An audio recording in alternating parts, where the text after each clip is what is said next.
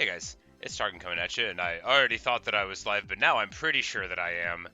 And we're just gonna put day 16 in the title and get to accomplishing some of our goals, such as they are. I think I even listed them in the description, which is horrifying, but there's enough of them and they're vague enough to where I'll be able to take my sweet time and not feel too upset about it. But we will, you'll take this opportunity to figure out what I want to do first. So an Autosmelter would be good. There might be iron in the smelter right now. I woke up not terribly long ago, but I didn't look at what was going on. We have plenty of breads and lots of hay bales, so we'll use that iron pickaxe till it breaks.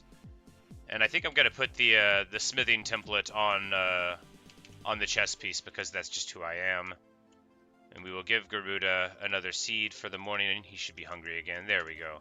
And before long, we'll be able to get all of the family back together. I am relatively confident. One of the things I'm also confident about is my ability to shoot this creeper very safely without anything bad happening to my chest. But this is proof positive. I need to not shoot while the golem is there. Very, very wise choice there on my part. So that guy's bed, that's not a great place for it, but neither was my inventory, and, you know, he really did want a place to lay down. So I've made a lot of charcoal. That's good. I'm going to make a lot more charcoal. That'll be the first thing we do. We'll need charcoal no matter what. Hi, Drifter. So we've got a decent amount of resources. We have plenty of food and plenty of ability to get more villagers down with bread.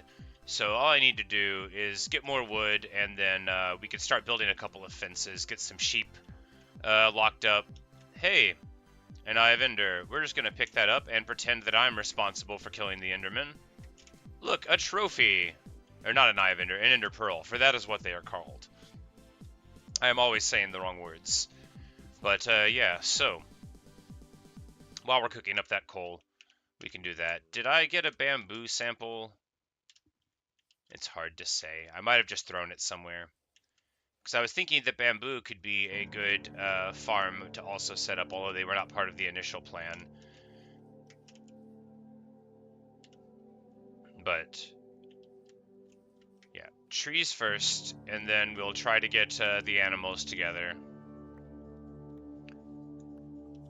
But it's not too much of a priority because I do want to, before too long, go down into the mine again.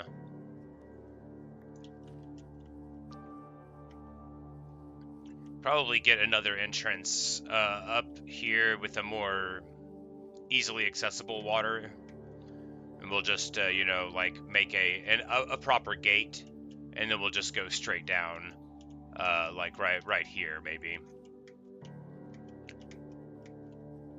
We can do it safely. I'm confident that we can find a way to do it safely, because although that route is fine, it's also really far away, and I wasn't appreciating how far it is with my dumb little I don't really run that fast boots.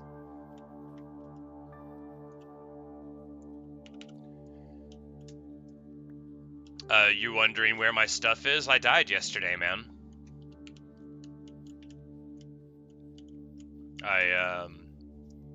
I died, so we're back to square day 16, and we are getting some stuff. We're gonna make a couple of animal pens, and then I'm going to go down into the depths. I've got a really good natural mine that's underneath this town, and then we're going to look for more diamonds, look for lapis and redstone and the like.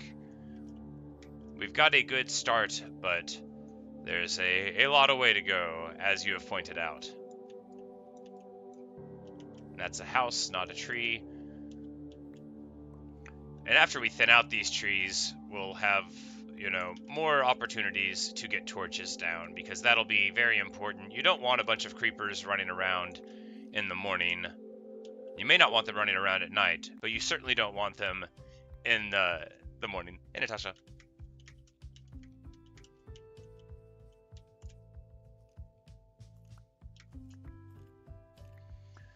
But when we walk over to the smelter again, there will be a lot of charcoal. Not like all the charcoal in the world, but like a stack.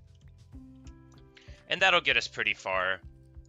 We'll probably just pull all of it into the inventory and then, you know, make torches as needed. Because we may be down in the mine for quite some time, which is another reason why I wanted to get the animal pens just sort of set up. Can I trade the villagers? I do know how to do that. But I do not have the villager set up for that yet, or really a big, like, emerald farm thing. That's what I did in my last hardcore world. Oh my goodness, they all have skeleheads! It's marvelous! Skeleheads. They have jack-o'-lantern heads. Guys, happy Halloween!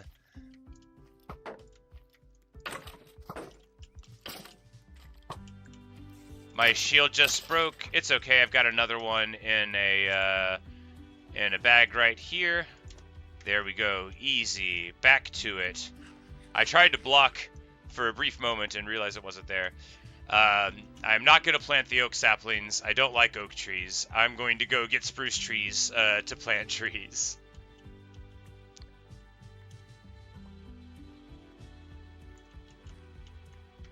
Oak trees are fine. I just, they're irregular, and I prefer the regularity of a 2x2 spruce tree. If I'm going to use it to farm wood, I like to be able to get a lot of wood out of it,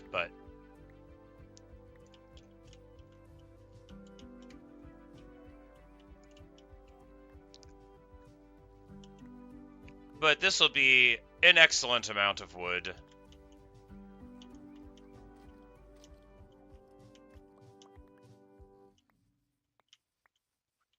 And we'll make a couple golden apples in case things really hit the fan, and then never use them because that's who I am as an RPG player.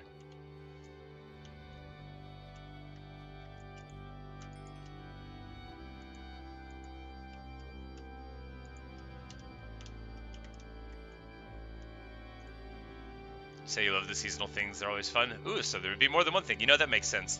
It's always nice when a game gives you a bunch of fun stuff like that, for sure. Alright, so we'll just make 21 fences. That won't nearly be enough. We will make all of this into fences. We will gradually make it into fences. Alright, this should be a good amount of fencing, and then we will need several gates, which I would think... Oh, yeah, they're in the redstone thing. Of course they are. And actually, I don't need gate... Yeah, I don't need fencing at all, or gates, rather. I just need... carpets, because I am enlightened by other people. And that is how it works. This is mature, yes, so a good time to harvest the wheat. And I need to do so many things, but we're doing a good job of being relatively focused. Next time going creative mode? No. I might play creative eventually, but it's not really that interesting to me right now. I enjoy learning about the way this stuff in the game works in a more gradual way.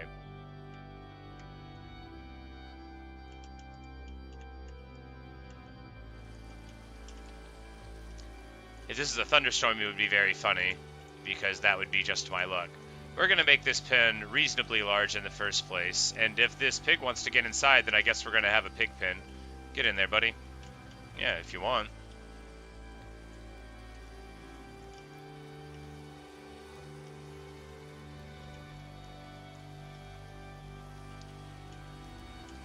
But we're just going to get either cows or sheep, whichever we find first, and this will be the pen for them. It looks like it's going to be sheep. Good news, guys. Yes, greetings, sheep. And your child shall be black or brown. Brown, hooray! A good, loyal sheep is born to us this day. Let us all go, then, to the sheepfold. Now, you might get rained on, but you were already getting rained on. And, after all, is not the most happy thing in the world to get rained on together. Alright, put that one in the bank. We've got the sheep taken care of. Whatever else happens in this world, the sheep situation is totally sorted out. And we got some cows over yonder. It would be better to have the cow pasture, though, just right here, So we're going to build it first because that is what a person does when they have played the game before. And then I'm going to put the post in the wrong spot because that is what I do when I've played the game before.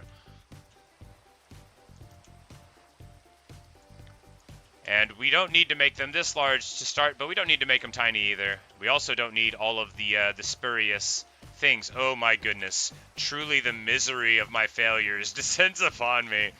Alright, it's nighttime, so we should go say what's up to Garuda because, you know, this place is relatively dangerous at night. We don't have a good light coverage, and we don't want any of our villagers to die or whatnot. And it'll give us an opportunity to say hello to Garuda again. Good old Garuda. We're just going to lay down.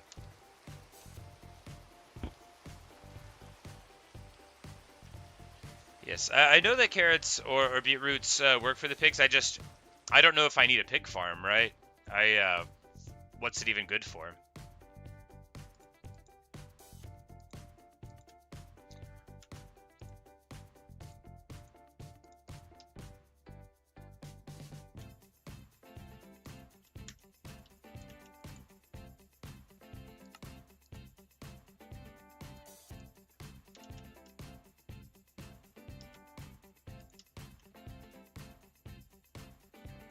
Alright, I promise I'm not gonna plant, like, too much stuff. We're not gonna do, like a me wheat field. This is just gonna be, like the kind of wheat field that a person would get when they were, like, a reasonable guy. And everything I just said is true. Everything. Look, you can see, is that the face of a character that would lie to you? Alright, where to have the very reasonable in size wheat field? Flatland better. You know, we can just do an actual proper small one here, so.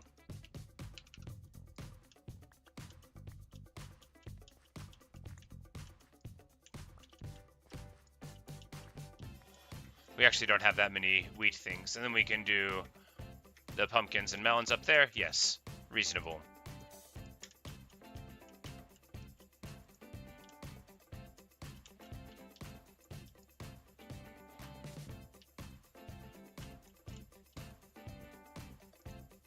Alright, I have 8 wheat seeds. I don't have to worry about making the wheat field too antsy.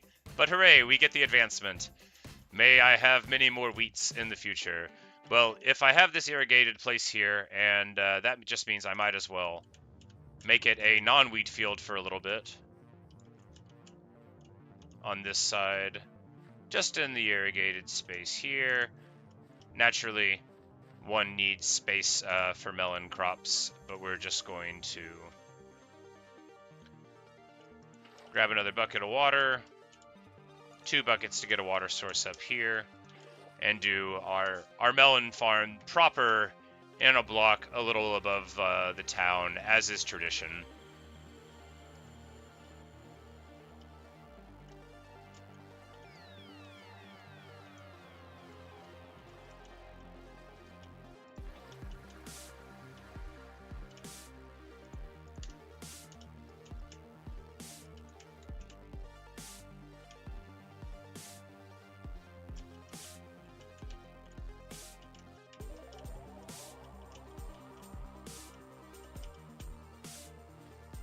Tell me why I thought about hitting that sheep with an implement. No, you can't, because the 1,000,000 subscriber special hasn't happened yet, so none of you know why I want to kill this sheep so bad. Alright, now that's taken care of. And my bloodlust is temporarily sated. We're gonna get some more water down here.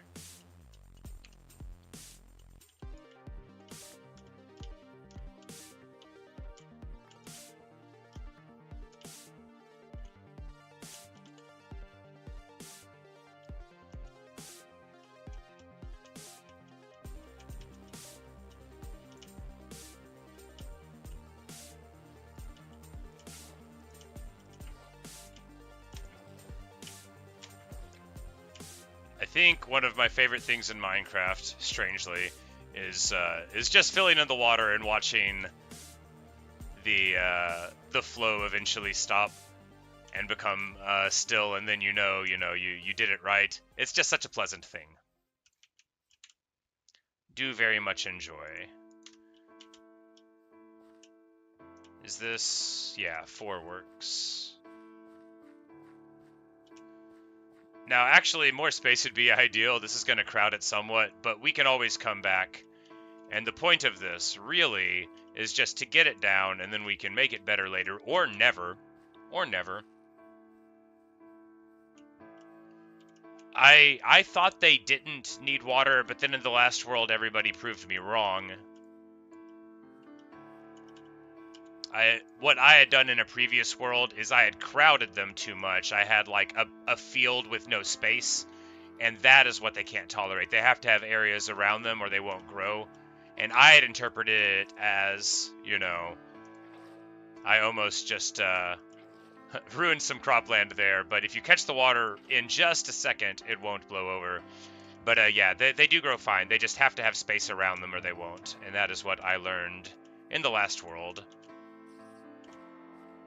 And, you know, some other stuff too. But we don't have to talk about all the things that I've learned. But now we're going to run the wheat seeds over to this field and take these seeds home to Garuda so that we don't run the risk of showing up empty-handed. Because like how wheat either needs crop rotation or like it benefits from having stuff around it, melons and pumpkins, that just those gourds, they straight won't grow if they're crowded, as opposed to merely growing somewhat slower. We're going to go ahead and source this blocks up.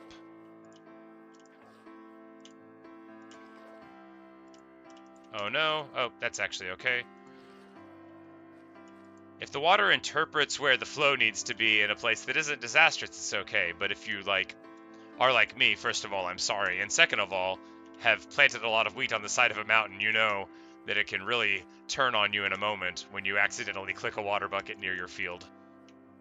But that is all good, because I need to get some wheat, which I have right here. Yes, which I have right here.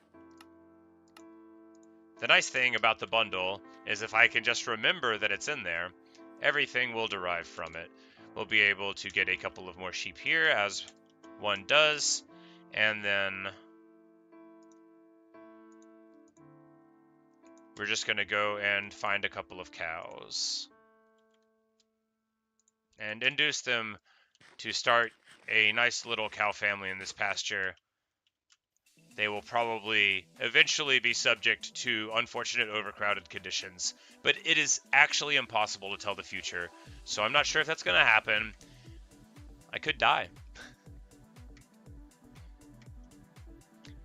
Ah, look, a picturesque nether portal in the ocean.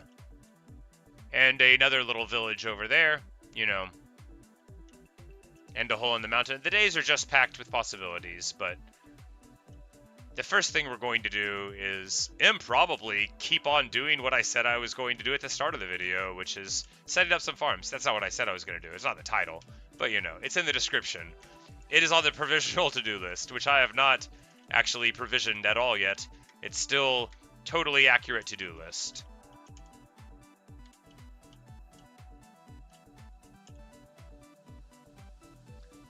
And did I drop my shield?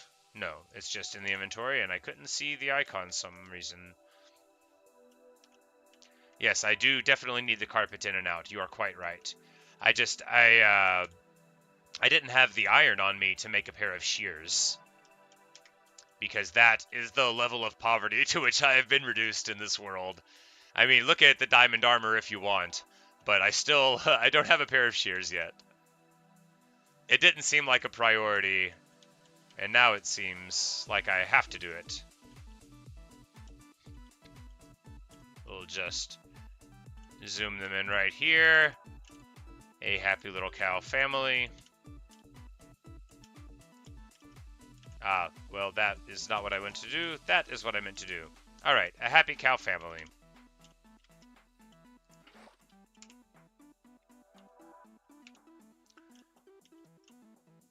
I guess I could get a pig pen just for efficiency's sake. There's no reason not to.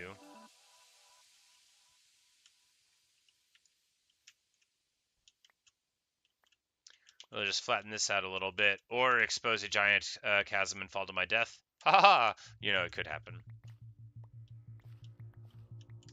This will also give me the benefit of using the fencing. And then last will be the chicken coop, even though it's like the actual bread and butter and the most important thing that I do.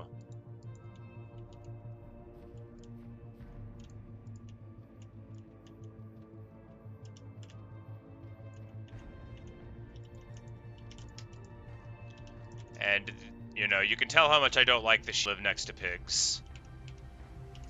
I don't know if you guys have ever had pigs. You know, it's possible you have not. But they are awful. No, they're fine creatures. But they do smell bad. That is a fact. You know, a lot of animals do, but they are one of the animals that do. And you can't blame them for that. It's their nature.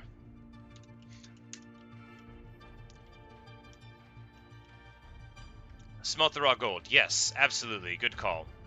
I should stop carrying the raw gold around. I should smelt it into raw gold and make a golden apple out of it. And then not use the golden apple for anything. This is absolutely what I need to do.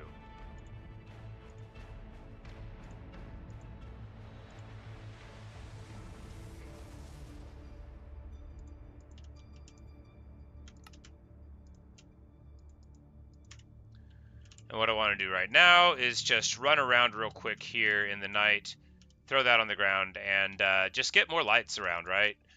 Try to make this village a little safer so we don't wake up with fun zombies. And then also along the way, we'll probably get to see a couple more fun festive skeletons and zombies with their heads, you know, seasonally changed for fun. Well, that guy is just a normal skeleton, so maybe it's not all of them.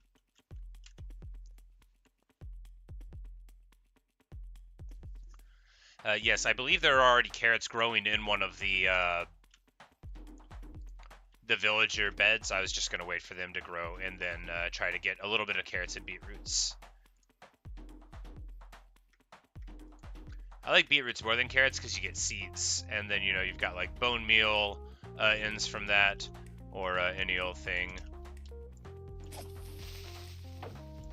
You know, one can just block a creeper explosion, and you don't have to do anything about it. It's crazy. Somebody should have told me.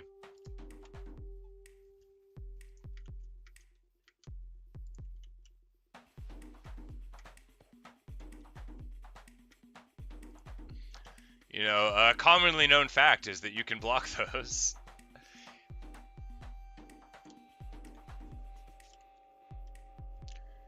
But yes, the cleric stand, absolutely. I went and fetched that for just that purpose, and also you can buy redstone and lapis from them.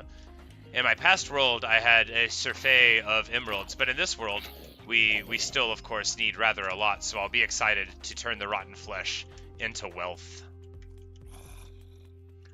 Along with lots of other stuff, like sticks, stones, clay balls. I don't think you can trade bones, but you can, you know, bone meal things and use what you bone mealed in order to make them. And that's the same as the rhyme that we were all thinking about.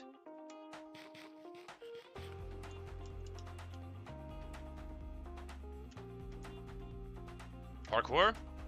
Oh my god, what an elegant and graceful jump. You know, if it weren't for the haphazard torch placement and the absolute lack of efficiency in motion and thought, I could be confused with a somewhat experienced player. But that would not hold up to any lengthened scrutiny, as we know. Oh yes, also potatoes. Pigs do eat the potatoes as well. And potatoes can be baked, making them a better food source, unlike carrots, which can be gilded. That's the word for putting gold on a thing. You don't have to look it up. You can just believe me. Carrots can be gilded to make them a finer food. But now we will get to return home to Garuda. Happy with the night. More torches down. Laying down. Another day in the bank. Hardcore world. Looking up. Every minute is good. Beautiful to be alive.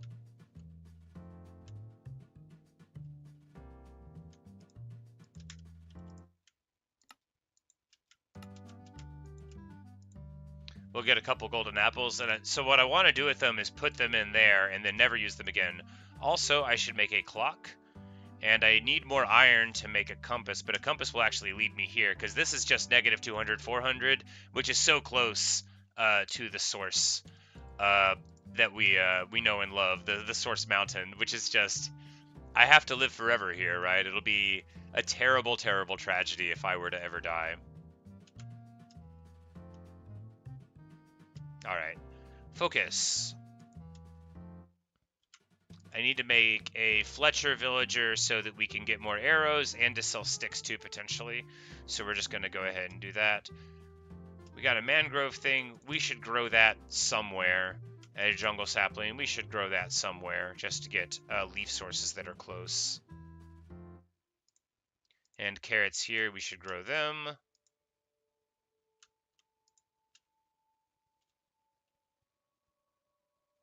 We'll put the pumpkin seeds in here for Garuda.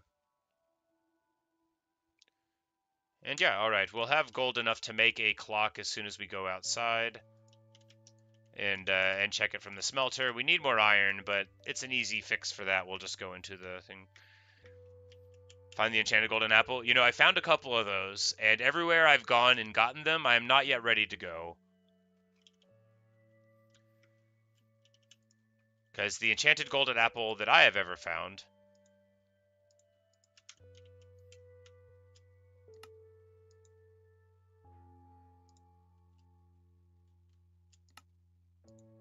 here, we'll put the clock in, but then the golden apple will rotate it over, and now we'll have the clock at the base of the orange bundle, the one that you can use to tell time. Easy peasy. And, you know, excellent. We're good on that. We'll make a fletching table, and then we'll be able to make that villager a considerable amount of money, if there is indeed an eligible villager. This one looks so eligible. He is saying to himself, if only a block would appear, something that would demonstrate my destiny, something that would let everybody know that I am a man or woman with a hat, and suddenly the hat appears. No one has been more hatted than this person. But unfortunately, they don't want to buy my sticks, so we're going to need to do this again, buddy. Alright. Now they want to buy my sticks. He doesn't want to sell me arrows. That's not ideal. It's not ideal at all, but we can always make another Fletcher villager, because getting some emeralds out of him for this is good enough. Am I already out of sticks? Man, they really churn through them. You know, 4 emeralds is better than no emeralds. And my axe is about to break, and I will need to buy another one. And now I have the emeralds for that. It's the circle of emeralds. Hello, Jimmy. Happy Halloween.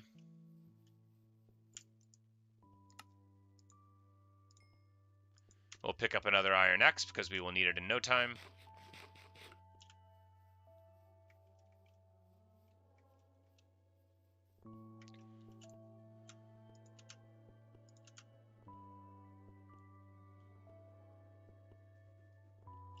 I don't think we're going to jam any more stick trades there, because I probably want the wood for something else that, you know, I just can't think of right now.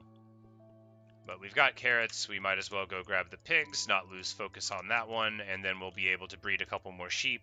I want to dye the sheep, though, before we get any more of them. I want to have fun colors of sheep this time around. I like doing, like, the vaporwave ones, but these will at least get us a nice assortment of dyes, and we won't have these dull, boring sheep over there. Maybe I'll like the sheep better if they look nice.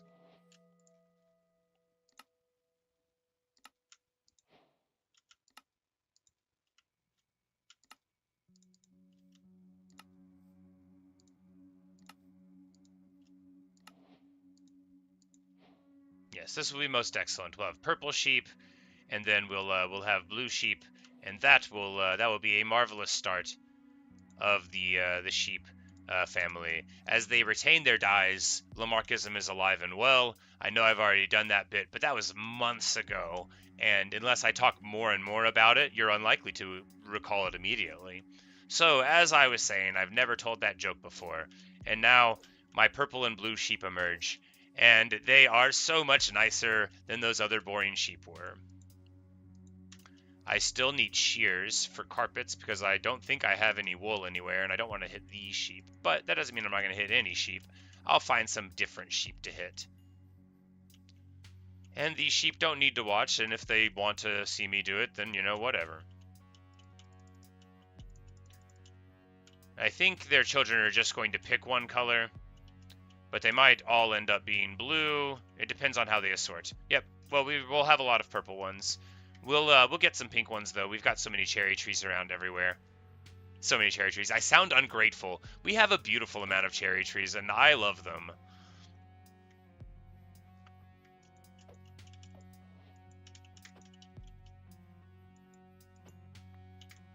But we are going to secure some more cows.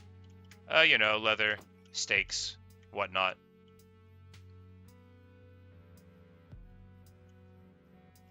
And here we go, a pig. And he's thinking that I'm about to secure him. Well, I am, but only safely within a pen. And it may be many, many years before this pig has to worry about anything. I mean, it could be tomorrow, it could be the next day. But no matter what, this pig now is not going to have to roam around. This pig is going to have, well, not a roof over his head. Who cares? But, you know, at least walls. Trap the pig. That's the verb I was going for. To trap the pig. You know, verbs can be like water. As you reach towards them, they just flow away from your fingertips. Don't let the evoker see the sheep farm? Oh, okay.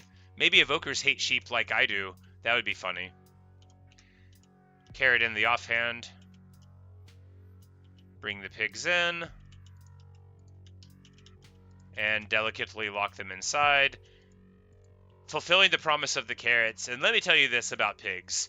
If you bribed them with a carrot and didn't give them the carrot at the end, this fence would not hold them in. Not if they saw that carrot still in your hand.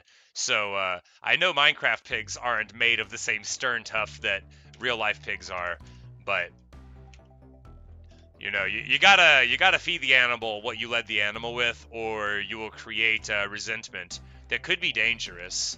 You don't want to punish and reward an animal unpredictably. It leads to unpredictable behavior. Reward systems are very important. What we're going to do here is not a reward system. It is hitting a pig with an axe. Because now that we have a couple of pigs over there, we don't need any more in the pen. But I don't have space. Ah, yes, I was going to plant trees. That's exactly what I'm going to do right now.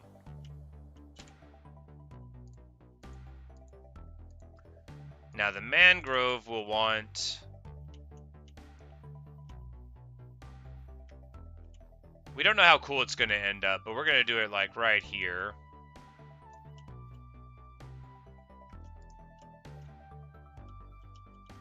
Oh, that's not very efficient.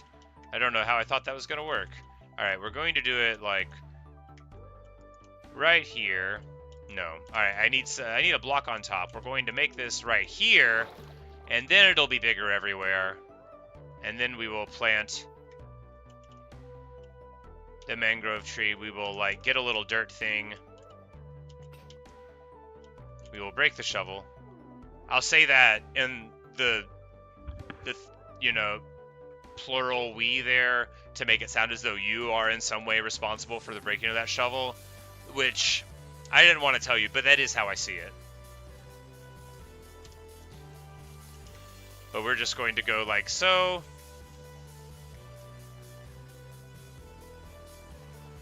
And plant the mangrove here. And then hopefully it'll spider around all interestingly. And if not, then we'll do something else. But they tend to grow cool sometimes, so we'll see if that works out. And now we've got a couple of those samples down, and we'll go and plant some carrots up here, except that the hoe is broken also. We will cut down a couple of more trees.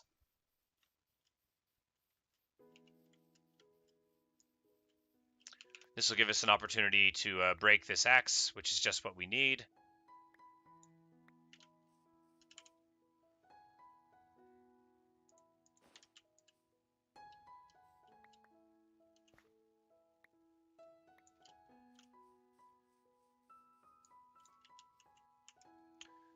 Vast, perilous hole in the ground. No one needs that. We're just going to, do I have a torch?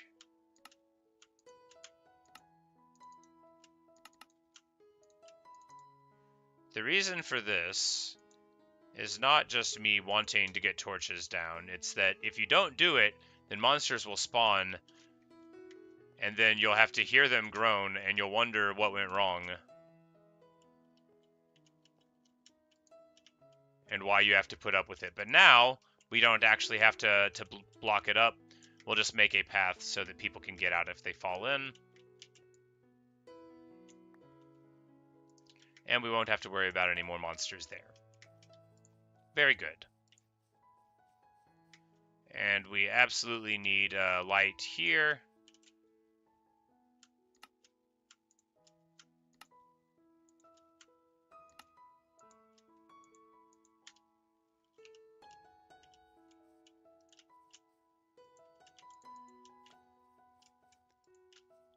And light for the farms is actually very important too. I should have done that. They want to grow in the light, you know, so they grow at daytime and not really at night. They might grow somewhat at night, I don't know. I haven't made a rigorous study of it. But I do know that you can grow stuff underground and such as long as it has light. It doesn't need the sun for photosynthesis. For photosynthesis, I know how to say the word synthesis. Photosynthesis. I need a drink of water.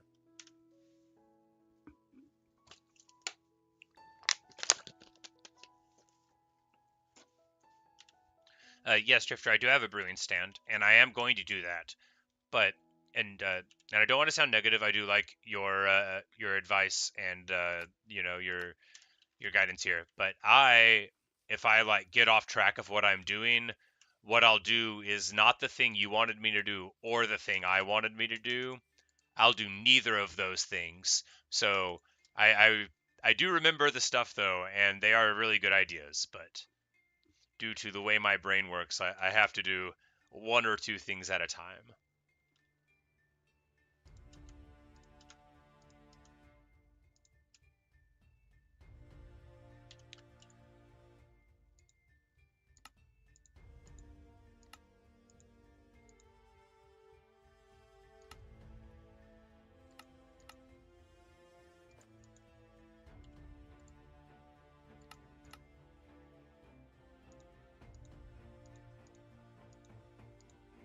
Alright, there you go. A white bundle, that's how it works.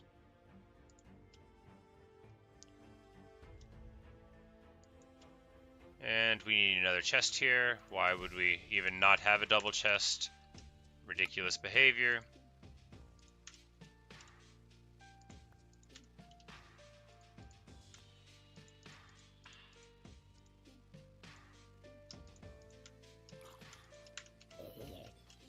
Ah, a festive zombie has been festively slain, and I will pick up what is left.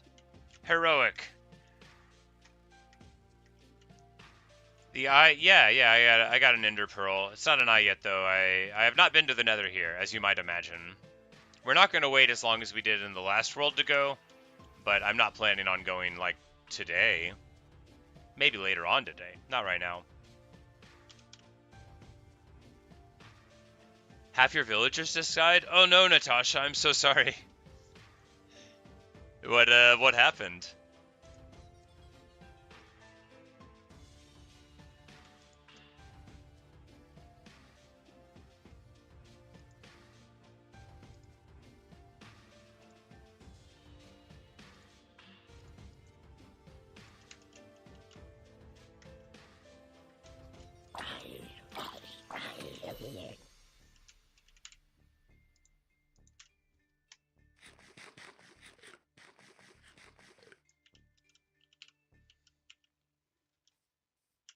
That horse, I thought it was an Enderman. Right, but we are continuing the goal of just getting a little bit more light coverage everywhere. Because doing this just gradually is much more fun than doing it all at one time. Just like shooting creepers from very far away is more fun gradually than doing it all at one time. Oh, how did I miss that? I was so sure I had that. really rookie move. There we go. Come on, hit. Make it look like... Okay. He just disappeared. That wasn't me missing. That one doesn't count as a miss. That was still a good shot. That one could have hit. I'm not going to say it was going to, but it could have. That wasn't me.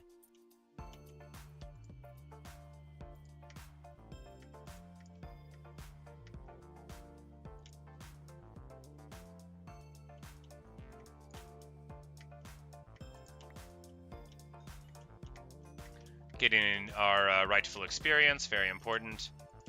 And just setting up some torches here to clearly delineate the pins and to, you know, I don't know why I put them on all the corners. Well, I don't want monsters spawning on the inside. That's absolutely certain. A cat. But we will let it run wild. It does not look like one of ours. I was supposed to make a hoe and plant carrots. I did not do that. It'll be alright. We will see Garuda for the night.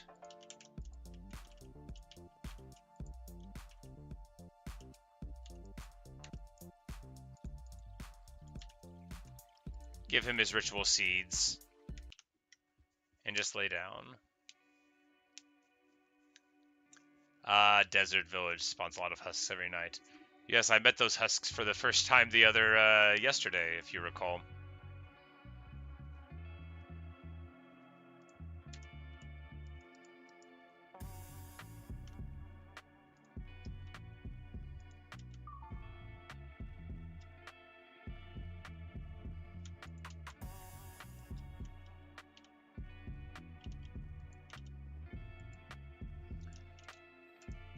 Yeah, they, even in just, like, when you get full armor before you get protection levels, it's still a lot. And, like, Endermen, in particular, like, hit like trucks. But I definitely grew a little contemptuous to damage, as you guys witnessed. But I think I'm starting to act right again when in terms of, you know, my behavior in the hardcore world. I think we're closer to being smart. And there we go. We grab another cow. We're just gonna go ahead and grab our taters and carrots.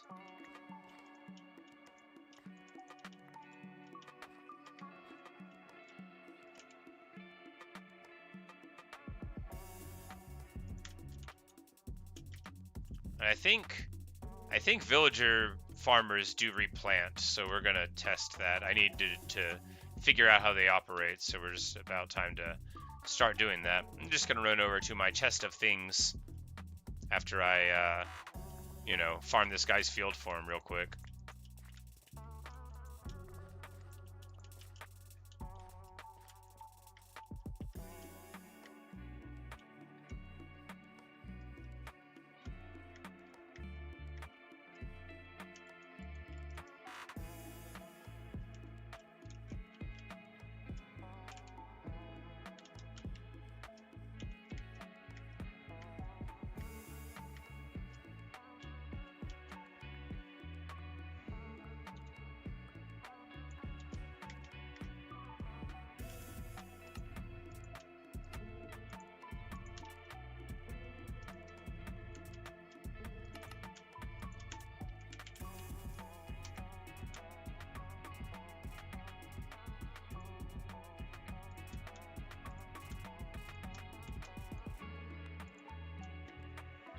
Alright, and we'll just have, you know, the random seeds in there. I need to replant potatoes and carrots, though, and then I'll go and,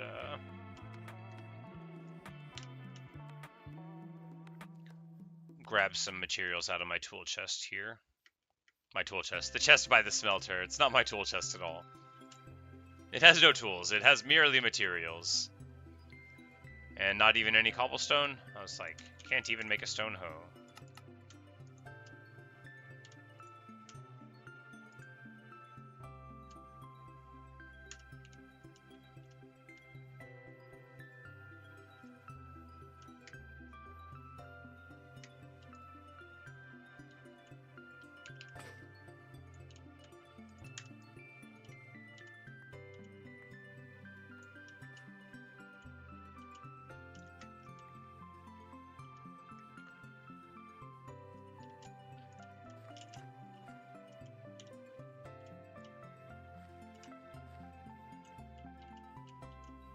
Yeah, I really don't need these gourds here, and they're just going to mess things up, and it'll be alright if we don't really get a yield out of these seeds. We'll live with it.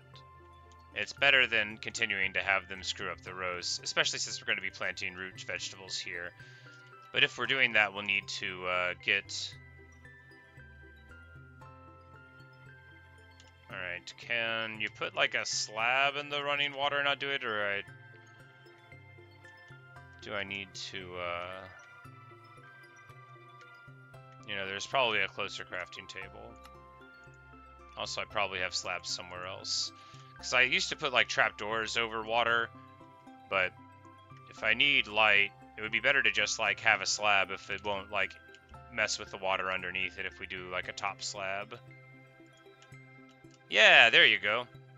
Magnificent. So, this has blown the farm game wide open, and now... freshly armed with the concept of how this thing works, we're going to be able to to get light around the irrigation thing without really interrupting the rows too much.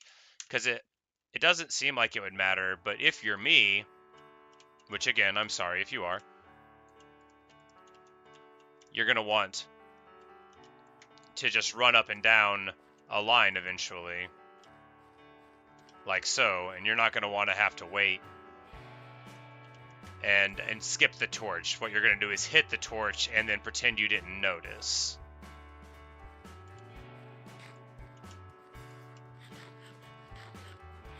And apparently, carrots are good for farming because you can just immediately chow down on them, which I didn't know, but that's pretty funny. You can never get too hungry there. That's good.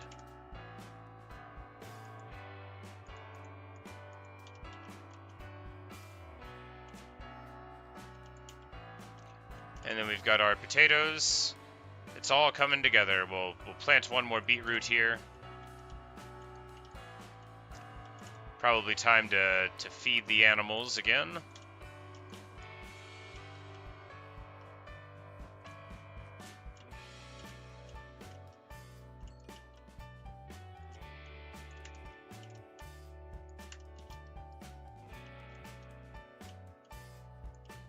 All right.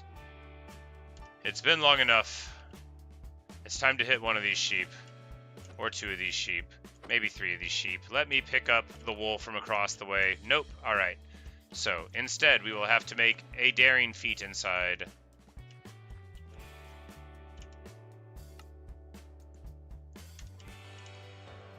Allowing us to get carpet. Now, abstractly, it would be so much better to have carpet that didn't match the sheep inside for when it gets crowded, but I mean, who cares? Absolutely who cares, right?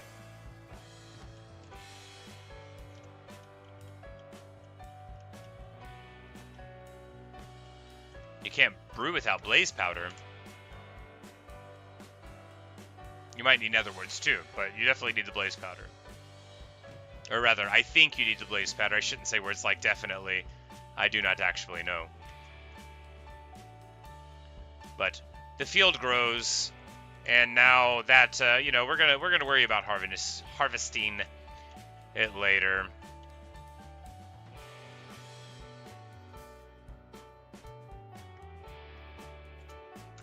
We're gonna put the animal and animal product stuff into this chest, you know, until we need it. That does not include, like, farming stuff specifically, so beetroots and carrots, yes, but not, like, seeds. Because we'll have an entirely separate chicken chest. But that looks like we're sorted out on this one. No, we'll just throw the wheat in there.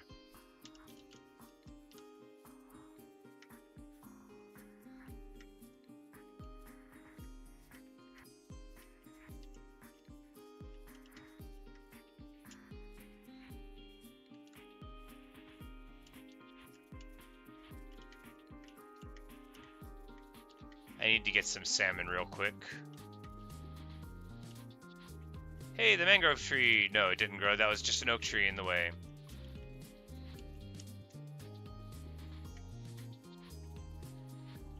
There was a time when you didn't need blaze powder for it? That must have been a true golden age.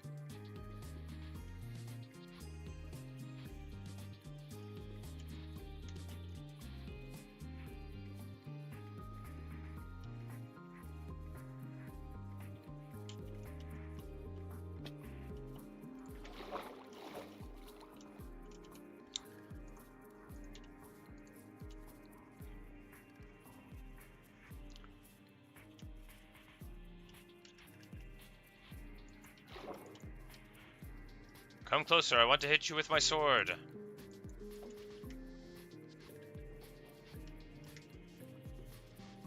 There's a drowned over there. It's nothing to worry about. He didn't have a trident. Those are the only dangerous ones, right?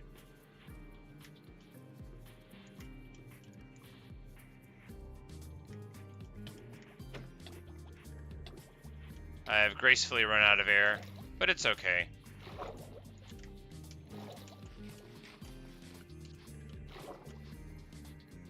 Man, like, Recipe 3, it's gotta be like whole minutes more. There's a little one there. They're a little quick, but we're just gonna bounce. They are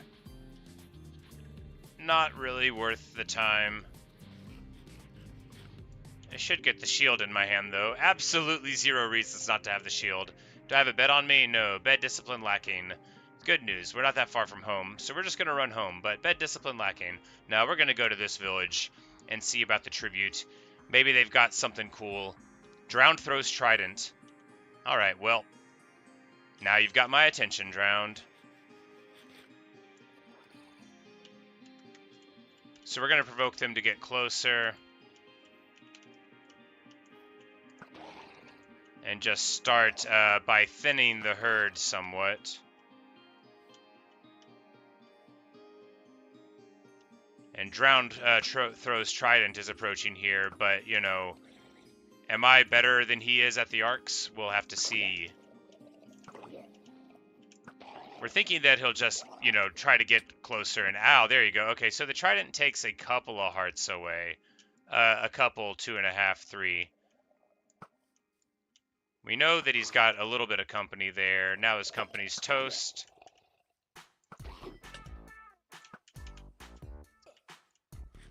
One more hit will take us down to 1 heart, but he's not going to get it. We'll be able to block this easy. Because the angle's going to be tricky for him, and by preference they don't really come out of the water too much. So we're just going to take care of this guy, get the regen, maybe hit my boat with this arrow, maybe hit the zombie. There we go. And then continue on. He's going to get, like, a shot on us, probably, because I've lost track of him.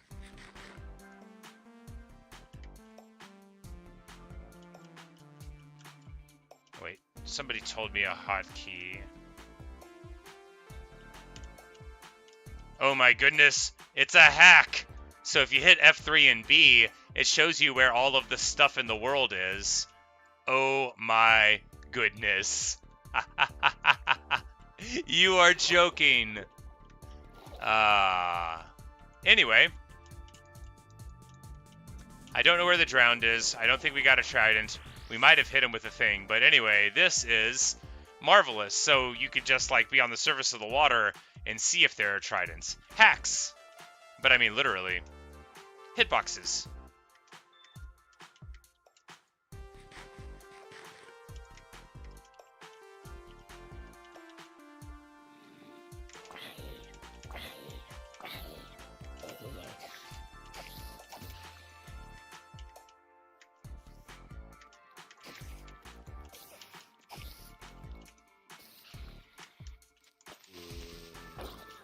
Apparently you can block those, you know. Sometimes people don't know that, but it's true. You can just, like, put your shield up and block them. I know it doesn't sound like it's true, but you can. Apparently anybody could, if they're so inclined. Just block it as if it were an arrow.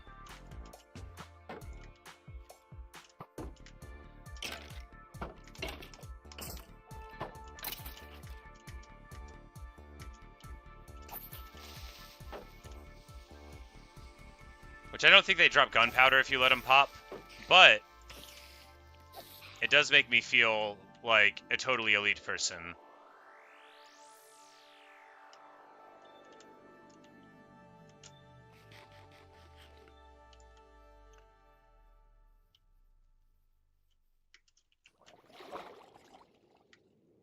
Becoming a speedrunner. Can you imagine? It would go so poorly. Look, do you know how long the level I speedrun in GoldenEye takes? My best time is 58 seconds. World record is 52. And on a somewhat good run, I'm still doing like 1 minute and 2, minute and 4. That's my idea of as long as I want to spend on one single level.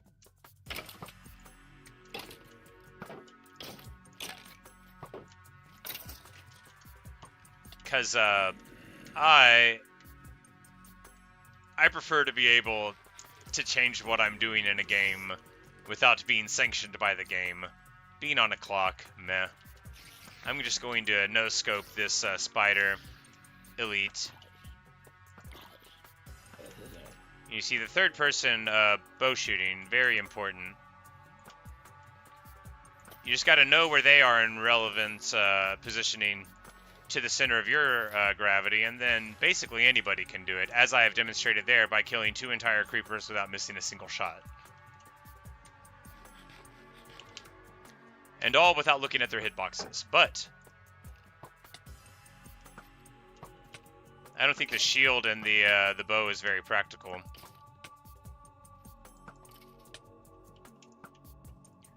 But perhaps the shield still provides you, like, some mitigation if you don't have it up. I'm not sure. I don't think so. It could be, though. But that's enough bravery for one night.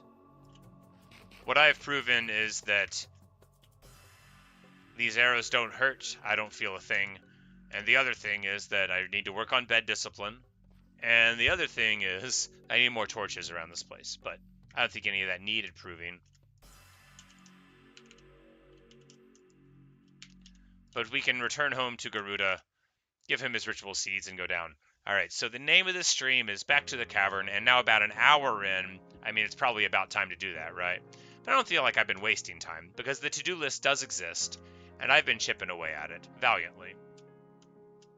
Valiantly chipping away at it.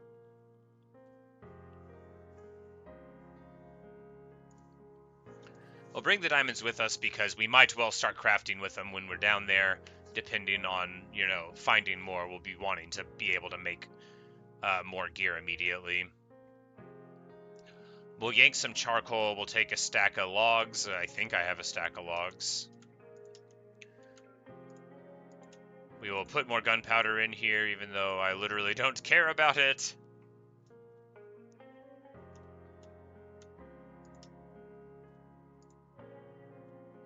Alright, yeah.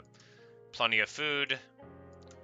Just need wood, and then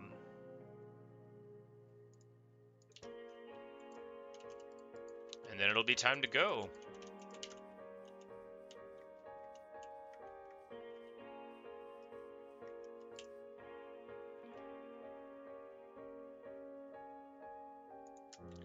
Yeah, we'll just take a full brace of planks, and if that's not enough, we'll come up for air.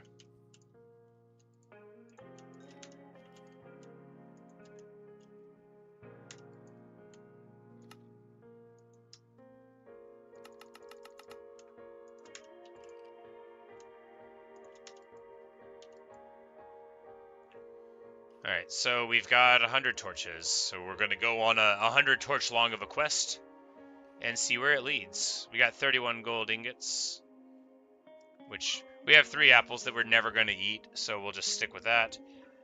Boots of feather falling that we won't use. We'll either die of fall damage or not notice that we need them.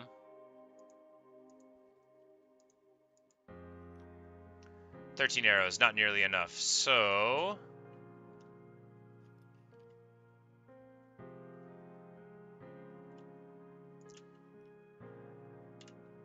I need to make another Fletcher. Inconvenient. Very inconvenient. Pretty annoying. Do I have more flint? Yeah, somewhere. Oh well, can't be helped. Better than going down and not realizing I didn't have arrows.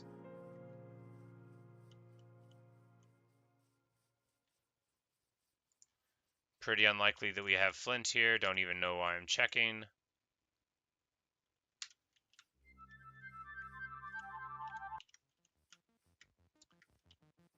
I think I have some, so it's just got to be at home. But that'll give us another opportunity to give Garuda a seed. He pines without the rest of the family. He wonders when we're going to assemble the crew again. I mean, we're working on it, boss. We're going to find a name tag. We're going to make everything better. It's just going to take a little bit of time. There we go. There's our flints. And this will get us another little miniature brace of arrows, and then we'll go down in. That'll take us like a stack. We probably won't be like more than a stack of a brawl of arrows.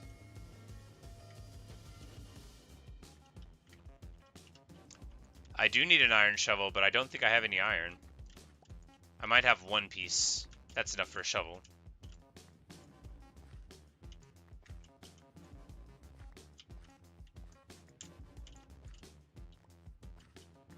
But here we return to the best of all programmings.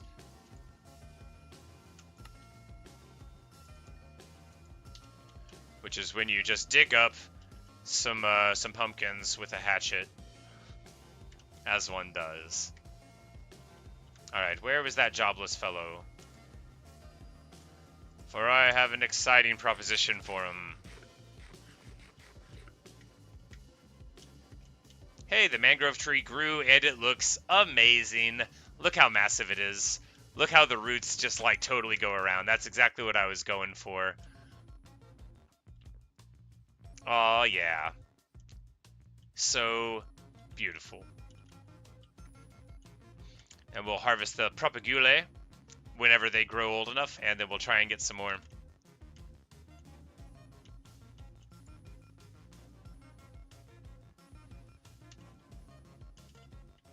Alright, there was a jobless one somewhere. Where are they congregating?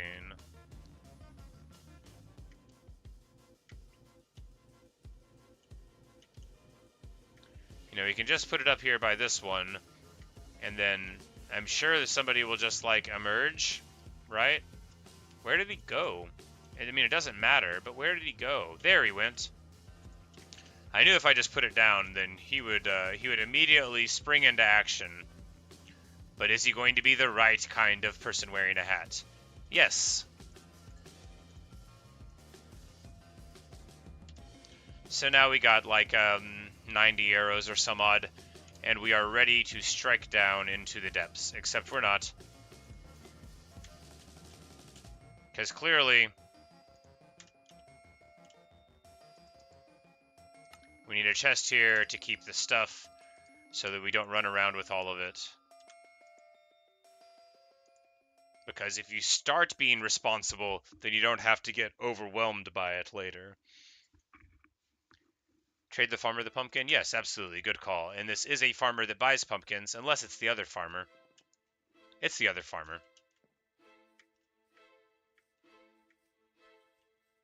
Trade this farmer the pumpkins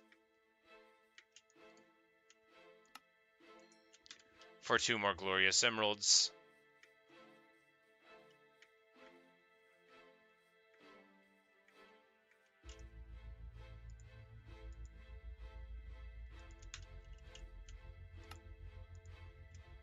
I just made all of those into sticks because I shift-clicked. Well, that gives me a lot of sticks. Sure, and it does. Did I need them? Not precisely. But now I've got them. Alright, now, however, I do need to get more wood before we go into the depths. I don't need a ton, but I need more than 0. And I've just burned up most of it. So we're going to keep on popping oak because I don't really like oak compared to basically all the other woods. I feel like they have more to offer aesthetically. Oak's a fine choice, but the logs are better than the wood itself is. Dark oak I absolutely adore.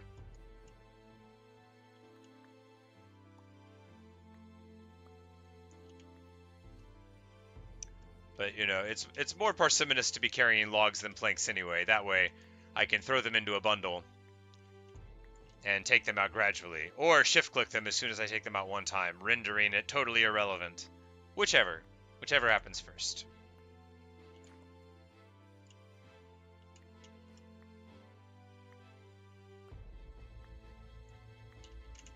Alright, that will be enough.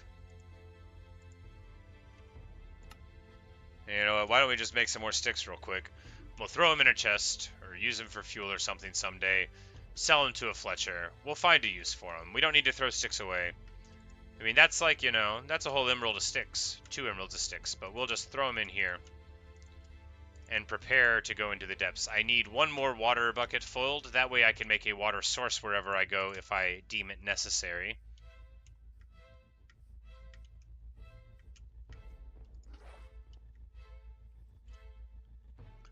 The jungle tree is still thinking about growing over there. I don't know if jungle trees need anything special to go. Anything jungly. But let's take stock. Foods, brace of torches, got wood, empty bundle, 2 water buckets, most excellent, 1 boat, pickaxe that's about to break, but we got a backup, a sword that's about to break. We can make a stone sword if we don't find more iron, but we should find more iron. Does a furnace fit inside of a bundle? You know, it's a stackable thing, so it very well might. A furnace fits inside of a bundle neatly and not like a tool does, so we'll carry a furnace around. Because, hey, and it'll be the top of that bundle, so that'll be a good way for us to, you know, do whatever we gotta do whenever we get into the depths. The axe we're not going to need the durability on. The sword will last for quite some fighting, and if, you know, if it comes to it, we'll just bounce.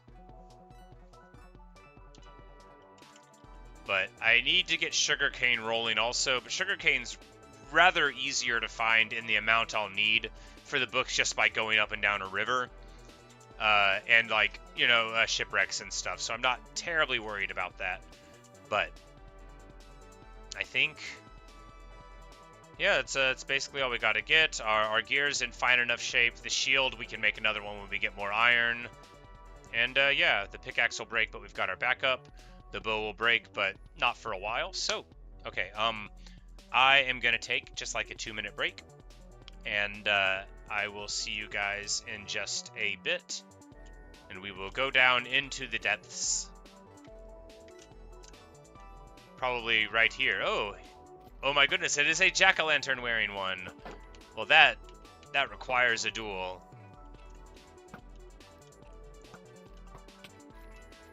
His eyes lighting up the night sky. Oh, he is swift and graceful. But ultimately, he would lose the duel.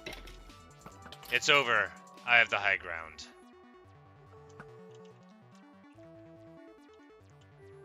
But I'm just going to go to the title screen real quick. And I will see you guys in just 1 minute or 2.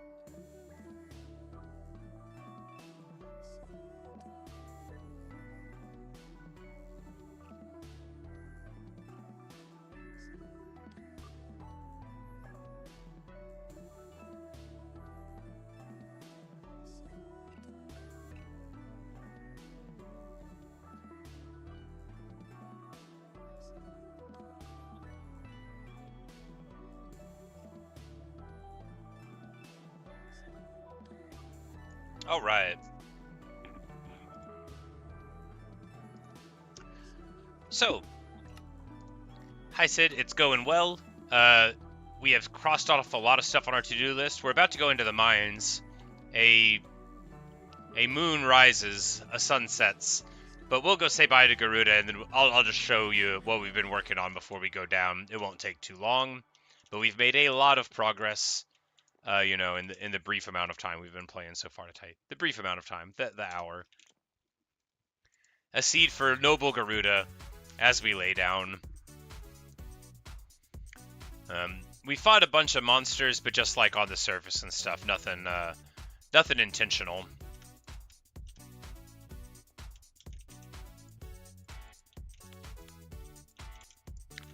And yeah, so we set up a few profession blocks. We've got a little field here. I figured out that you could put slabs on the top of water without breaking it, even though it wouldn't matter if there was one block in the middle anyway. But so we got our farms. We've got our cow pasture here and our sheep fold, and we've got a little pig farm there too. I haven't set up chickens yet, but we'll do that eventually. But we might as well feed everyone before we go down into the depths anyway. That will give them time to regroup.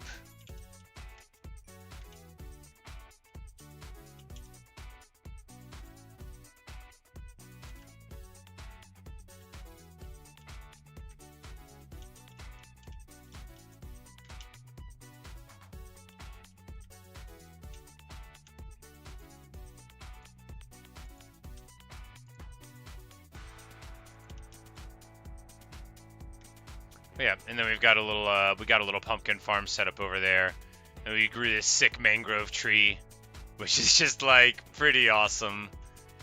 I grew it in a weird place that I built for it, but I didn't really think it was gonna get that cool looking. But you know, it just goes to show how good Minecraft can treat you. And then our typical, beautiful, very small and restrained field of pumpkins and melons, which I know I said we were about to go down, but you know, now that I do need emeralds again, theoretically, it's really hard to not want to, you know, farm a field. It's my nature. I'm a warrior and a miner, you know, second and third, but I'm a farmer first. The game, I was having a lot of fun with Minecraft, but I only like really lit up whenever I realized I could plant a lot of crops. But yeah, Sid, you'll note the relatively reasonable chest placement with relatively managed inventory, and you know, pretty impressive. And yeah, we've got 31 breads. It's time to go into the depths. We are unlikely to need a lantern. Very unlikely. So we're just going to, yeah, just gonna go on down. Although, yeah, I need a safe place to descend from here that villagers aren't going to fall into. That was the initial order of the day, so let's just have a little less tree.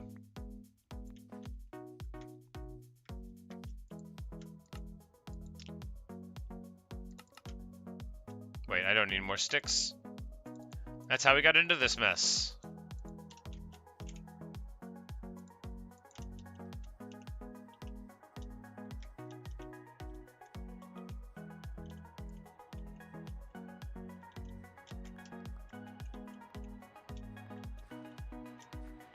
Because we just need enough of a separation where they can't walk like 1 or 2 blocks down, and that'll make it safe. We can build a railing, and that would make it, you know, actually safe.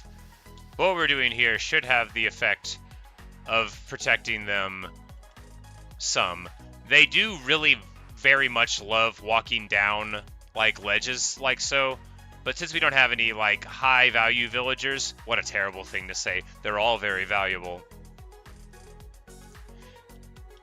You need rotten flesh and mine for Ryan and Tasha. You know, hardcore, it's a hard knock life.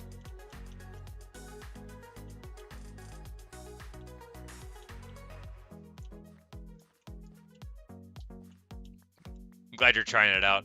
It's so much fun, you know, in a horrifying way.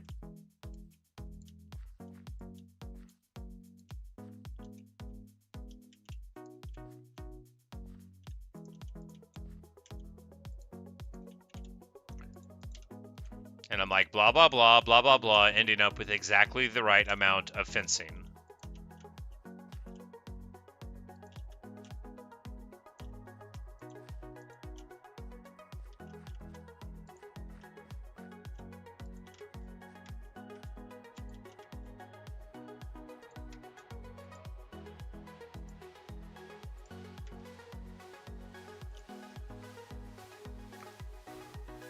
Find the zombie spawner turn into XP farm.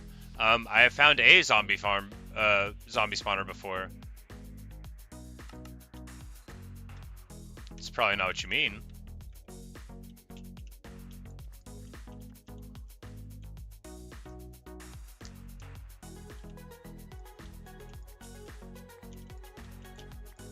Alright, I've got to stop farming, but how? How can I ever?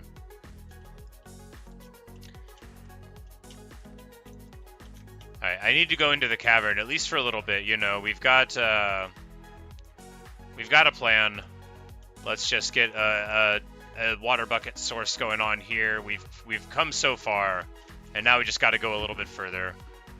Once more into the deep.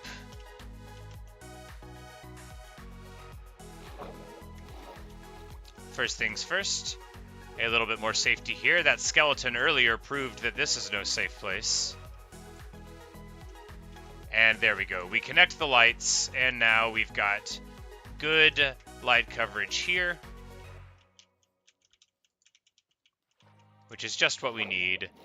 At least if anybody ever falls down here, they will be relatively safe here in the deep chasm. Of course, we know there's a deep dark somewhere around, but we also know that we can try not to run into it because of that. And we know where one wall barrier of it is, so I think it's directly underneath the mountain of spawn, which is, you know, a bleak and fortuitous omen. Because while it's very lucky, it's still very scary.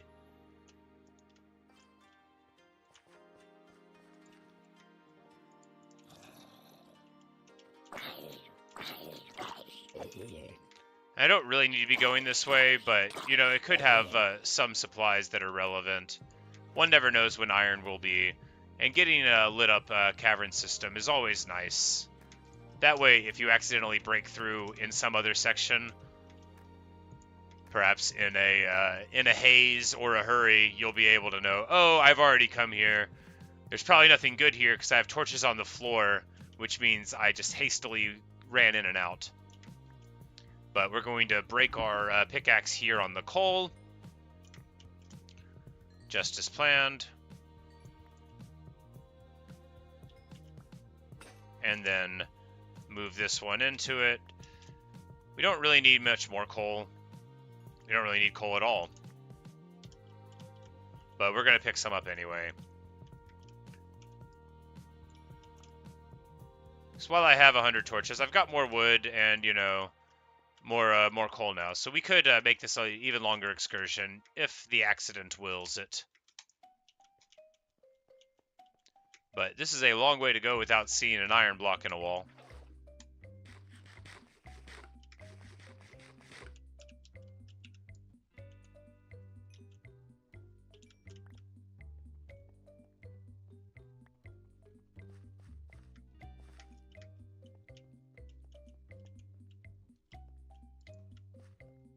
Alright, so all of this is just me not even going down into the area that we've already established is the goal.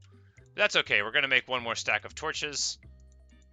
And now, with this fresh amount of resources, we're going to continue going on.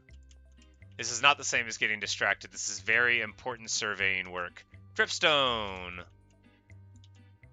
Boom. With a pickaxe this time for, you know, speed and profit.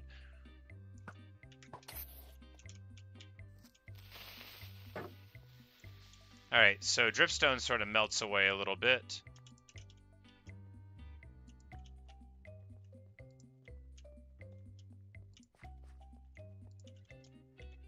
Let's get totally lost.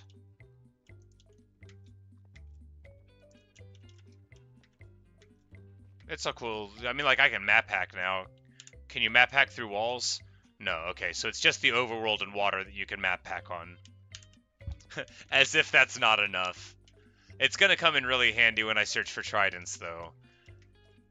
I will just be able to go in a boat, and when I see the zombie-sized hitbox, which I will now denote with my fingers in the air, that will be helpful for anyone watching. If they don't know the size of the hitbox that I mean, now it'll be quite clear.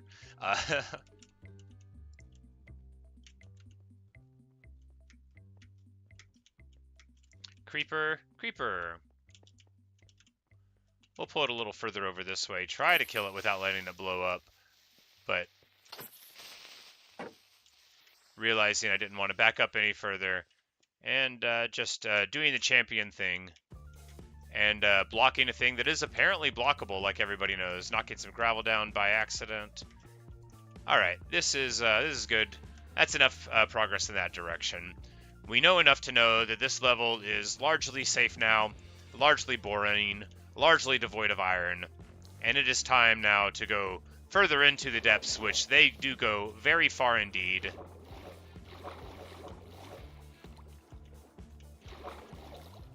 Lapis on the wall there. We get to ride this all the way down to Deep Slate, and indeed on this side, like all the way down to Forever. But let's just take a look at where Forever is. I think there's an ugly little threat upon a wall down here in this direction. But yeah, we mined over here and got some diamonds, and we went around, and this connects over to the other side. But there's a really huge cavern that way. And rather than demonstrate that there is deep dark on a wall, I'm going to do that anyway. Yeah. I don't think I missed too much. But we got like right here, and we decided, yeah, it's like -43. And I just decided, okay, we'll turn around and go the other way when we got here. But we don't have to do that. We can go forward a little bit. And it occurs to me that that might be, you know, adventurous. Maybe we will expose something cool here in the belly of the earth.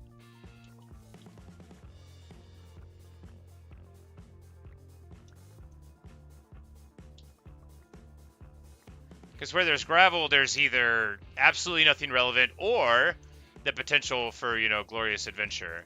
And it occurs to me that I could just be gravel mining like so. Which isn't that fast, but it's faster than an iron shovel. And it doesn't use durability.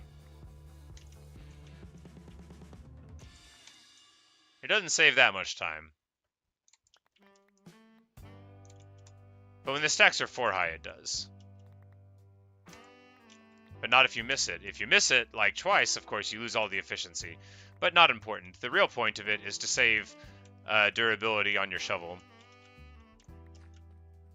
Speaking of, I really need to find some iron, or I'm going to run out of tools. We've got maybe 50 more swings with the sword, which sounds like a lot until you realize that I am a careless and hapless individual who is just as likely to get distracted by a new gravel vein in hopes of finding something cool than I am to find iron. And while I could make a diamond sword, I very much want to get like a helmet or something first. Helmet and boots will be the next crafted pieces rather than legs, even though the legs are, you know, because it's all 1 more armor, but the enchants on helmet and stuff is better.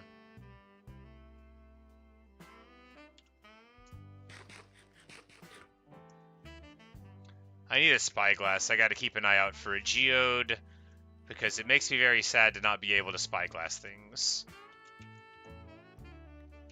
Is this relevant tough? It's at -16, which could be symbolic, or it could just be a thing. I don't really know how mining works. It could be a symbol that, you know, hey, maybe diamonds are going to be around. I don't know. Probably not. But tough is very pretty. Hey, gold! That's just as good as diamonds. I mean, it's not. But it's just as good. And it's certainly not useless. After all, as we all know, there's one very important thing you can make with gold. Maybe the most important item in the entire game. Say it with me, everybody. Powered rails. And that's why we can never have enough. Now, I haven't built my first rail in this world yet, First of all, I don't have enough iron. Second of all, I don't have enough anything else. But I do have enough time. I'm still alive. And I have placed a stalagmite or tite on the ground. Why is it that I can never remember the difference? Every time I look it up, it just goes right out of my brain. I think it's because I don't think it's interesting, and I think we should have just used one word for it. But, iron. Now we'll be able to make more iron tools and save the diamonds that we'll definitely find eventually, because this is like... Yeah, I mean, we haven't mined this whole place out, clearly, but here at negative 11... negative 10, there definitely can be diamonds, because I've seen them as high as like 3 or 4. And, you know, obviously, also lots of iron. The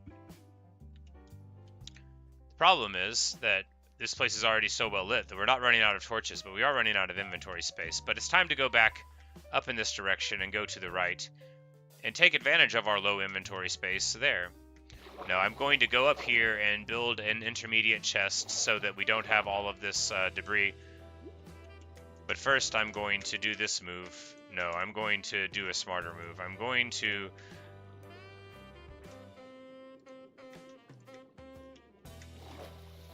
go like so. Because I don't need this iron to be there tempting me every time I ride up. But I also don't need this hole in to be on the wall, so we're just going to cap it like so. And now we'll be able to go straight up as before.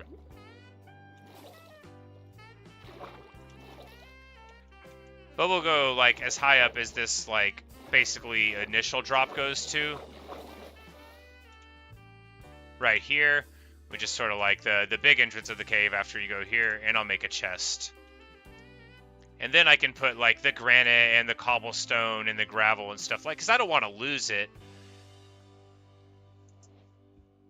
You're saying I should get Fortune 3 on my pickaxe before I mine diamonds? Yeah, but how, Precious? How am I going to do that? I got to get Fortune 3.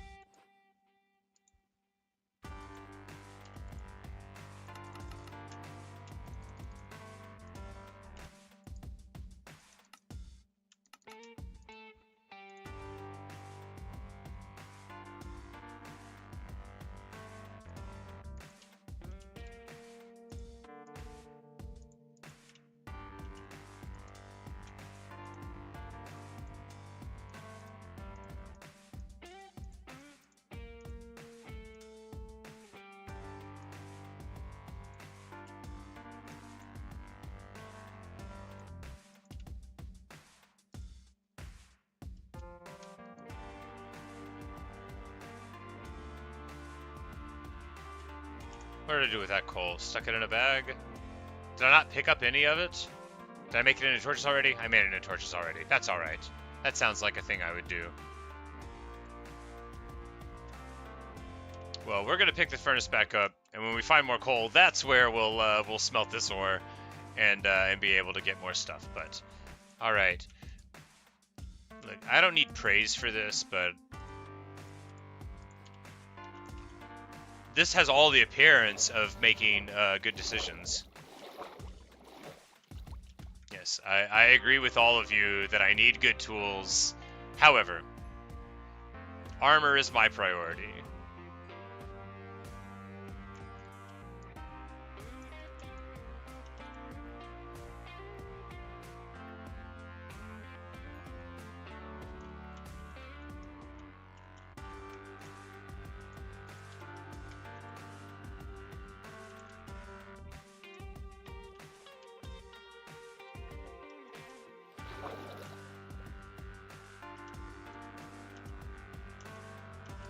We've got diamonds down there, and peril, so we know this is going to go straight on the wall, straight down safe. So now it is time to move fast. Oh, never mind, we're fine. This is just a connection here to an area that we already have light up to. So pretty funny that. Easy peasy. Happy Halloween to this fellow, and many happy returns of it. So, we've got a vast area to cover. And the great thing is that There's definitely going to be diamonds. We can see some in the distance there. We can see some right here.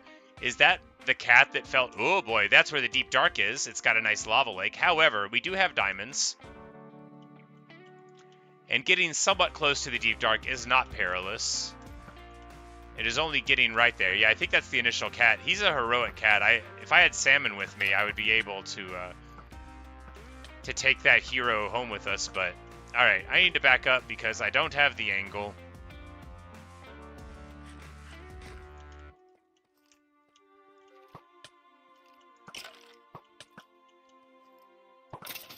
I love that the cat is there just like keeping all the creepers honest. It's very funny to me.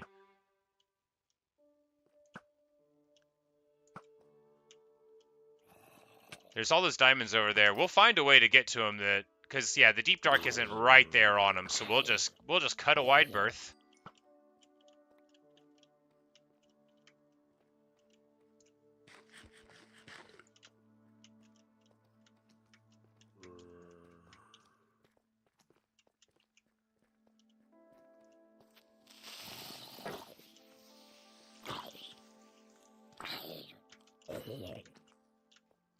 You know, if the creeper wants to dig, he wants to dig. But speaking of digging, it is time for me to grab this diamond. Come on, be just like a lot of them, right?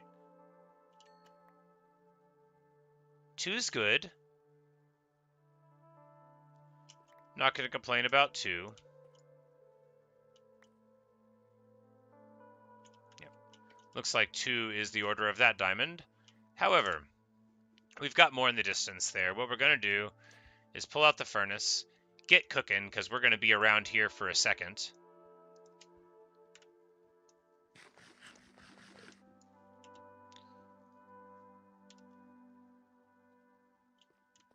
Got some more iron here, which we'll go ahead and harvest. We got more redstone here, which we'll go ahead and harvest.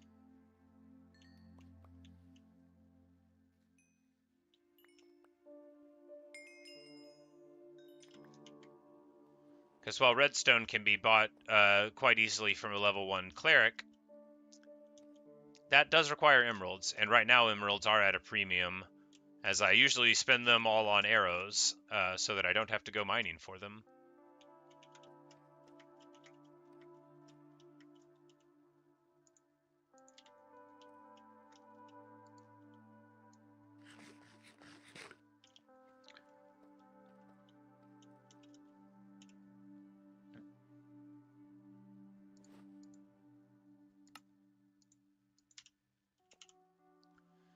Yes, it is faster, but faster for what? Faster towards me getting my eventual goal of getting diamond armor?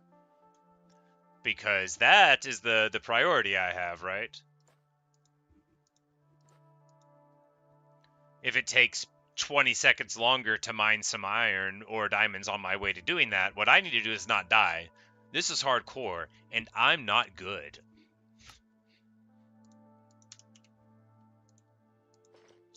But now we've got a wonderful diamond brain pan in.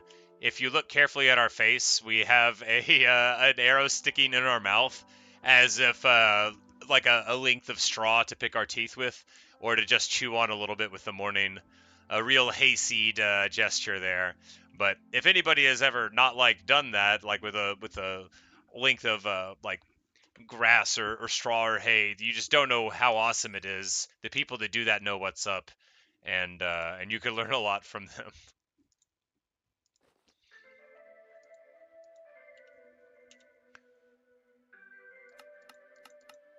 All right, we are fine. I'm gonna go ahead and make another shield right now, because I might well forget in the heat of the moment that it's necessary.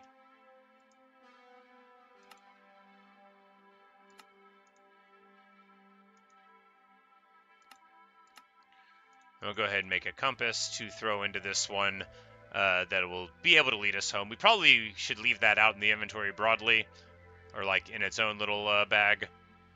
But yeah, that'll be all right. And anything else we need to make? Nope, I think that'll be pretty good. We'll have the backup shield. No, yeah, we'll do it like so in the white bundle. And then we'll know whenever the time comes, that's what we've got going on. We'll go ahead and redstone block this. And toss it into the bundle. Look at me now. But I don't need obsidian. I don't mean to be argumentative, but I never told you that I needed obsidian, and I don't even believe that I need obsidian. I am not even interested in getting it. It's pretty, but I don't think I need it. Any more than I need those spiders, but we're going to deal with them. Alright, so I don't know what happens as we get closer, but I know that the diamond is to the left of it, so we should definitely be able to go in there. Also, the lava appears to be in the deep dark without inhibiting itself. So maybe I could just flood the whole deep dark with lava.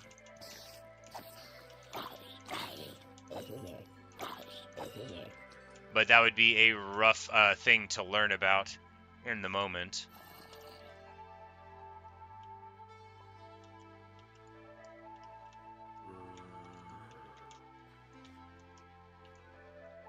And like that's going to just fall out from under us, but we've got that sorted now.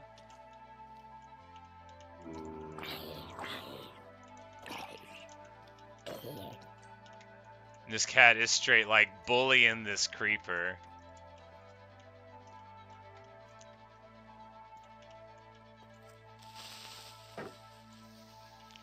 And the creeper is helping me out. He is saying, hey man, do you want some lapis? It's right here. I know you didn't mine any earlier because it was inconveniently up on a wall.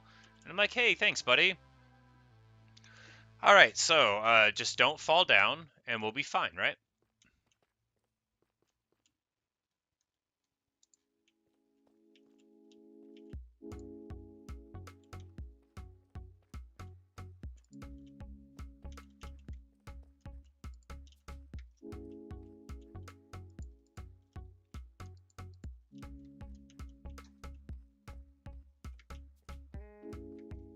Let's just hope this is more than one diamond. Not that we're exposing ourselves to danger. I don't think we are. But it is ominous. I hope that cat doesn't run down there and activate an alarm that gets us killed. I say unironically. I have no idea how this place works. I just know that you guys told me that I would die if I did it. And there's a lot of stuff that's killed me that you guys haven't specifically warned me about. So when you said this place will kill you, I believed you. Unfortunately, it's looking like that's the only diamond here. That's okay, I'm not bitter about it. One diamond is still a diamond.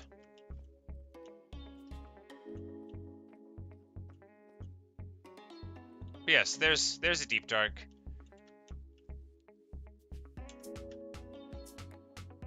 Can I, like, walk close enough to it to have seen the biome?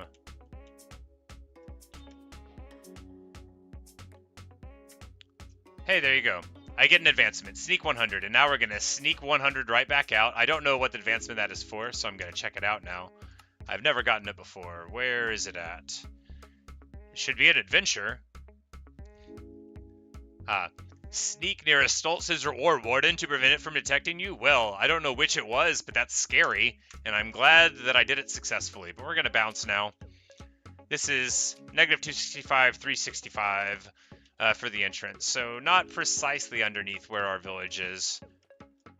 But yes, thank you for the warning about the warden. I was already aware that those places are dangerous, and I'm not going in. No one could ever convince me to go in. I love life more than all that.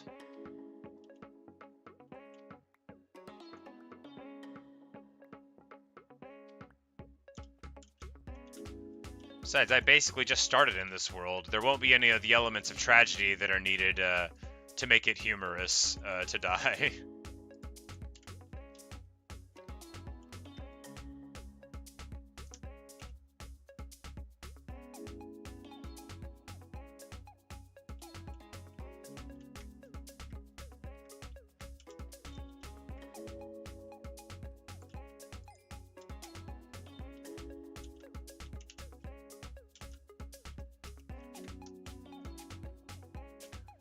Alright, so does this mean that we've basically run the gamut of all the exposed places and we have to, like, be an actual miner? I mean, no. We could just go somewhere else, right? We could also mine for a bit. That is what people do in this game, right?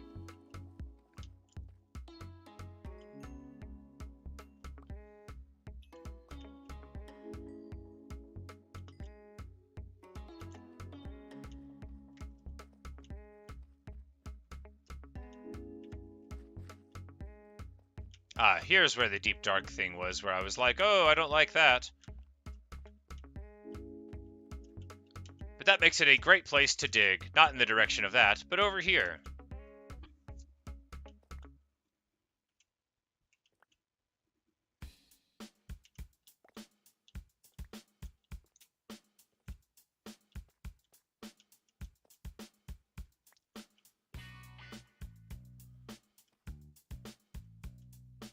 And we'll just keep an eye out, and I'm pretty sure that whatever kills you because of a deep dark isn't going to get me for burrowing into the walls next to it.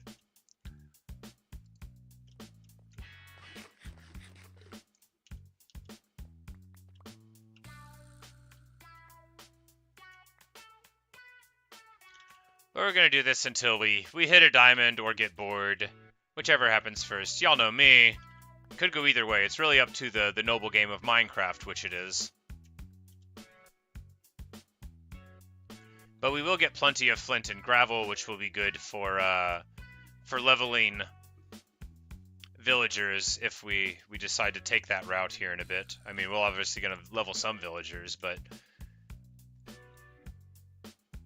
if I'm just going to be like a person that mines, what do I need to level up any of the toolsmiths or armorsmiths, right? Unless I can do it very easily, in which case, good to do.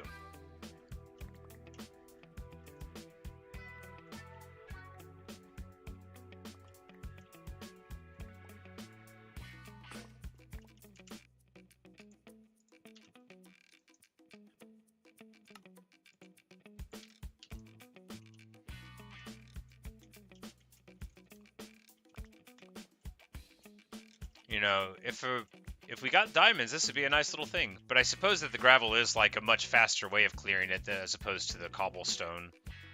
Or rather, the deep slate, which takes a little bit to churn through. Oh well. It was not to be.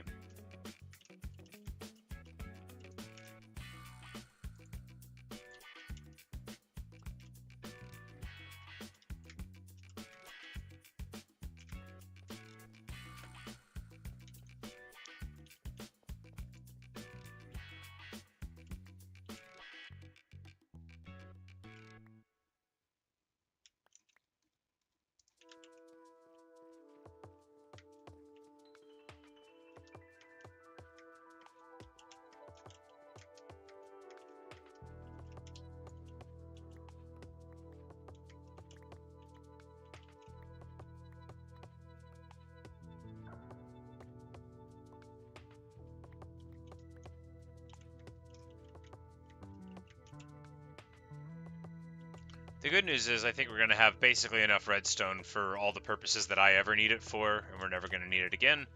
Unless I become a different sort of person. Which could happen. We got lapis there and iron there, both of which warrant going up for it. We'll go into the wall here, and then we won't have to climb.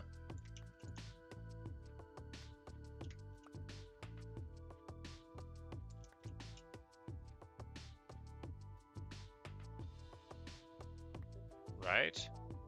Yeah, here it is.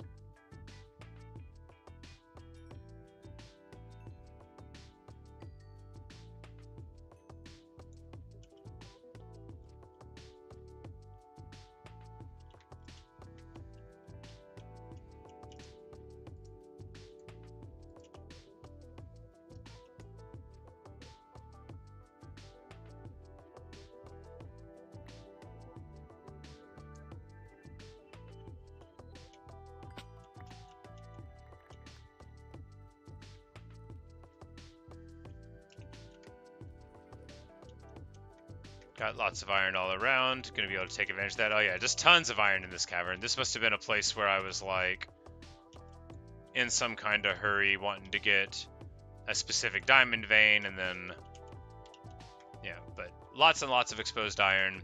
We've got a dark area over there. That must have been the direction of the vast cavern I was thinking of, because I don't think it's the deep dark, this one. Yeah, this is just that really, yeah, that huge internal area. That was where this this quest was trying to lead us, so we found it.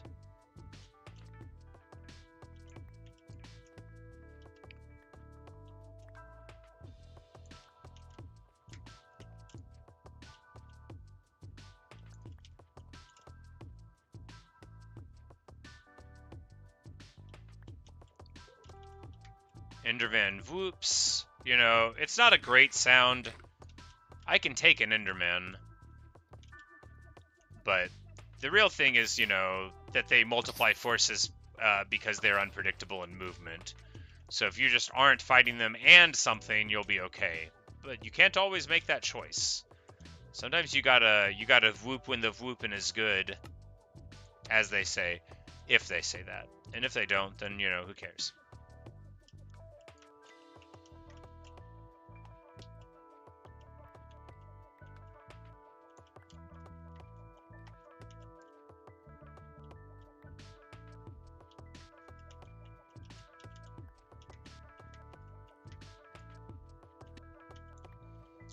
And in the distance, either glitters diamonds, and in the foreground glitter diamonds, so, you know, we don't have to worry about the distance.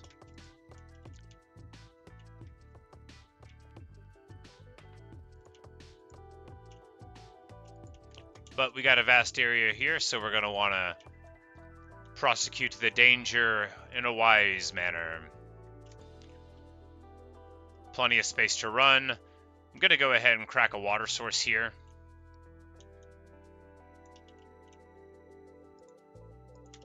So that we can water down a little bit without, you know, losing our ability to create another water source.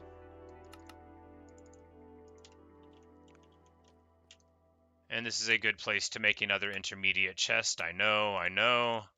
Who is this person in front of you?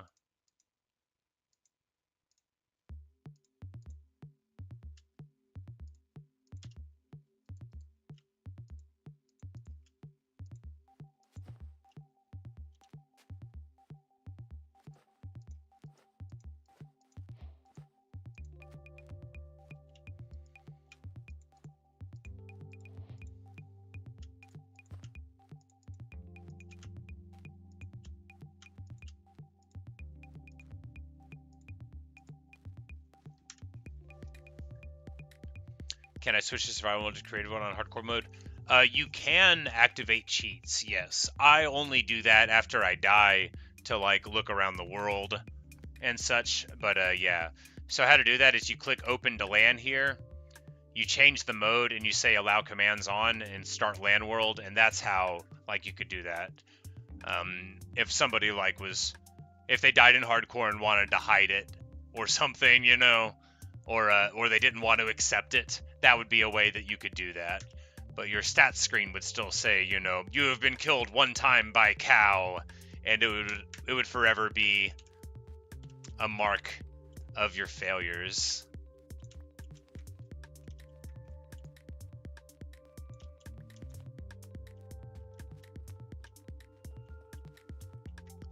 But all right. Time to go into the cavern.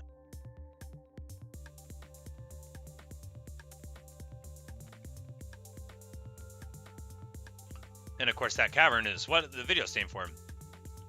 Smelt the iron helmet. But yeah, but it would only give you one little crumb. And this is going to give me 26 big crumbs.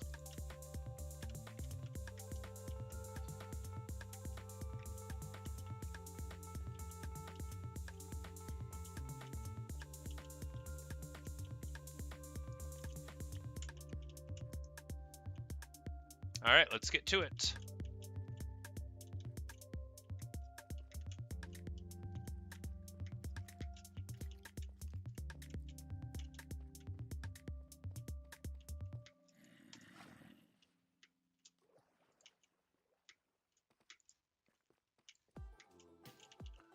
Now we've got a totally safe pathway here, and look at that. It's a deep dark surrounded by a lake of lava, or perhaps it is the other way around. But the important thing is that we also have all of this. And this is going to be a mine. And they'll call it a mine. Those little scary things are pretty close to the edge and pretty far separated from everything else. We just need to be sure that we don't fall in, and that we pay attention to the subtitles to see if anything that we don't recognize makes a sound.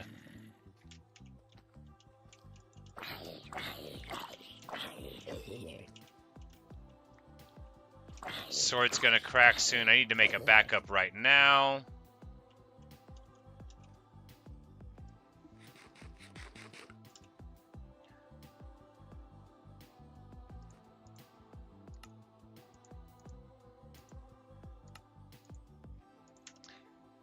Hey, that's just the title. It's a long stream. Look at the description, Natasha. Like, have we not done so many of the things on that description? If I went to this at the beginning, we'd already be done with it. And then people would think that the title was a lie. Do you want that? Do you want everybody to think I'm a liar?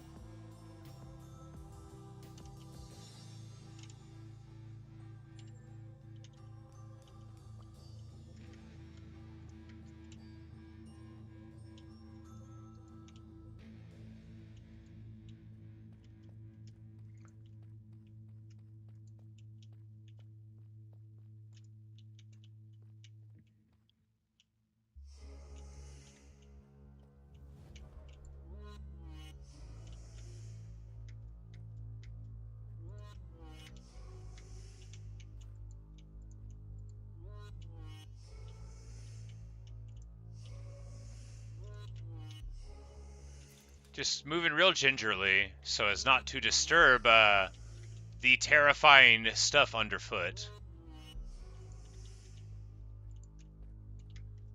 But the light will provide us a nice way of knowing where you can step and where you can't.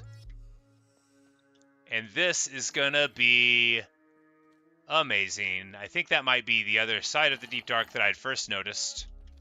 But we're going to run back here for a second. In the light, which is far from the deep dark.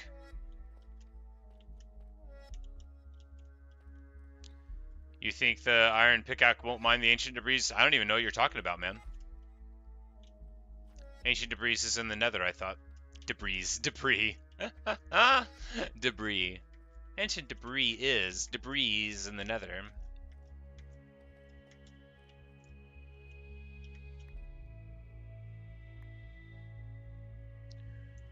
But if you are under any sort of thought like I'm going to go into that junk, you do not understand me at all. I'm not going to do it. I'm only setting the outline so that we know where we're not going to go. And then I can go into mining mode. There's an Enderman there. That's okay.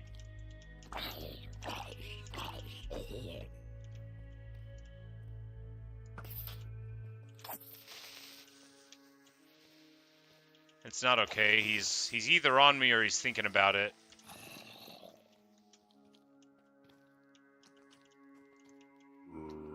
But we've got water now, so if he does ping to me, we'll kill him. Now we're gonna mess up a couple of torches along the way, but that's all right. And now with the water, I'm actually going to provoke the Enderman because it is safe in the water. How safe? Not exactly safe. We're also going to kill this creeper by, you know, making a big hole in the ground. Actually, just as a 2x2 in deep slate, so that's nice. We're going to look him in the eye. Look at me. And now he's all crispy and sad. This isn't like an ideal safe place to fight him, but it'll work just fine. Need to deal with the zombie first. He must have already been injured or something? I don't think he's still around. That was the sound they make when they die, not when they're threatening you.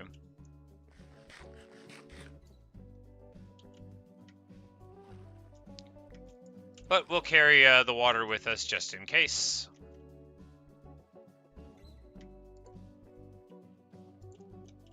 Alright. Time to go way back to the entrance and mine the diamonds that were there. Safety is much more important than mining the first things you see, however, so I'm not in the slightest bit regretful. Have we an underground sea over here? Oh my goodness, yes.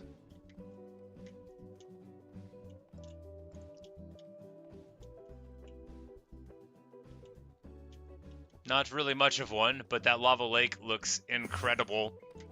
Alright, the vid... I thought he forgot. He didn't forget.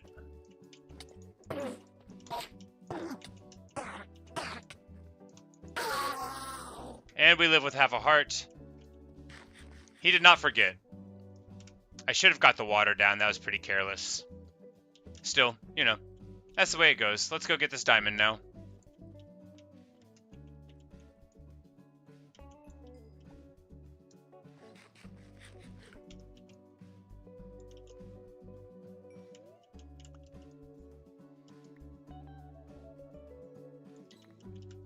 But that is what I get for thinking that the Enderman forgot that we were in a fight. I should have confirmed the kill.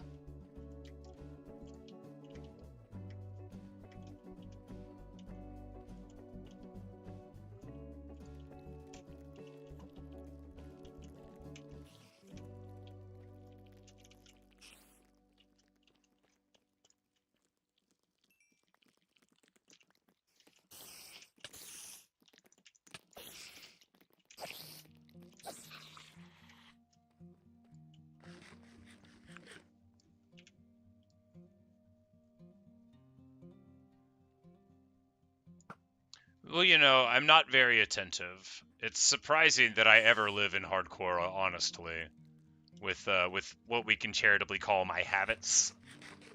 It's a mystery that I survive at all.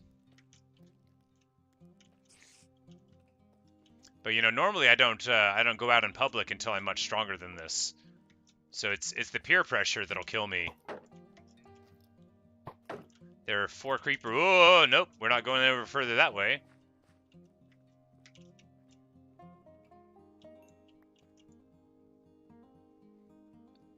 There's more of the nasty skulk stuff there, so we're not gonna go there.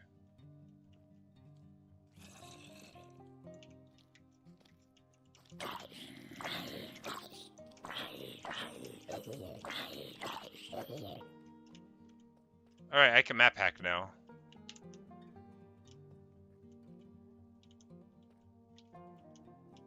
So that's like an Enderman, and we can see where his vision is, I think.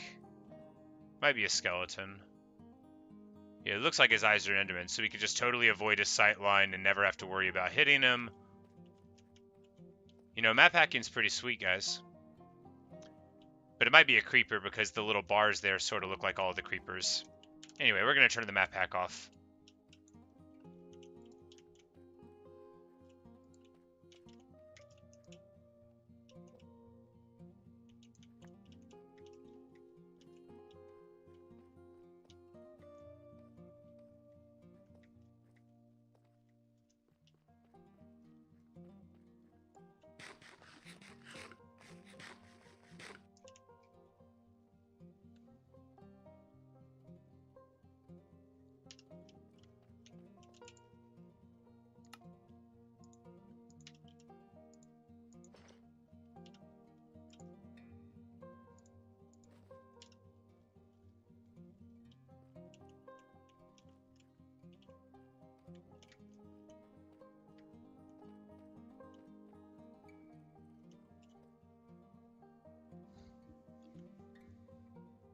Yeah, I guess we go all the way over there. Huge area. Do I have much more coal? No, not really. Well, I've got what was in the furnace, but I left the furnace... Oh god, somewhere. Just not very far away, right? Yeah, because the entrance is over here. Or rather, the entrance that I came in at is over here. The entrance. Who knows? But the furnace will be over here, cooking iron. I'll probably have almost no coal left.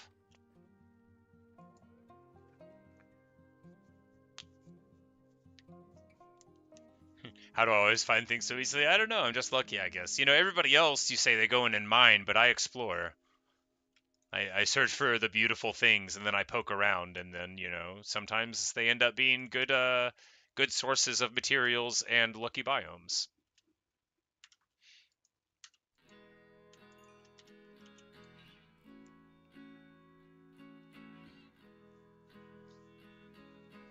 But we're closing in on level 30, which is pretty funny. Then, you know, I guess if we get there before doing anything else, we'll just go home, make an enchanting table, and well, we'll have to get all that together, so that'll be a thing to do. But we don't want to go too many levels past it, not when we need to get some good stuff on the diamond armor. But there's a lot to do, a lot to do. We need to roll a mending librarian eventually, but I wanted to do a setup with like a house, little complex with like 5 or 6 different rooms with villagers in it, and then block them off and roll the librarians there. So that way, if I get something like sharpness 5, or even like something as good as like efficiency 4, or like prot 4, then I won't like have to stick it on there. Or like if I get flame or power 4 or infinity, any of like the really good enchants that I would be wanting, and then I can just keep that guy in there and move on to the next one trying to look for mending. Because definitely there are some times when I wish I would have kept the books. And then we'll do the typical thing of trying to roll for enchantments if we can, and then trying to get the books otherwise. But it's more efficient if you can use your experience rolling it onto it, because you can get multiple things, but it's not always that simple. And freshly armed with 36 more torches, it's time to go into this cavern a little further. We know there are mass amounts of enemies in this direction. We know there is some skulk in that direction. We're not going to totally back off, though, because I don't think that it goes all the way around the rim of it, and I need to get on the wall to achieve my dream of great wealth and very limited personal responsibility.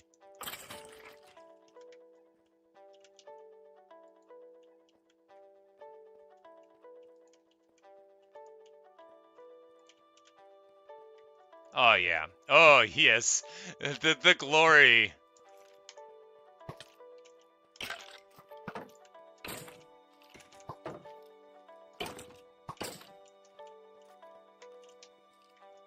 I don't know where that skeleton's creaking, which means shield up. Eyes up. Up there? Maybe. Could have map hacked. But this is going to be... Sword broke. I forgot to make another one earlier. It'll be okay. We'll just bounce. And they probably now have started a knife fight with each other. And if not, they'll be easier to deal with over here. So we'll just chomp on some bread real quick. And get shot by this fellow. No, my shield broke. My shield broke and my sword broke at the same time. Well, that is a horse of a different color.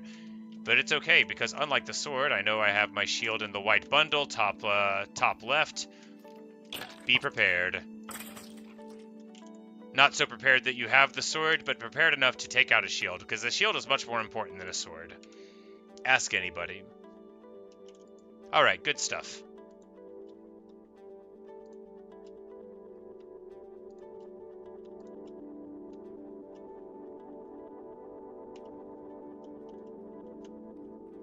That could have went worse, but it didn't. We've got enough iron now for like a couple of hoppers, which is super excellent. We're going to be able to do a lot with that, but we're just going to go and hunt for more diamonds now. It's the left, the deep dark, you know, we're going to be able to go all the way around it and mine the juicy parts of the earth that are not corrupted with its dark tendrils.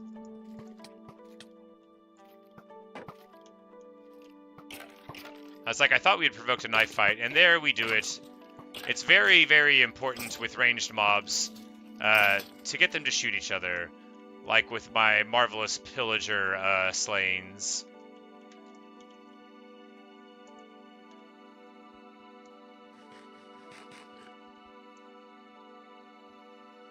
And I had another shield that almost broke, and I got rid of it before it broke too, if you recall. I'm a changed man. Diamonds? I say, claiming to be changed. Diamonds?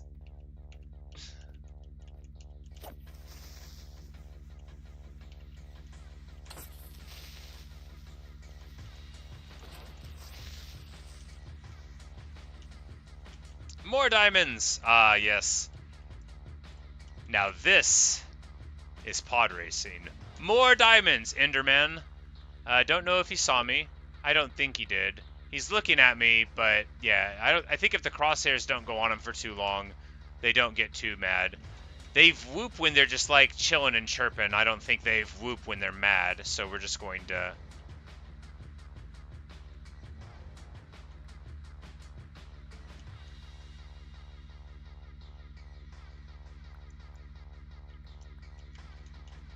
look around a little bit.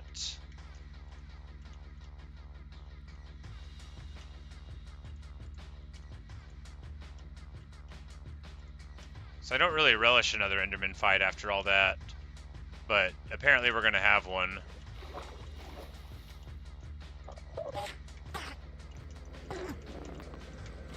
Should be fine. It should be clumsy, but fine. Oh yeah, he's all the way over there. It'll be clumsy, but fine.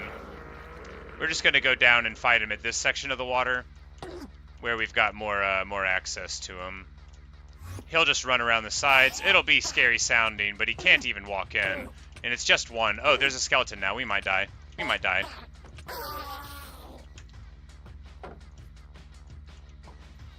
We'll be fine.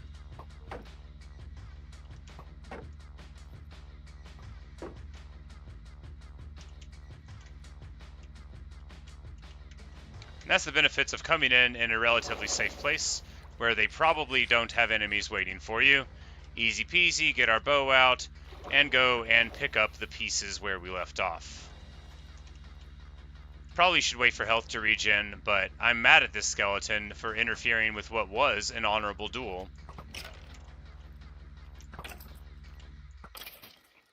One, two, three in the dome, and he's done.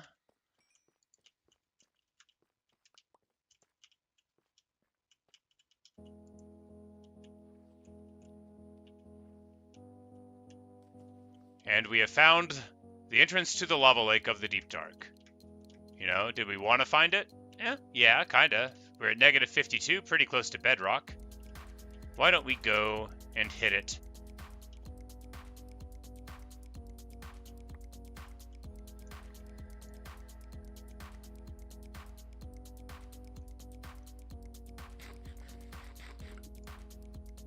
Yeah, when there's any, like, irregularity of footing, the Endermen, you know, that's when they're at their strongest, and when I'm not at mine.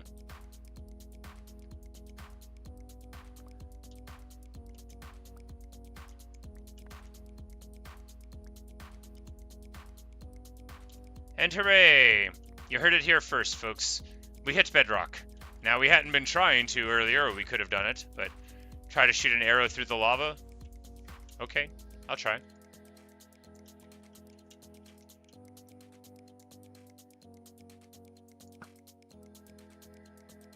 It caught on fire.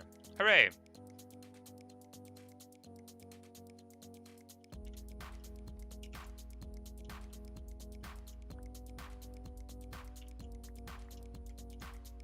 Oh, okay.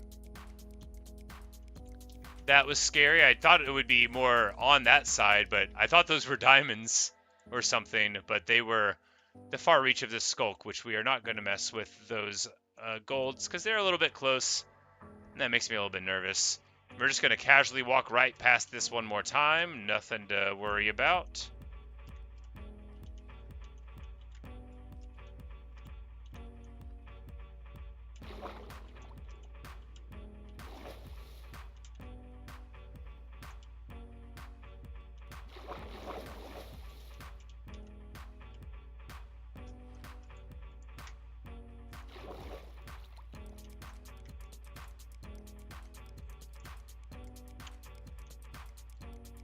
And this is like an upper little cave-looking entrance to it.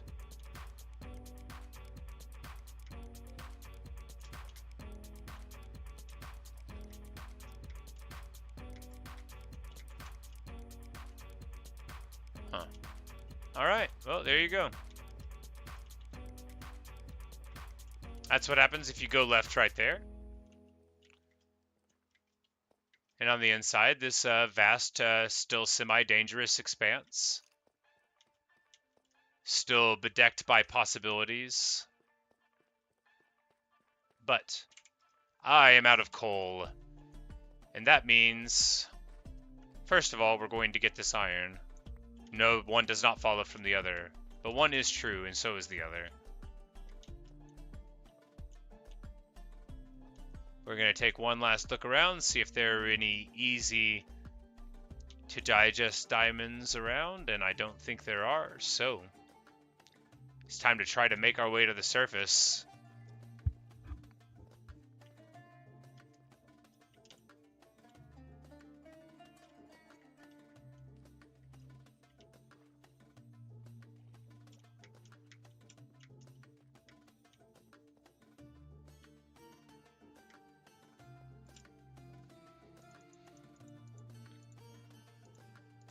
And we'll be trying to take most of the stuff out of this box because it is further away from the surface than the other one is. So we'll just leave some of this junk in here.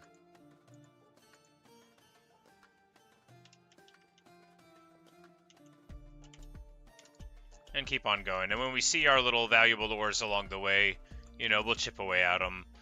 And we might even find a diamond or so hanging around somewhere. You don't always see it the first or second times, but often you do.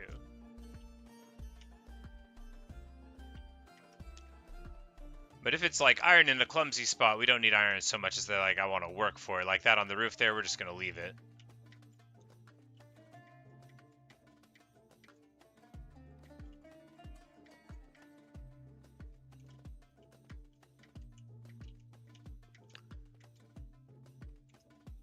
This cave system really is something, though.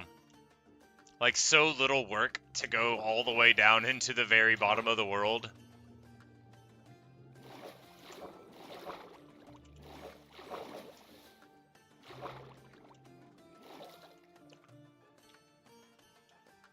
And we have a absolute ton of exploring left to do there. Barely scratched the surface. The thunder roars, that is not good. We've got another thunderstorm, so that's two in like, not a ton of hours. I didn't bring a bed with me. Well, you know, we don't have to go outside while it's going on. We can, now that we've reached this chest, we can put some stuff into this intermediate chest and just mine around a little bit till it stops. No, a thunderstorm's not that dangerous. I'm just being silly.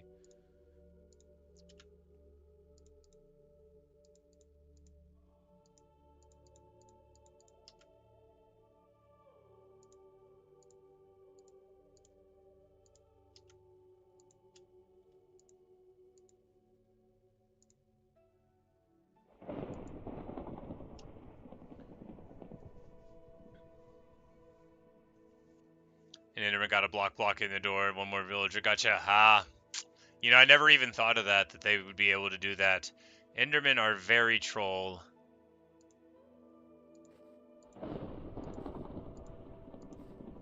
Yeah, I'm sure it'll be fine. We'll just go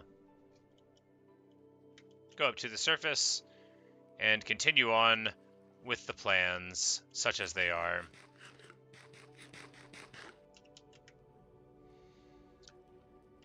Because we'll need leather and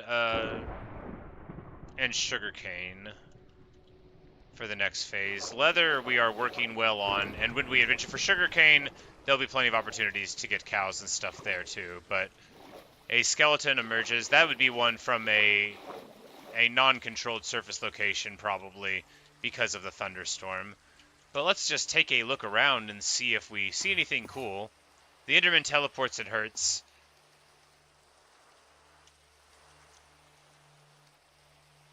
But are we seeing any skeleton horsemen?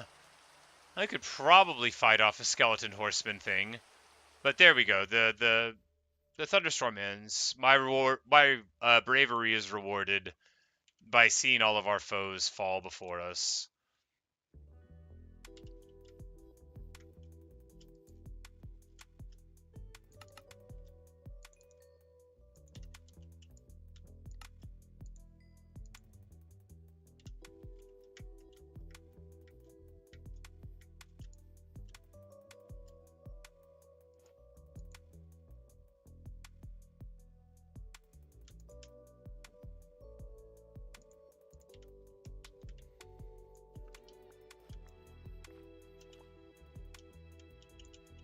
The farmer is not leveled up enough for golden carrots, but if we get some more of these pumpkins and melons, we should be able to get him up to maximum level pretty soon.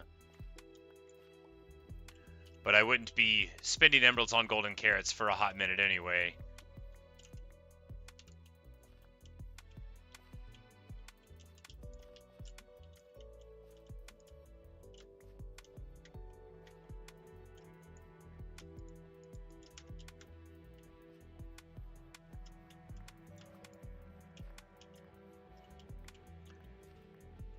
You know, one good thing about the mine being right here is it looks like the crops are basically fully growing while I'm down there, so it might be generating the whole scale of it all the way up to the surface, which is excellent, you know, because I'm going to come up here and, you know, have fully grown crops.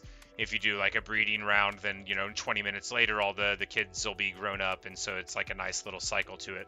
It makes sense. I've always had like my projects sort of separated out sort of haphazardly, as you know from watching. But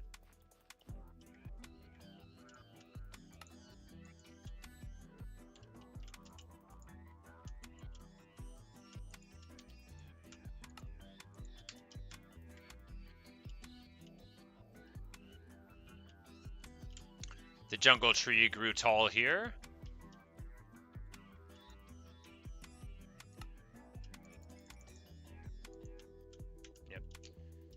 He levels up. You want to not go over. I don't know if the experience rolls over, but it feels like it doesn't. And then, yeah, we have enough pumpkins to push him all the way to master. Or rather, no, to expert. And we have enough melons to push him all the way to master, where they sell the same things every time. The melon slices, which I don't know what they do, and then the golden carrots, which are an emerald for a food. They're good food, but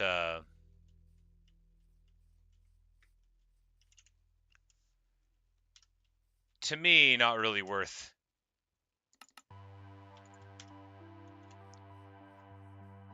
what you have to do to get them. We're just going to put a crafting table over here, because I'm definitely going to want more.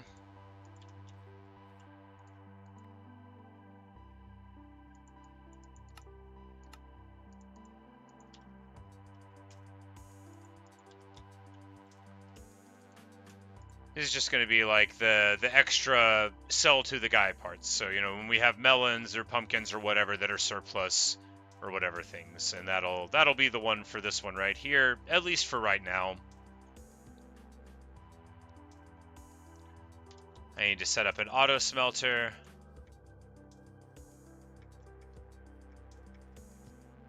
Which we could do right here, I guess, but it would make more sense to do it beside the house, so I will do it beside the house.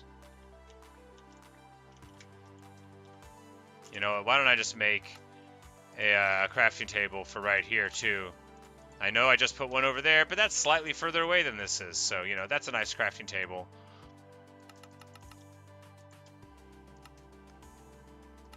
For an auto smelter, you need a couple of components. Hoppers, chests, and then the thing in the middle. I always call it an auto smelter, but you could auto anything with it.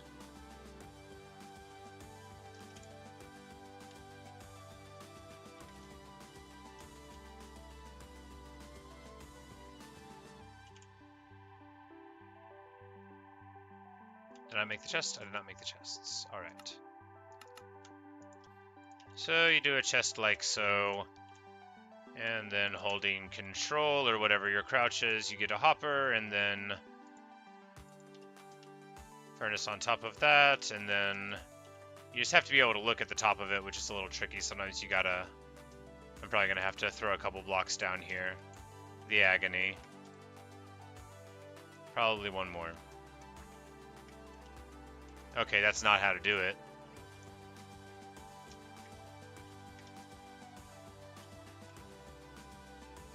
And did I not make another chest? Alright, I didn't make another chest. Good news. I'm gonna have to go back up to the top here.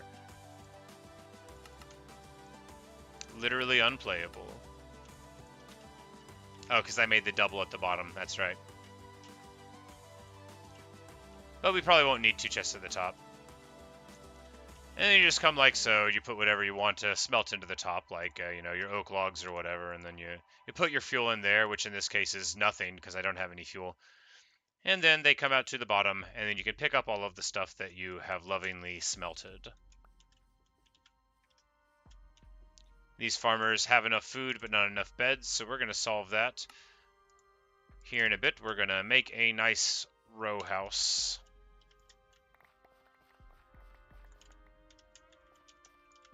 But first, we're going to mine everything. Mine, farm.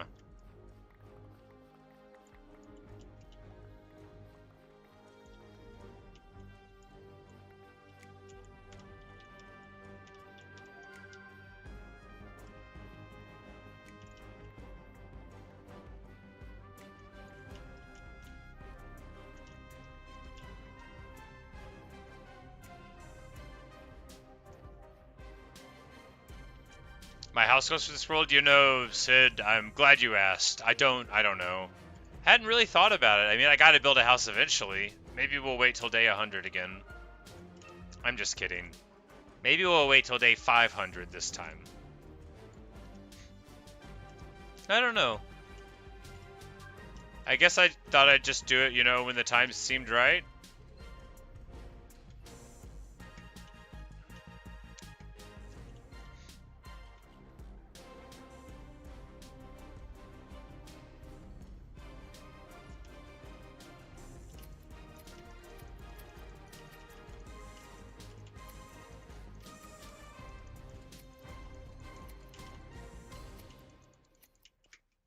I don't have inventory space for that. That's okay.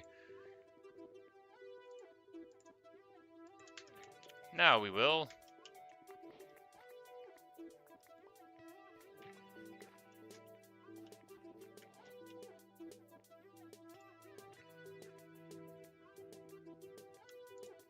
And we'll put the wheel here for a second till we get around to... Oh, a phantom, right? We haven't slept. We were down in the depths. That'll be okay. Time to fight them. Shield up. Yeah, they don't do much damage. It must be pure physical. Now that we have near max armor.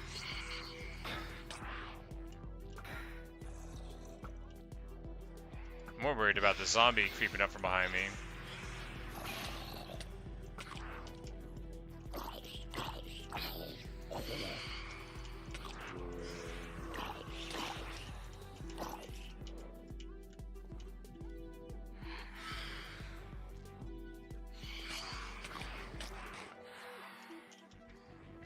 Alright, we're out of bread. Is that all the food in the inventory? That's basically all the food in the inventory. That's pretty bad. But I think they're about to die. Right here.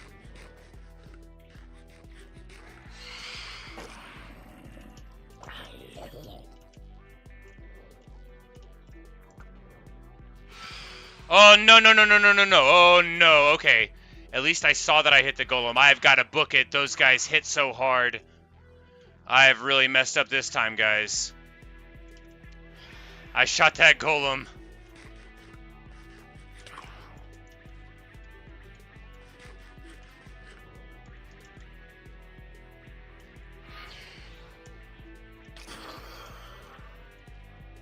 Alright, I don't know if the golem is going to forgive and forget. I have no idea what their principles of violence are.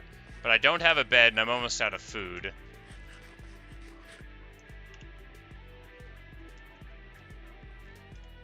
And that phantom is like taunting me there, like, oh, do you want to come over here? I bet you'll be safe by that golem you shot.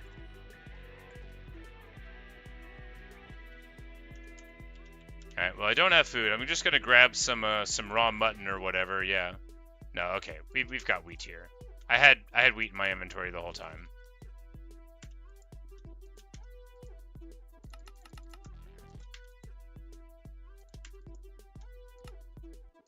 It's just in a bundle where I'd forgotten about it. Alright, so, in conclusion, that phantom's still swirling. I don't know if the golem's going to try to kill me. But I don't have torches. We could just wait. But we're going to peek out our heads and see if a golem looks like they're freaking out. Block an attack if necessary and bounce. You, no. One of you fellas? Alright, they have apparently forgiven me. Maybe. Not you. Alright, I visited most of the golems and they don't seem inclined to violence, so we might be okay on that front. And it'll be time to go home to Garuda.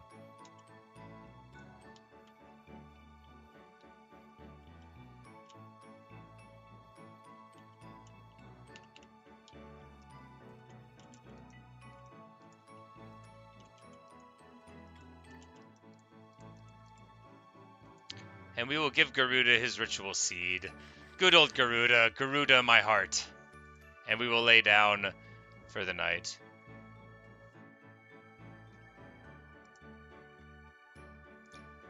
Throwing some of our random wealth into this chest.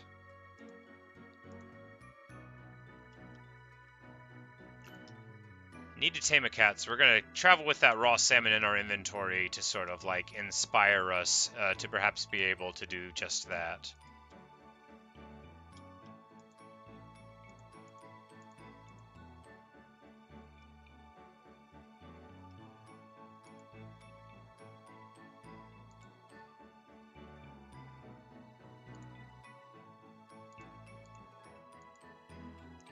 And I need a thing for the side of the smelter, another hopper,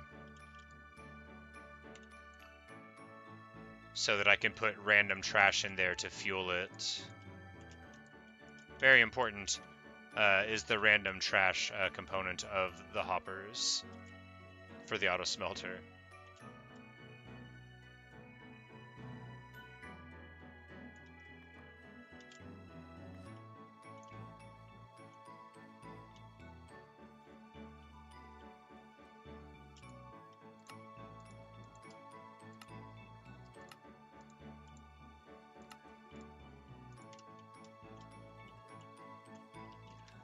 You place it on the side, and then you can put, like, oh no, your bucket's inside.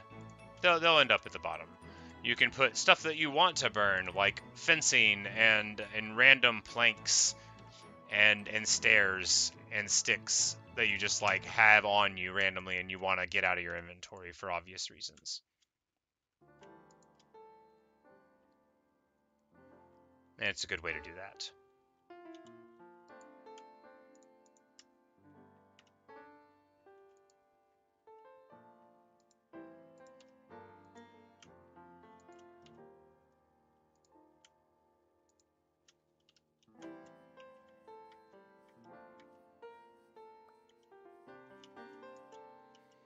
But we need some more charcoal for the next phase, so we're going to grab some, but only briefly.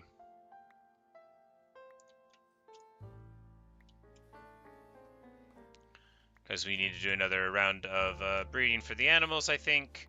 Because as we approach level 30, which we're doing rapidly, we need to get an enchantment table. And, of course, punching a tree is a very important component of all enchantment tables. Rather than going inside to get emeralds, I think we'll just use what we have in this chest, which should be a couple of emeralds. No, it will be no emeralds at all. We will not use what we have in that chest. We will go inside and get our emeralds. Giving us the opportunity to treat Garuda to another seed, of course.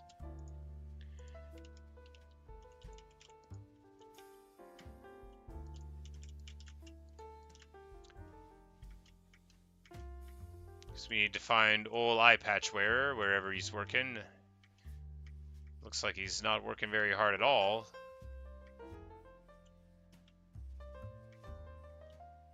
Because I need an axe, and he is how to get an axe without spending iron on it. Even though I have iron. You know, now I'm annoyed. Everybody else is at work. Is he sick? Did he get killed by a lightning bolt? Am I being very insensitive about old eye patch right now? Have they even buried him yet? If that guy walks over to the block and becomes a salesman of gear, then we'll know. But I bet he's just off doing something, and he'll show up before too long. Let's, well, we can't. We can't farm without him. Do I make an axe? No, that's terrible. You can't use iron on an axe. You just gotta wait for old eye patch to show up. he will. I'd rather make another block than spend my valuable iron on that. I'm just going to put my valuable iron into this chest and forget about it. As one does.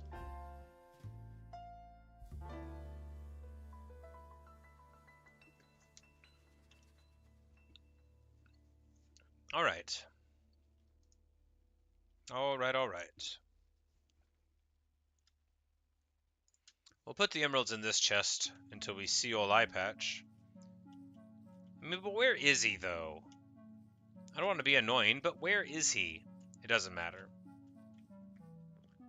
I'll break the block and lay another one down if he doesn't show up to work soon, though. I really needed to get wood for, like, all of the future projects.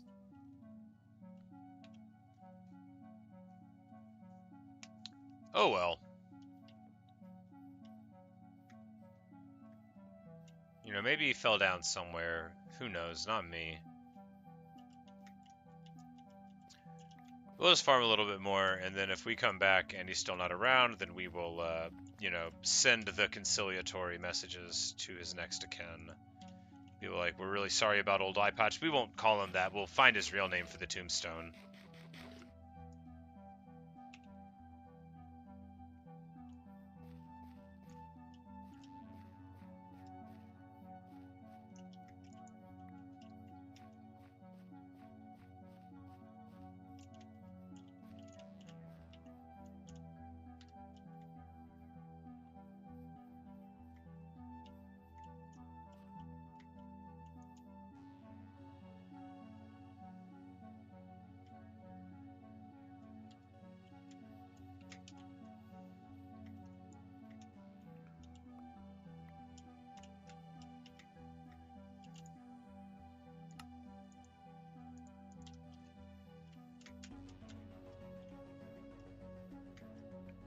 And we'll just get some more carrots down here. And before long, we'll have a very respectable field of root vegetables and root vegetable accessories.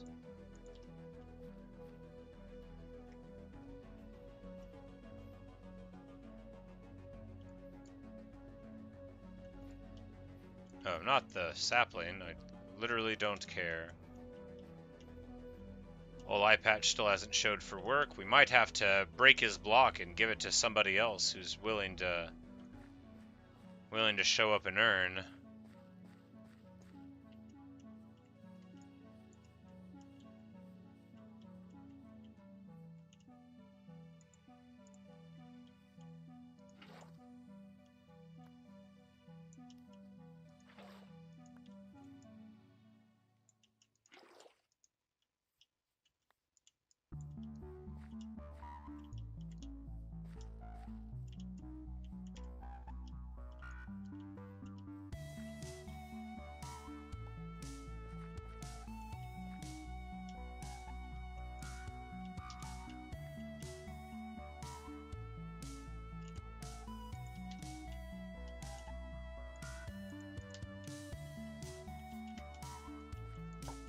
Oh no!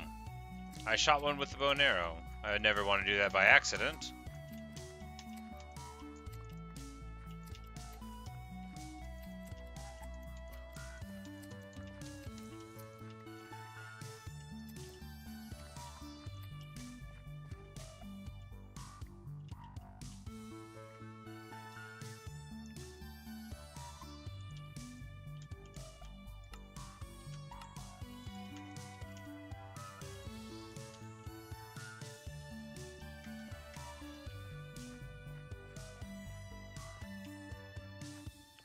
And get a bunch of sheep. We get to that all-important level 30.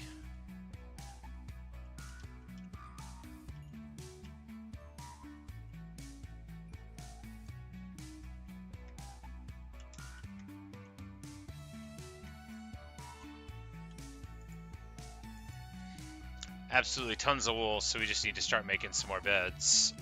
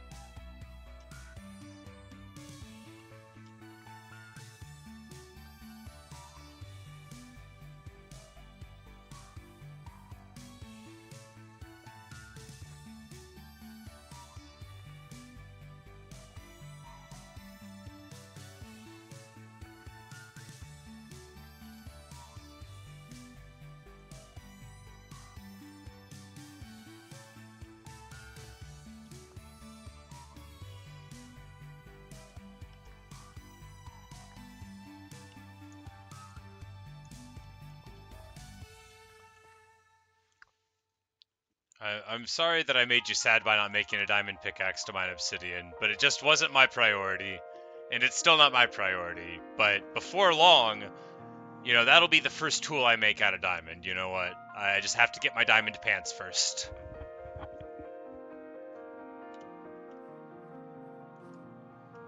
But I don't think we'll have to wait too long. We'll get it in no time. You'll see.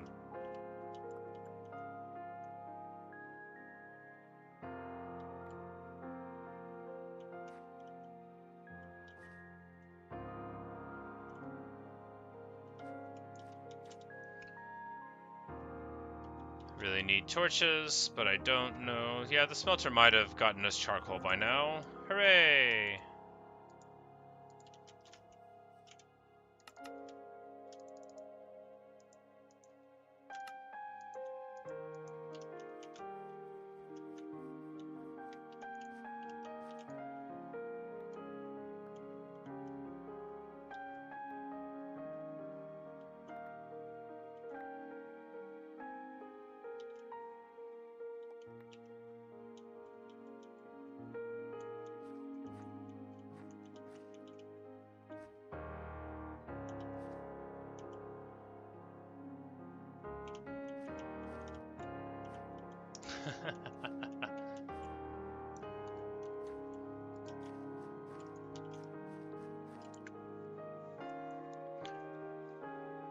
Alright, so let's get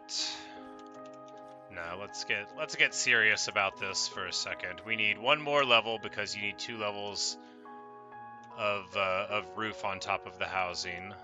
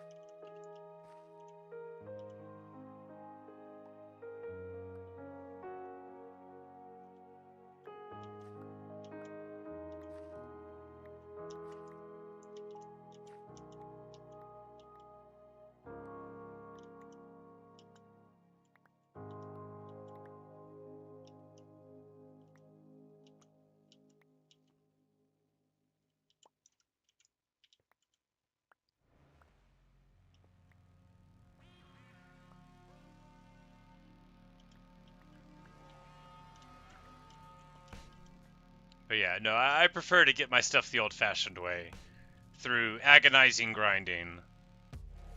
That's where the fun's at for me. Oh no, not my pickaxe. Alright, now I have to go find my iron. We are going to put a bed down in each of these rooms, because, well, they are complete enough for that now, at least.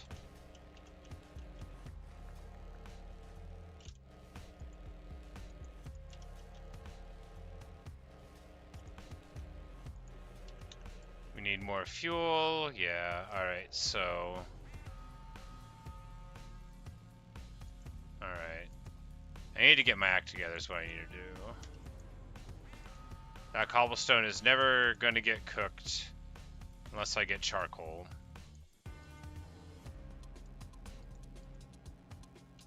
Yeah, we'll just throw all these planks in there for the initial charcoal. And then, like, am I going to have to make an iron axe? You know, if Homeboy doesn't show up tomorrow, then we might have to do that.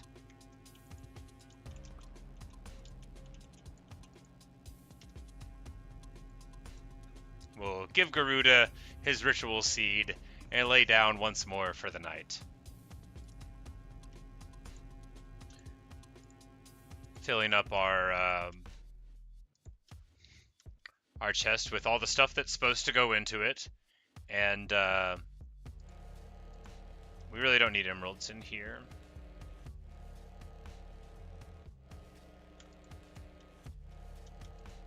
Alright. Staying focused. Staying focused. We don't need a lot of this stuff right now, so we're just going to throw it in here.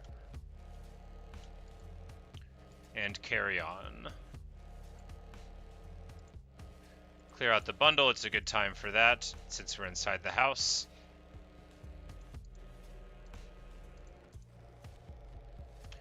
And then this is mainly important stuff, but the fencing sneaked in, so that's pretty funny. We'll be able to burn the fencing up here. Get a little bit of heat out of it.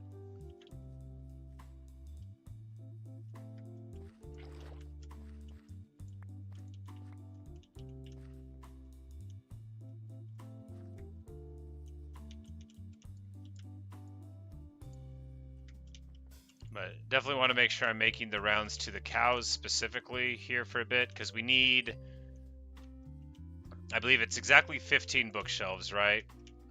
To get to a level 31. Each bookshelf requires 3 books, which is 45 leather for 15 of them. Although we won't need the full complement because we'll have some, but it'll be nice to have plenty anyway. And the sheep, it's just bonus because, you know, the food you can sell eventually to butchers, but we don't have any butchers yet. But really, you know, because you can shear them, you don't have to worry over much. You just need a big pen. They have to eat the grass in order to regrow their coat, or at least to grow it quickly. I don't know if they have to do it to grow their coat back, but for that reason, a very massive sheep field is often not particularly called for, but we will get the pigs sorted out. We will eat a carrot in front of them, which would be deeply unwise to do. You better give the pig a carrot first, and then and only then eat yours.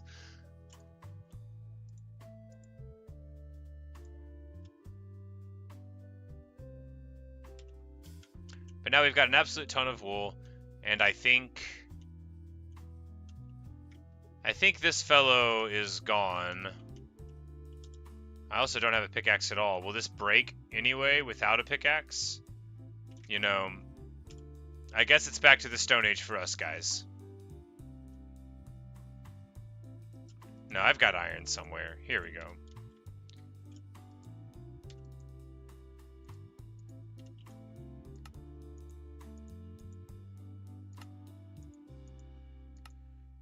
Alright, I break. I'm gonna make tools myself. I mean, not really. Just a pickaxe. And then I'm going to cycle this thing and buy an axe. And I'm just going to waste 3 iron. Alright, who wants to have a job?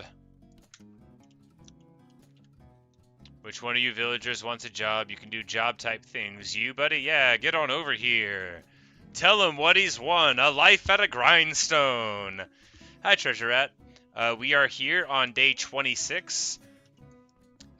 Buying an iron axe. There's a really vast cavern underneath our lands here, but we've just got up from there for a bit, so we're just going around. I need to get a lot more charcoal and stuff, and then I was probably going to try to cycle for a mending book. I need to get books because now we're level 30, and I've got my diamond armors and stuff, so I need to start thinking about the next phase of life, you know. But we've explored a good bit on this world. There's a bunch of awesome stuff in it, but right now I just need to chop down some trees for charcoal, and so I can get some torches for the next time we go down. And then also I'm going to need a bunch of lumber to make bookshelves, which normally isn't a consideration because normally I have just tons of it, but you know, when you're early in a world, you need wood so much for all the things. Yeah, well, the name of the stream, I don't usually update the day. It's more of like, this is where we're starting out.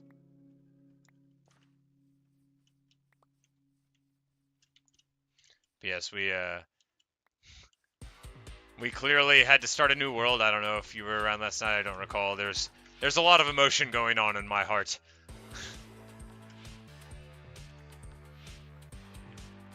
but we started up this world after a hiccup in a different world, and you know, everything is doing pretty alright. We're just gonna run over and charcoal this stuff up right quick.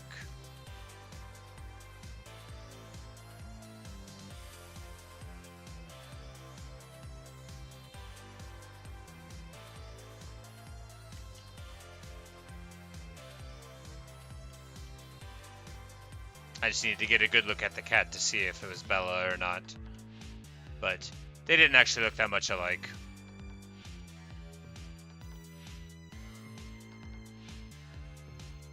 Ah, you were at work. Yep, no, I tried to beat the game.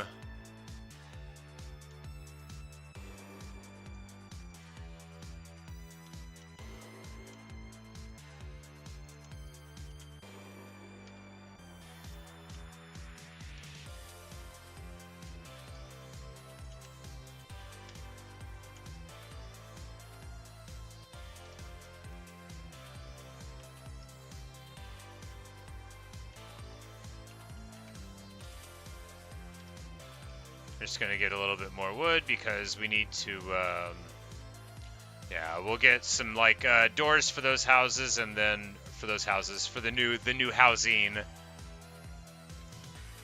and then we'll block off the doors somehow when necessary. We also need like a window for them and such, so they can, you know, wave to each other and chat and whatnot.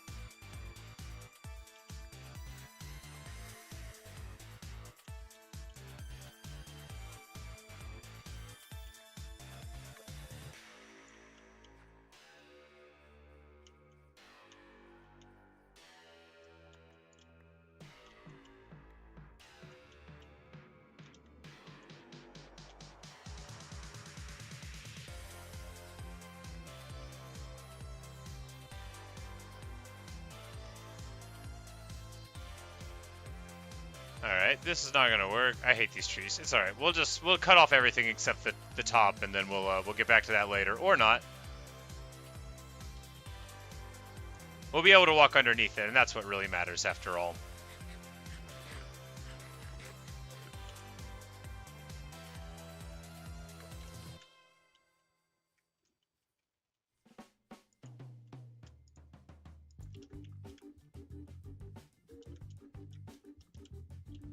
Cows are back on already.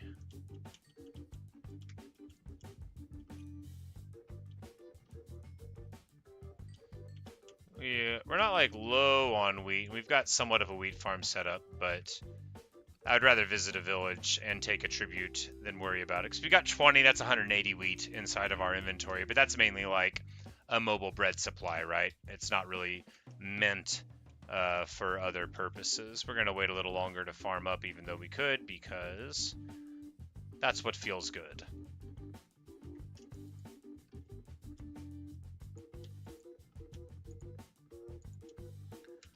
We're just going to keep on cooking all the stuff.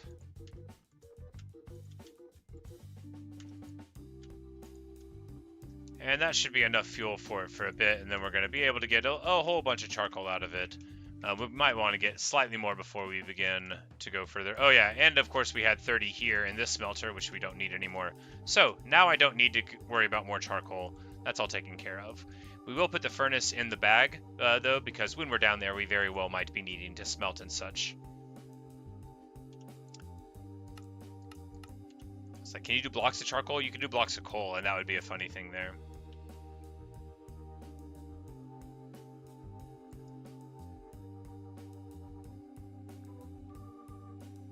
It's like, oh yeah, that's right. I have all the wheat here. We will briefly organize these chests. Briefly.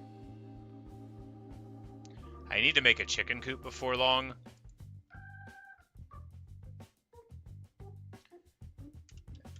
But we'll just delay it a little bit more.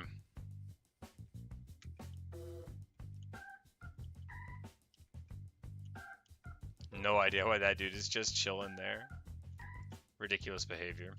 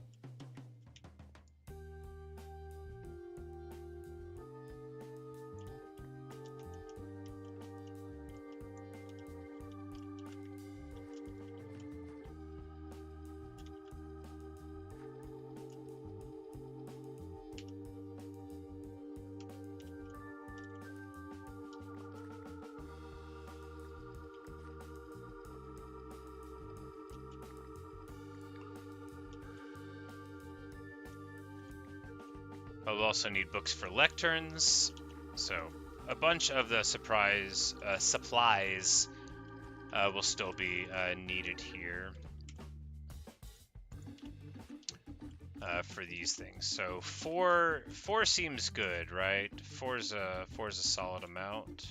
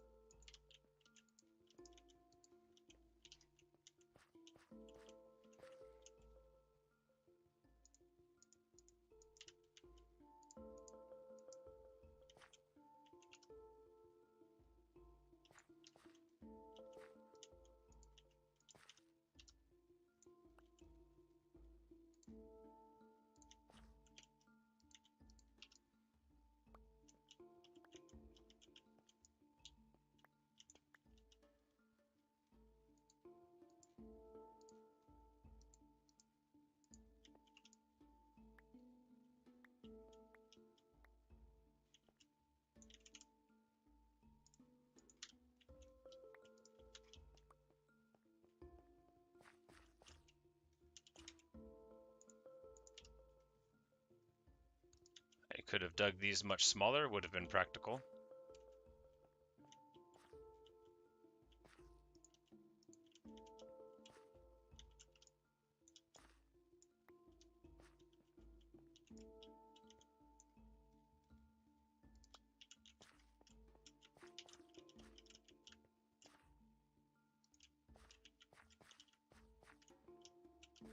Alright, yeah.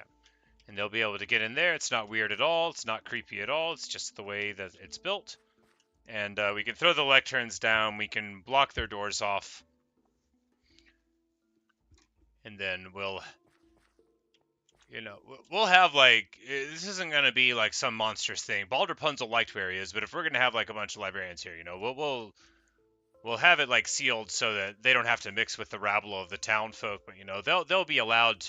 Who am I to say? They'll be able to follow their own desires, to walk around. We'll build them a little farm. They'll be able to mill about freely on the inside. This is to protect them from the bad influences of the village that might get in the way of their scholarly pursuits. And it's not a whole lot of dirt. It's a hole under dirt, but not out of dirt. It's a whole different idea.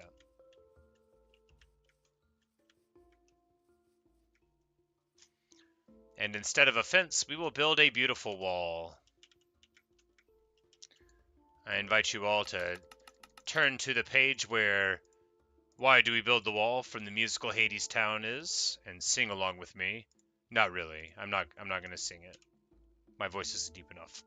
Why do we build the wall? That one. I would need to get a lot louder to try to hit the bass in it. The guy that plays Hades has a wonderful deep bass voice, and I have an untrained voice, is the complimentary way to talk about a voice like mine.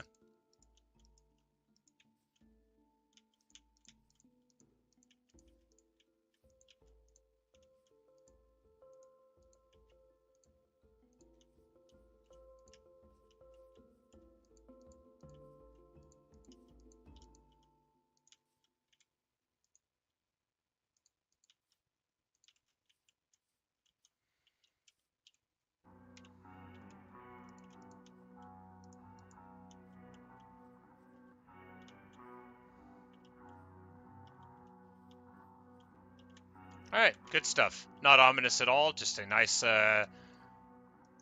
little cobblestone area. Good stuff.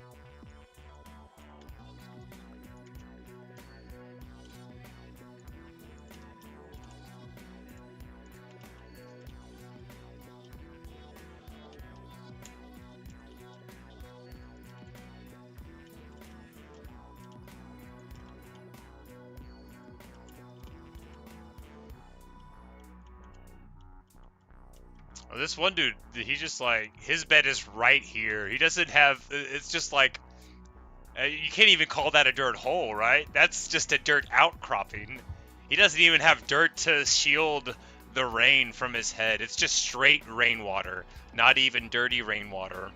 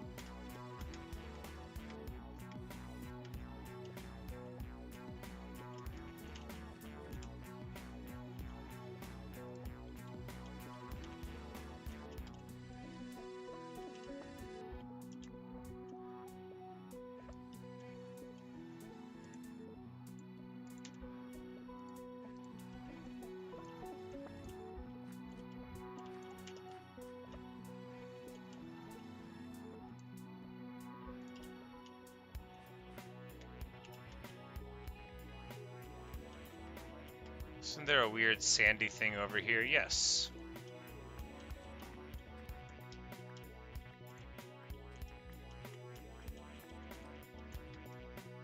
Get a little bit of sand going. Exactly, Sid. See, you totally understand. They have flowers. The flowers are there to, like, to make whoever might live there eventually feel at home. There's not even anybody in there. It's just a welcoming, flowered room.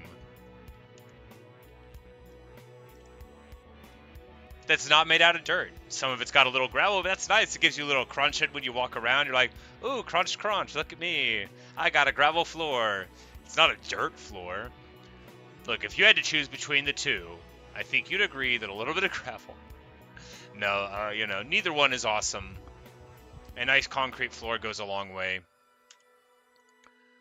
Often people don't appreciate how far, like, a tin roof and a concrete floor really go in this world to increasing people's quality of life, nor how many people go without them. But this is not a stream to make you feel bad about others. This is a stream to make you feel bad about me and how I can't ever do anything right in Minecraft. But, you know, I'm trying. I'm trying to be a better person. I'm trying to plant a flower inside of the library. Nobody's calling it a prison. Nobody is calling it a prison. We're going to have books in there. Anyway, I'm just playing around. We're going to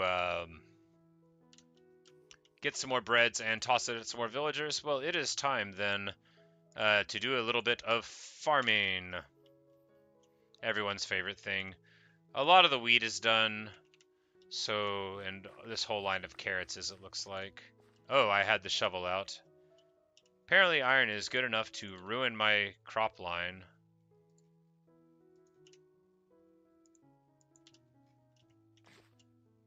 But we will eat the carrots first, and then we will plant the carrots afterward. You can also throw carrots at villagers to induce them to make more villagers. It's just one of the many wonders of their people.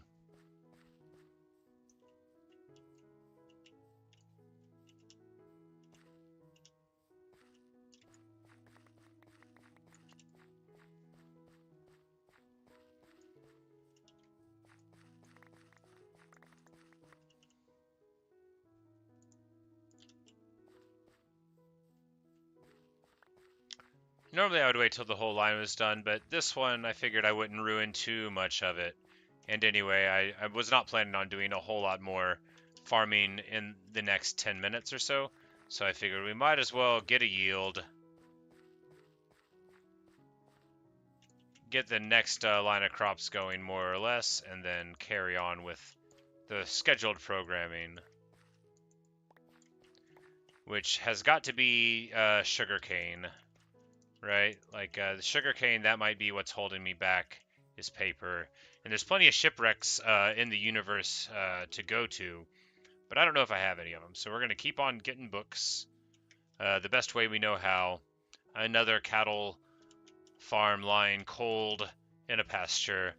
Just bleak, bleak scenes looking like the end of the buffalo in the North American continent, but this time for knowledge and paper. This time for magic and enchantment. Not for money. What need would I have for money?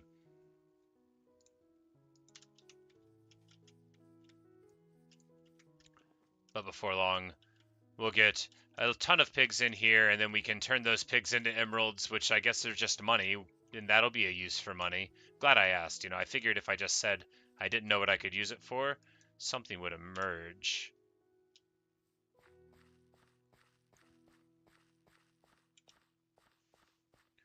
And we'll just get another line of carrots, because apparently we're growing them instead of beetroot, even though beetroot are better, because they have seeds, and you can feed them. But, you know, whatever. We'll get around to all of those other things later.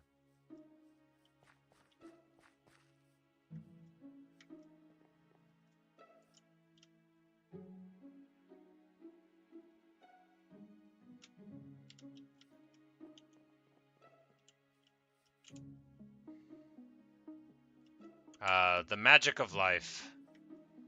They're all so happy to see each other.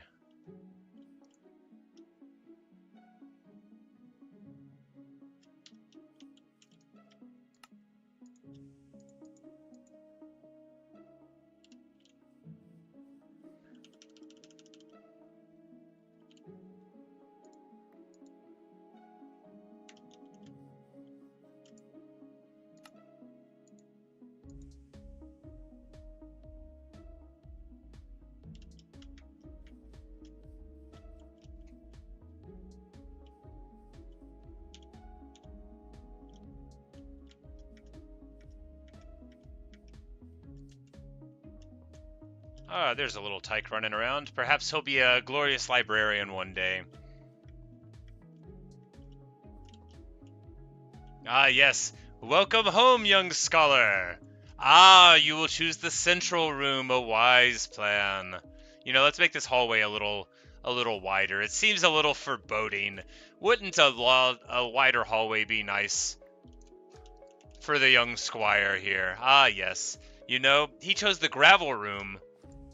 And he could have chosen any of the rooms, you know. As the first scholar, he would have had his pick.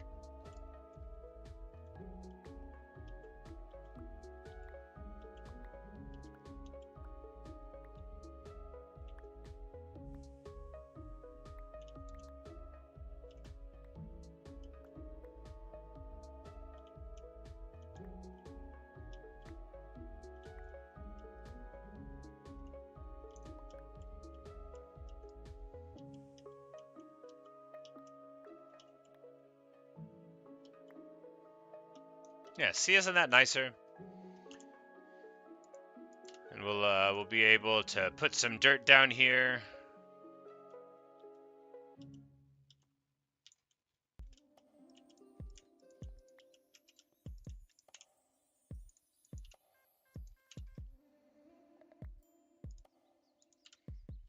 Yeah, and they'll be able to do what every person who loves books wants to do, and that's grow wheat. It's not light enough there. If you don't have enough light, you can't even physically plant the wheat seed. But there we go. With light, you can. I don't think the seeds just crack in the darkness, but they won't let you plant them without an inadequate light source there. So there's that. And before long, we'll have more villagers happily laying in the beds. Of that, I am relatively sure.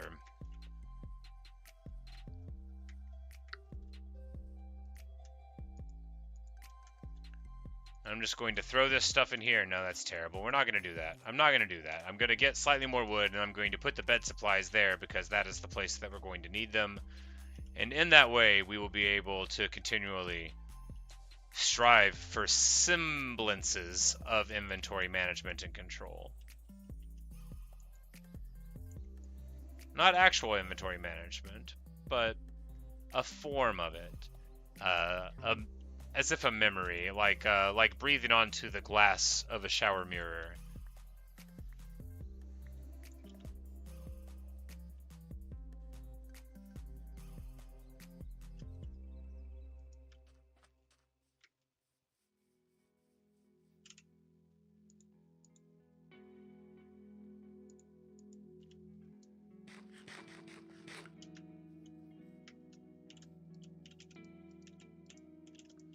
but time to come home to Garuda once more. The happiest time of day. So when we get to come see our best pal, the leader of the crime family, the man himself. I don't have any mods.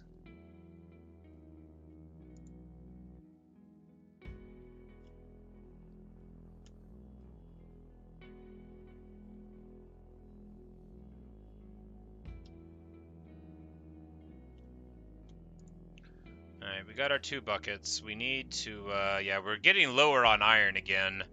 So, pickaxe is fine. We have a shield in very fine form. We just need to start managing this little inventory here. We could throw the beds down inside. Or rather, yeah, Garuda's like, hey, where are you going? It's nighttime. Let's lay down. Let's have a little nap.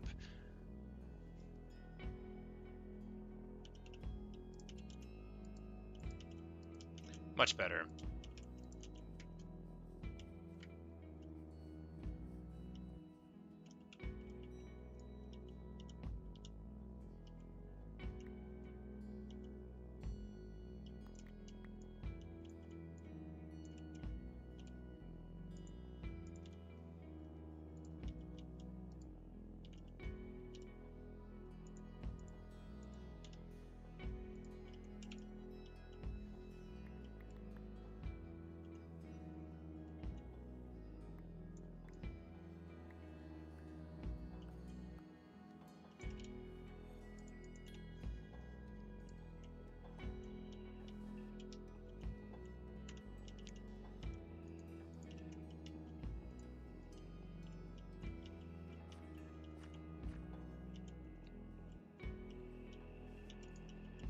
This little dude's just running around. He's like, hey, when are all the other scholars going to show up? You promised me a land of scholars. Well, you know, sometimes you gotta wait, buddy. Sometimes you gotta wait.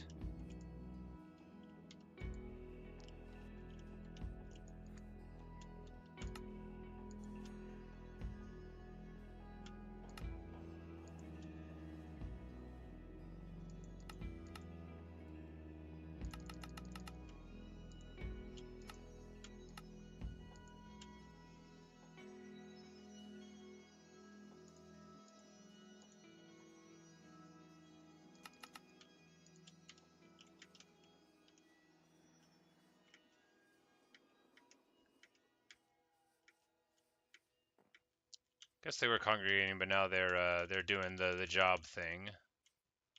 But you can still convince them to pick up carrots and such, because basically most of the food they grow they will pick up and use for the reproductive algorithms. But not like pumpkins and melons, I don't think. It just depends. But carrots, yes, and bread, yes.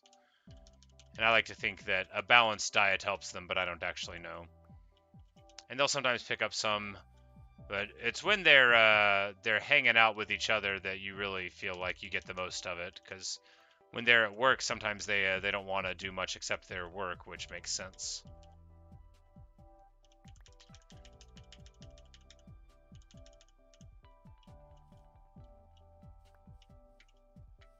But you just throw a few around, and then before you know it, there's a bunch more kids bouncing around in the village, just like you needed.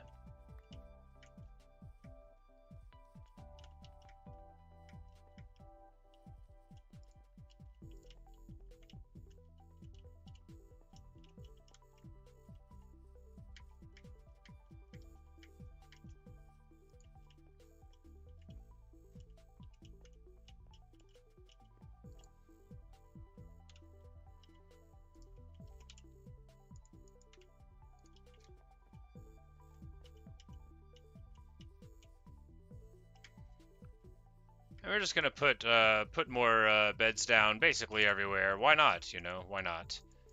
You get more golems this way, which is more protection for the village.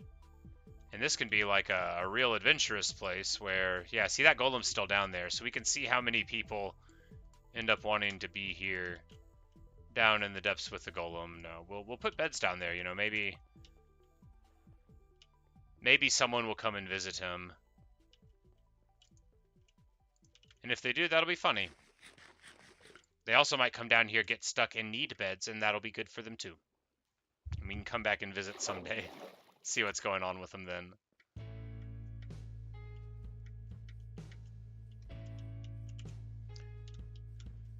But we've got plenty more children running around the village, which means the next phase needs to happen.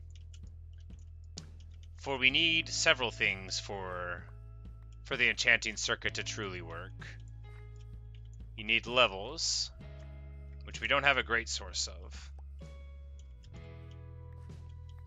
You need emeralds for mending books, which we have what I would call a moderate source of, right? Like, we've got a few farms that if we just sort of like loyally cycle through them and try to do some stuff, we can get 100 emeralds before we know it, right?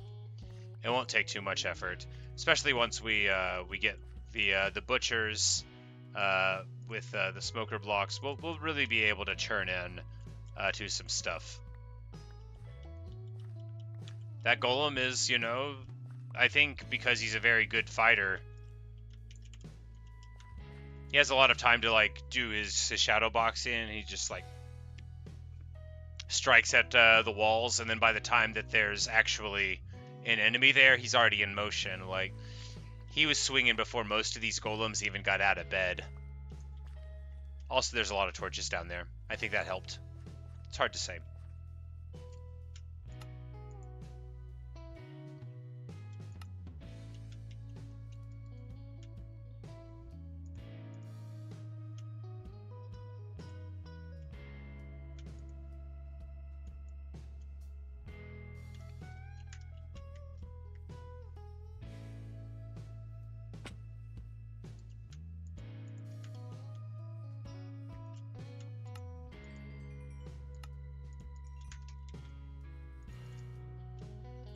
Because, I mean, that's not fast, but it is emeralds. And just a few routes of that, and then you would have enough for, you know, a mending book, depending on how much the man taxes you. It's a little different of a price each time, it seems like. For the mending book, I mean.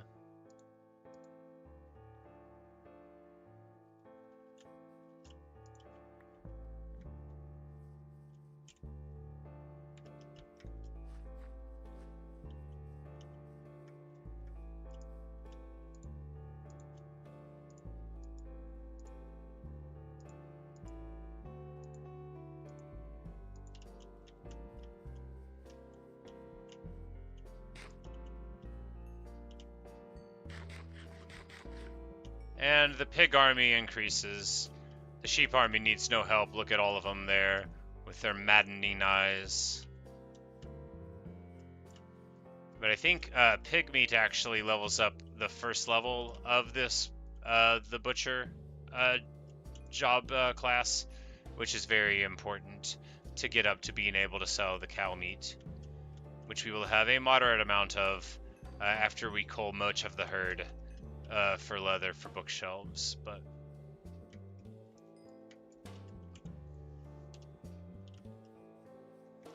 yeah, Sid, we decided to do pigs this time. It seemed like a good call, you know, just for the ramping up, even though like pigs and pig products are not as prestigious.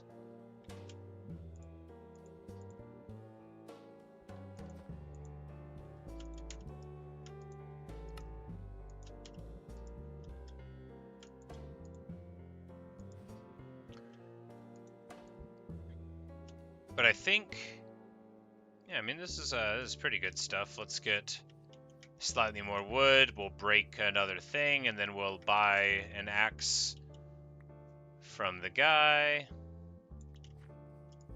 One day I'll have good tools again. We're not too far out. Skeleton rattles? That's outrageous.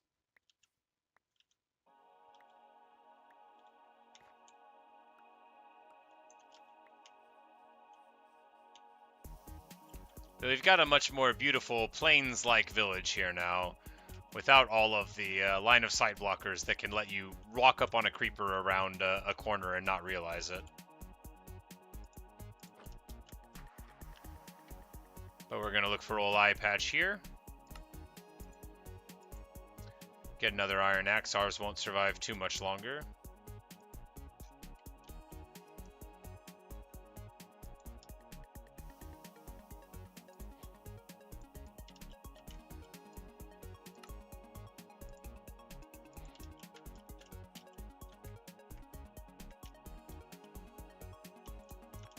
Exactly, they can get me more emeralds.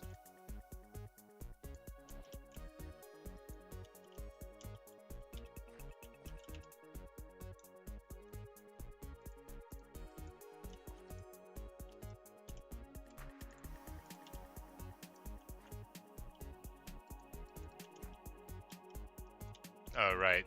It won't work. Because it is next to a door. That makes sense. Well, you know. You'll get a window whether you want it or not.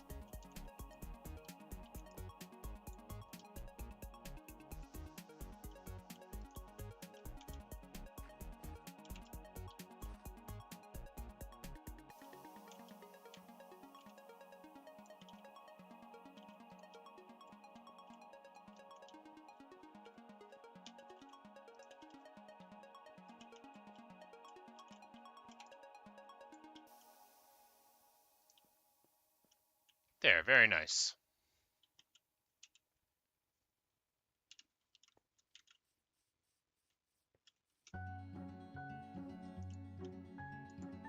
Yeah, exactly. You know, they get more emeralds. If I'm going to be casually growing carrots anyway, might as well be using the time that everything is churning to get a little bit more.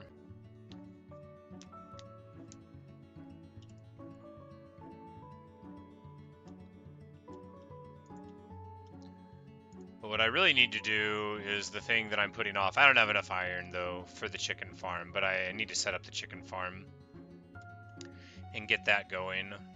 So it takes like a couple of hours to get going, but once it starts, boy, does it go.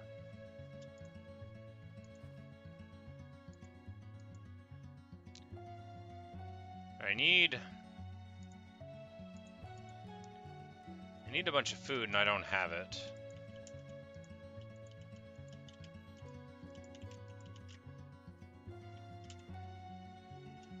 But,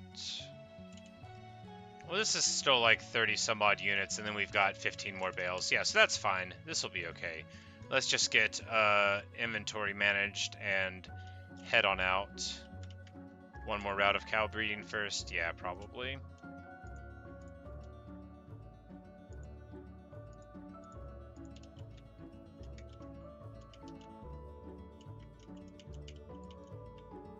Oh, never mind. Only a few of them. Nope, there we go. I was just at a weird angle. When you have the shield, the game will often interpret your inputs as trying to block. It makes it very tricky to hold it in your offhand. If you have like a bow, you know, because the game is like, what are you trying to do? And if you don't realize you have the bow there, then you can do some unfortunate things.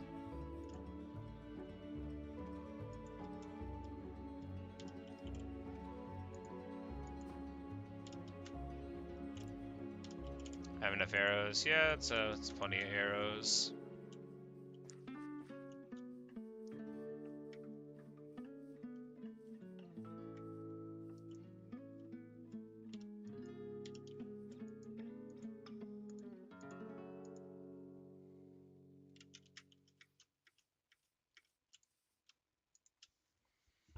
Up to 25 emeralds here, which is like nothing, right? But we've got 3 books, which is nothing. We need 15 times that many books. But every little bit helps. Probably helps. And we're about to test that theory by going into the deep once more. Into the cavern. Skirting the edge of the deep dark. Seeing if we can get some more diamonds. I'm confident we'll be able to. We've got enough wood for plenty of sticks once we're down there.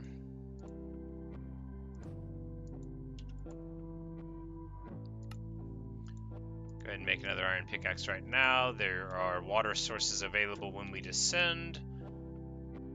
But there's no reason not to get our double right now before we go.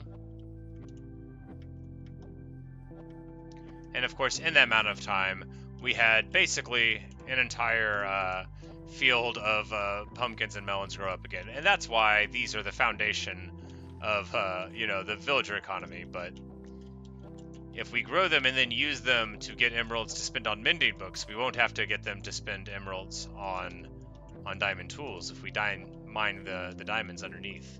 That is at least the idea that we are testing here. But it would pain me far too much to leave the field like this, so we're gonna harvest it one more time.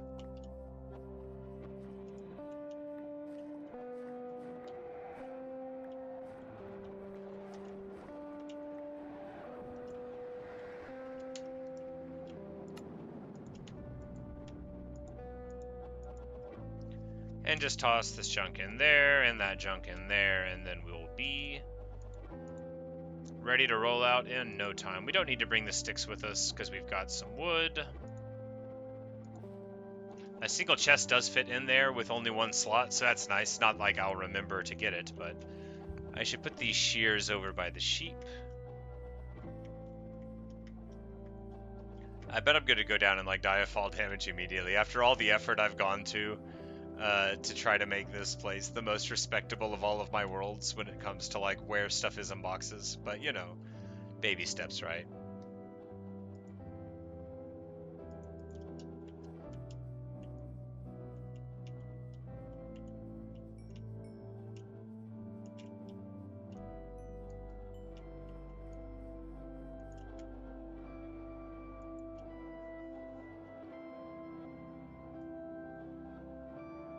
Alright, yeah, we've got our bundles, we've got a bunch of swords, we've got a backup iron thing, our other tools won't need backups, both still fine.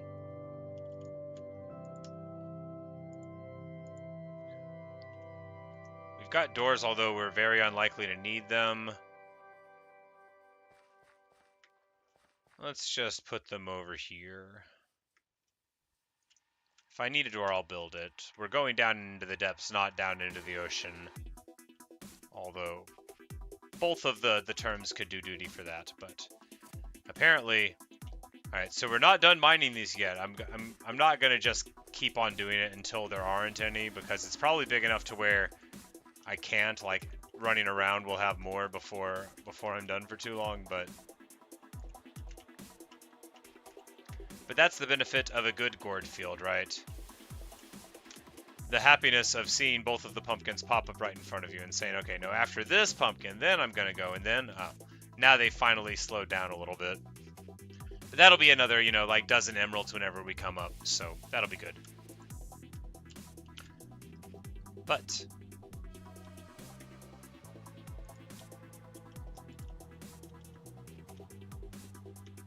just going to go up here so I don't have to close out of the game, because I'm about to take a 2-minute break.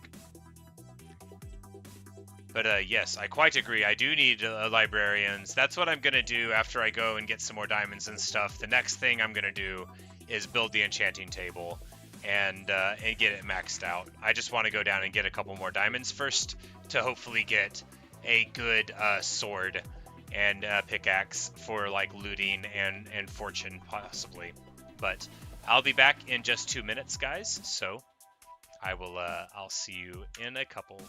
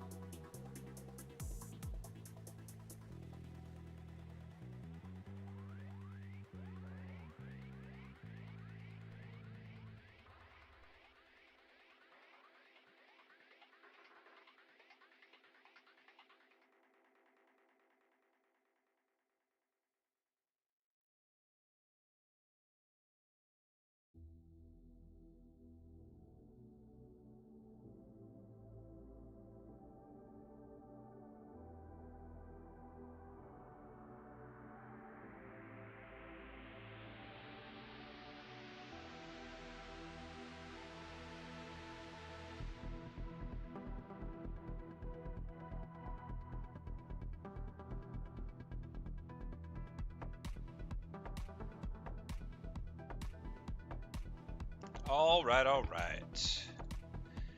And now it is time to go once more into the depths. This time with 19 out of 20 armor pieces. And when we get back up here, I'm sure there will be plenty of grown librarians anxious for jobs. But as for now, it's time to go.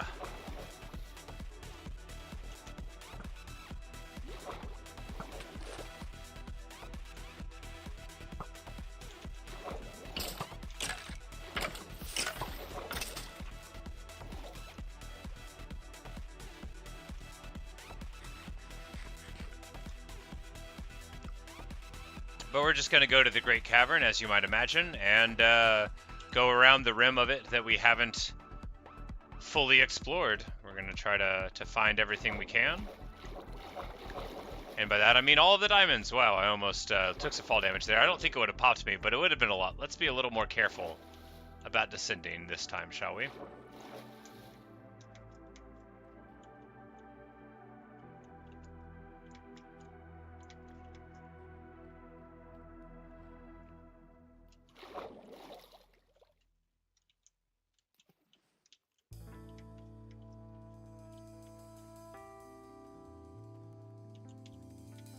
Alright, which way is the cavern? This way, maybe? You know, we'll know when we see it.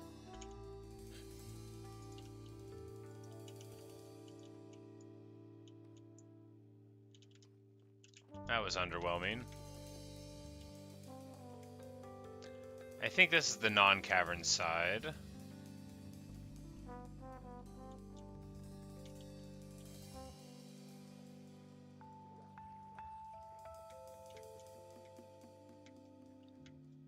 Nope, we're on our way. Alright, good deal. We'll go ahead and pop some iron. We don't need a spare shield yet. It would be many, many fights before a spare shield would be called for.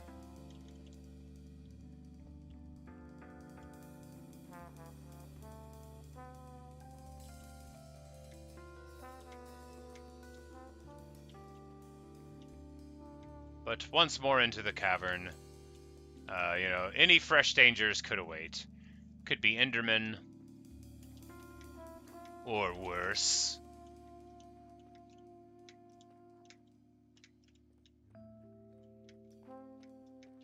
Although Endermen are, like, pretty bad news, and basically the most dangerous things sound witches that you are likely to encounter. Shouldn't even be talking about witches, of course. They are a good way to not play the game anymore.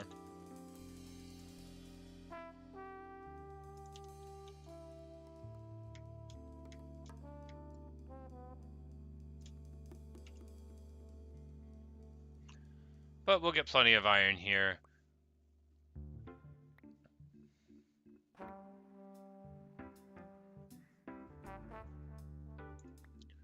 All the words that you just said made it sound like you think I'm gonna go in there, and I am not gonna do that unless it is a terrible accident. Not gonna happen. If you want to see me die, you can just say so. It's alright, I've heard worse.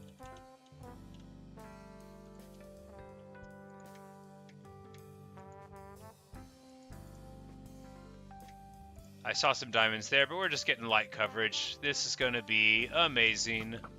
That is going to be 2 skeletons on our tail. We'll be fine. They are kind of good shots. We've got a whole room of people on us now. We'll still be fine. We'll just go right up here and use the wall. Yeah, those other skeletons have already lost track. This one here has not, but 2 skeletons at a time is doable, right? We'll just eat our cooked mutton, regroup, get the bow out. It'll be easy enough to deal with these guys. Now, should I be tanking the shots to the face? No. I need to move. All right. Real careless. But we've got all of this bright space to run to. So we're just going to get even more distance, get a torch down here, and then turn with proper distance and engage these skeletons.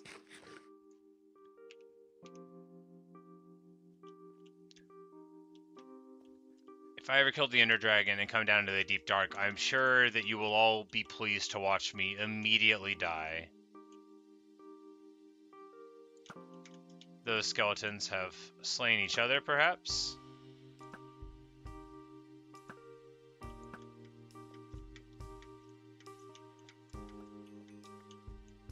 You can't block if you have the bow, and I wanted to get distance, and I didn't know what to do. Look, I'm not very good at this, okay? It's wise of you to be able to point that out.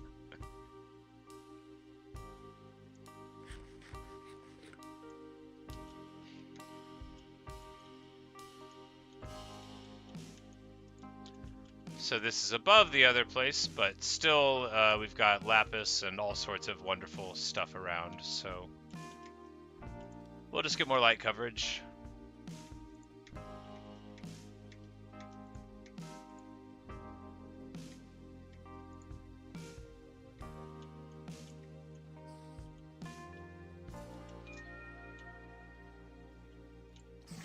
Hey! Excellent! A mine shaft! Now that's a place we could find all sorts of things. Records, diamonds, promise. But we've got diamonds here, we've got diamonds there. Everywhere a diamond. What we want to do is not get shot there, not walk into this ugly little pillar. Create a little bit of distance. We've got nothing but safety behind us, so it's time to wheel and fire at our foes. Be an easy little kill.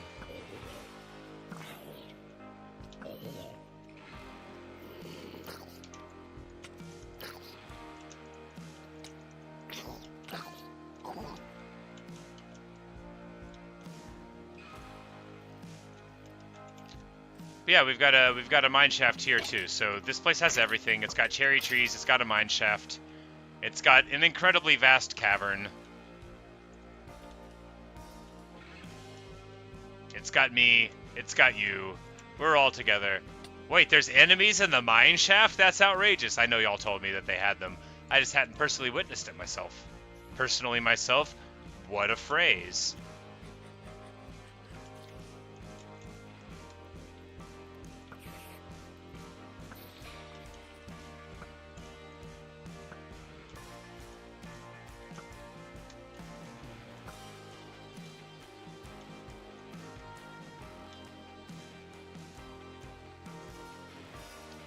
Yes, I know that creative mode has unlimited blocks. That's just not a style that appeals to me.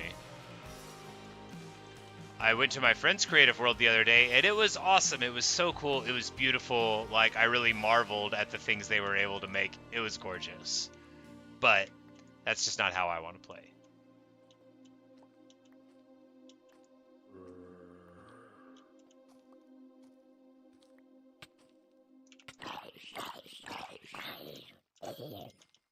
I knew he was there. I just thought I'd be done mining the gold before he arrived.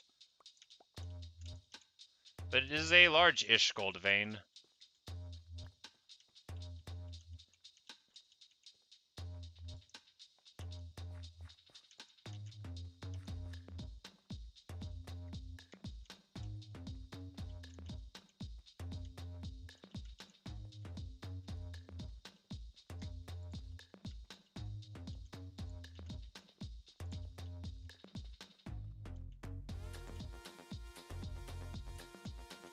Diamonds! Proving that I was correct to go down this path. You know, you don't always know. It's not always clear if where you're going is the right place. But when you see diamonds, then you know.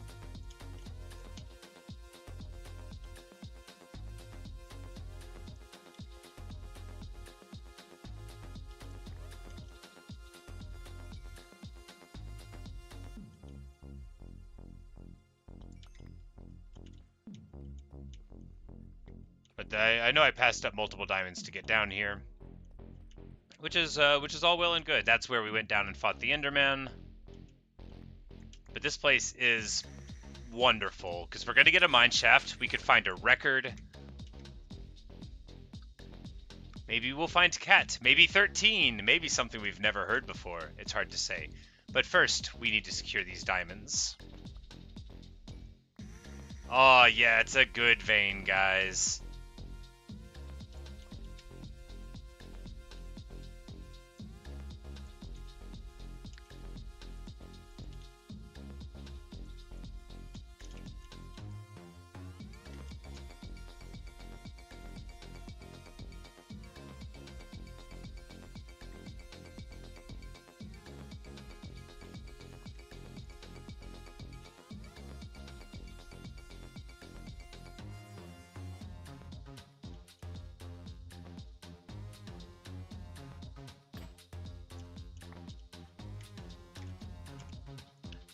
Well, you know, it's a tragedy. The pickaxe broke. Guess we're gonna have to make a new one.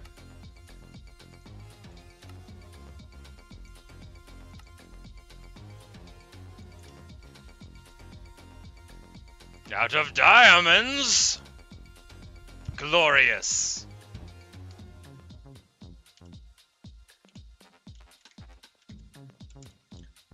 And then I'm going to make one out of iron real quick and not actually use the diamond one very often.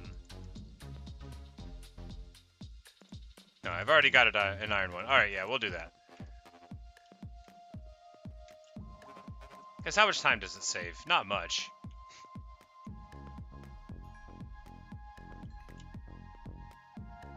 No, I mean, when I go up, we'll be getting mending anyway, probably. We're moving too quick. Moving much too quick. That's the problem. We got 5 more diamonds. I think it's 6 for pants, but... Yep, getting too much, Losing track of what's really important, like torch placement. And whether or not we're going to light this whole place up before we go into the mine shaft or after.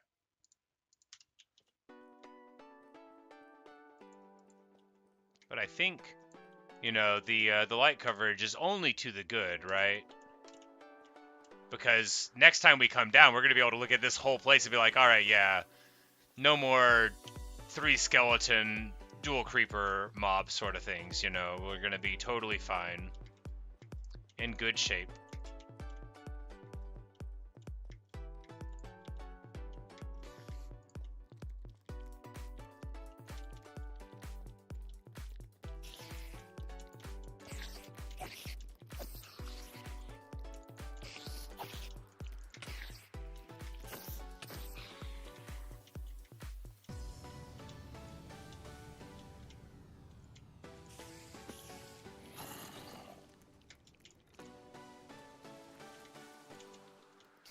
We'll get some lapis, that's good. We'll get a bunch of zombies in a row, that's good too. That one's got a sword. We've all got swords! Wow! That dude hit like a truck! That one was absolutely not playing around. Alright, it's time to quit playing about the sword. Aladdin references aside.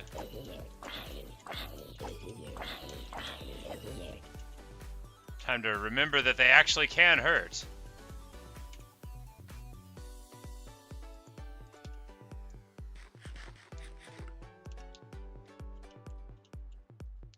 Yes, I've seen wither skeletons drop coal. However, I do not think they spawn in the overworld, although they might.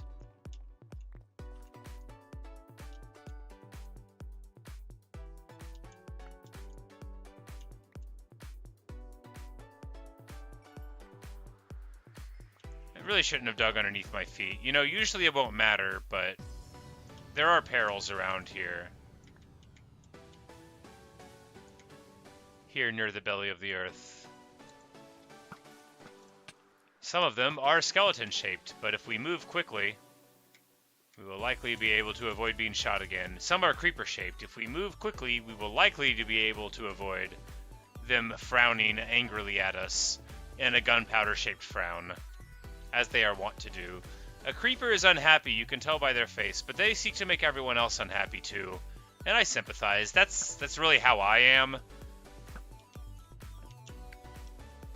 Hey, geeks. We are here on day 30 now, in a vast underground cavern.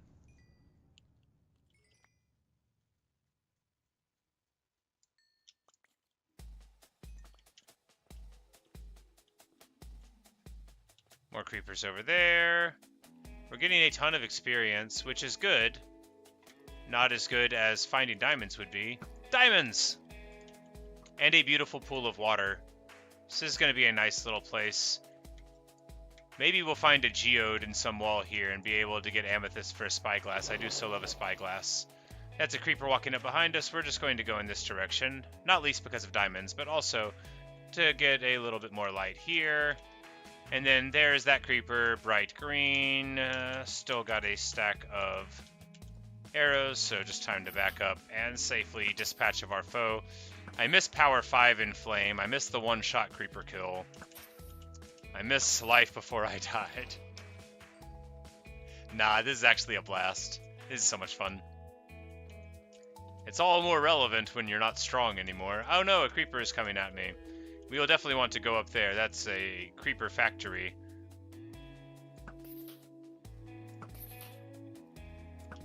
Yes, the mine shaft. I absolutely am going to do that. I just wanted to get a few more torches down and get the last diamonds that were around.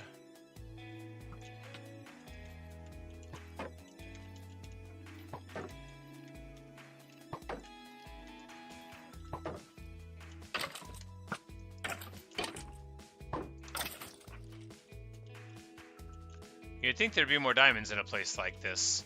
We're at -9, maybe we're just slightly too high here. But the mine shaft, that is very promising, right? And you are quite right to point out that, oh, no, we gotta book it, Witch throws. So we just need to get full health. We've got nothing but safety here, right? So we're gonna get distance. It's gonna take us down to no hearts.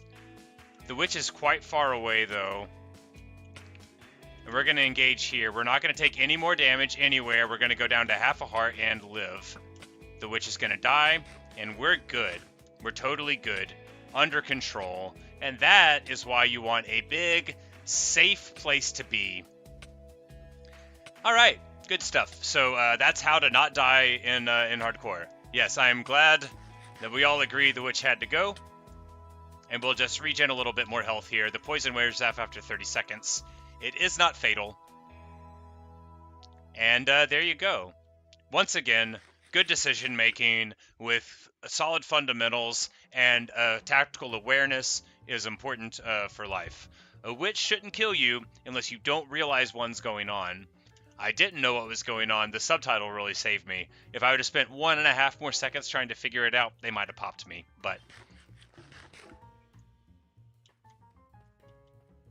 yeah, I don't want to check the loot until I get a few more hearts on me. But it looks like there they just dropped some redstone and spider eyes, which is pretty nice.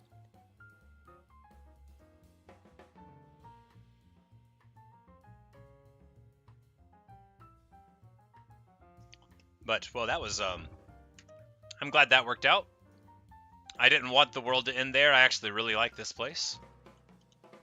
And, as you may know, witch damage is magical and poison, which is reduced by protection levels, but not, importantly, not by armor levels. So I was functionally defenseless against our foe there. But I'm not sure where he came from. He was a fast old guy.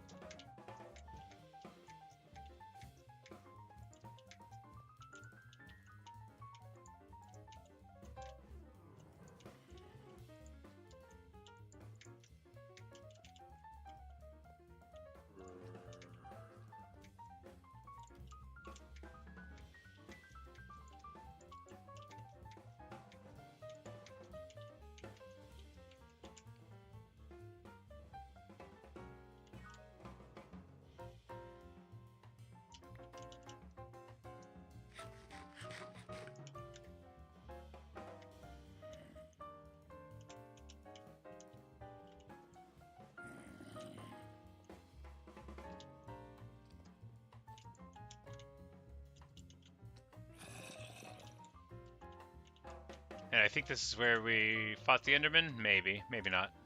In any case, it is a nice little point to be.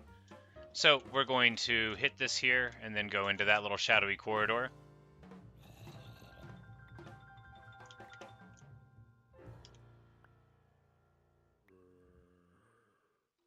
Yeah, almost a deja vu indeed. But the difference is this time subtitles. And also you know, that time I was in a clumsy spot without light and I had fallen down, right? And this time I did everything right relatively to that. You know, identify the danger. I wasn't in any spot that required building to get out of. It was a simple run and jump.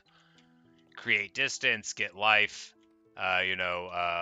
Just a good stuff, you know, really solid. And here we'll be in the mine shaft from this angle, which is a good angle to be at, I suppose. Lord knows I am absolutely all the way turned around in here. We're also out of torches. Aren't I? No, I have all the charcoal, that's right.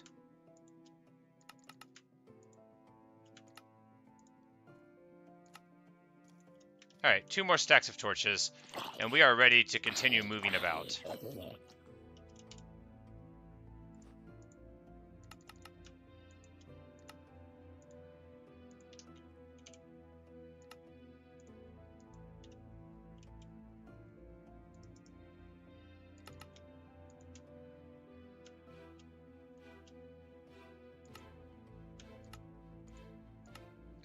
And we're just going to bread up to 1 stack. Throw our stuff back into the boxes real quick. We're going to block the lapis so that it takes up slightly less space. We don't need those in that bundle. Okay, so the diamonds are split. We need to put that in there. I need 1 more bundle is what I need. I need another bundle, but we'll get that some later time. That's enough pretending to manage the inventory right now, so...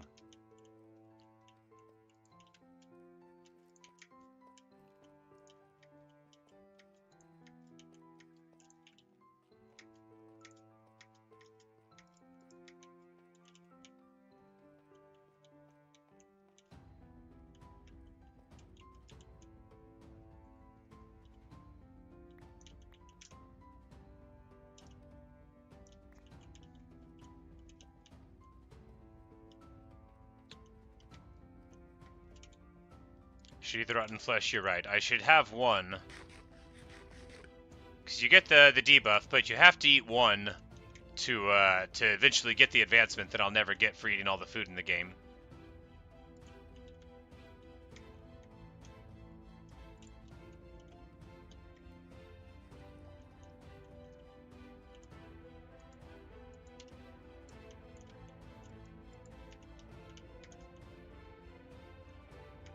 Alright, so do we go into the mine shaft and then try to eventually come out of the other side of it? I mean, yeah, I think that's the right choice. I think it's actually pretty clearly the right choice, so that's what we're going to do. Since we're here already, I mean, what's the alternative? We're going to adventure through the mine shaft, try to find the top, and then come back down here again? This is negative 21, so it is about 20 blocks lower than the entrance to the mine shaft is, making it likely enough to be a terminating moment. And anyway, it is easier to go up than down. That might be true, it might not. But we don't want to be leaving all this iron on the wall, because part of this quest is to have all the iron we need.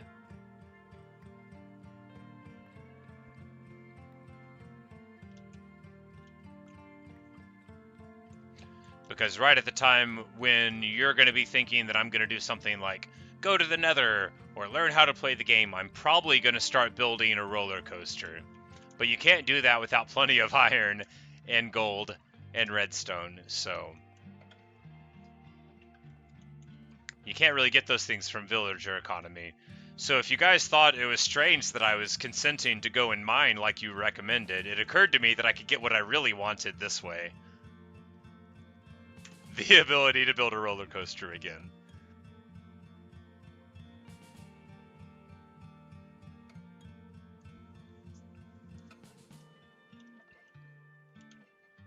Alright, I have seen diamonds in spider webs. Alright, there's going to be a lot to do here. I need to develop a system right now for how to notice that I have gone down a shaft. So I think we will use writing.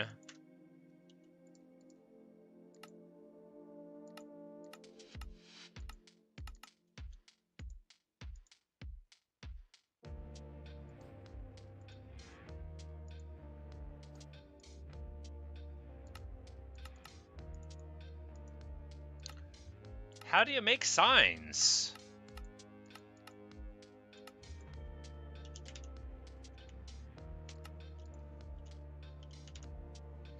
Oh, I just didn't. Oh, it's 6 planks for them.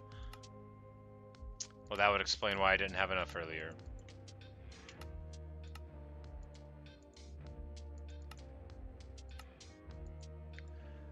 We'll do little signs and be like, "Don't come back here. You've already been here. Thanks for reading. You're a real champ for reading this sign."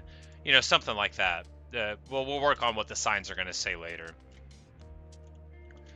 So there are right-handed mazes and left-handed mazes. We're going to treat this one like a left-handed maze and go down this route first. No, we've already put down all of them here.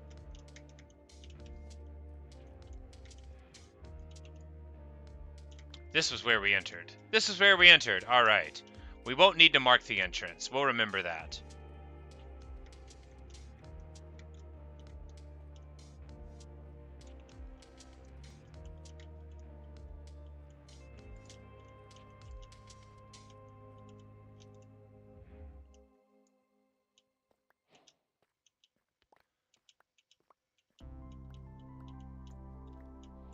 And we got diamonds. I think we're going to find all the diamonds we need here. It seems likely enough.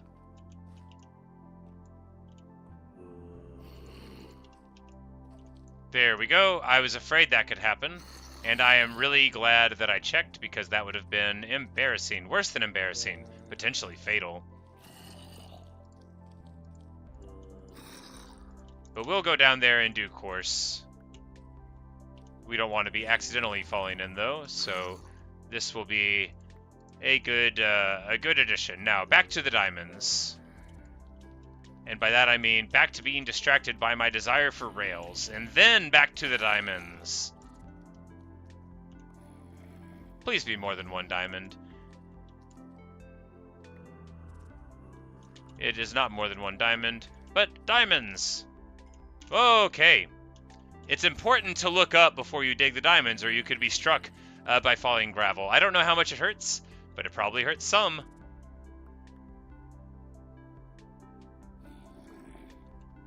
This is a very perilous mine shaft compared to others that I've encountered in the past. But I'm sure they are all different in various ways. For example, this one has diamonds.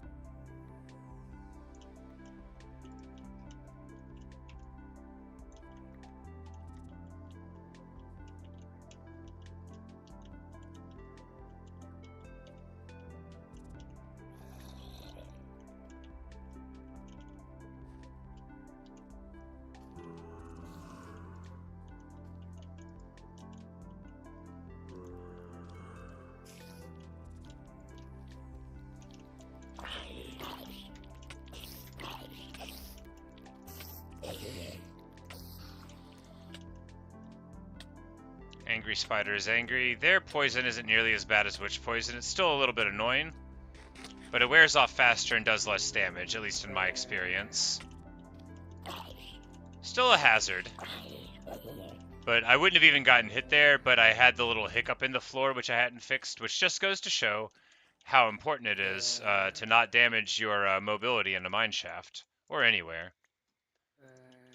Because having previously explored it is of to no benefit if you make it impossible to navigate. After all, your benefit over the monsters is your ability to tactically plan for the situation. And, you know, anything else that you might consider to be the benefit is secondary. You are joking. I knew to look down because I heard the pitter-patter of feet, but that would be an annoying way to die. Alright, so...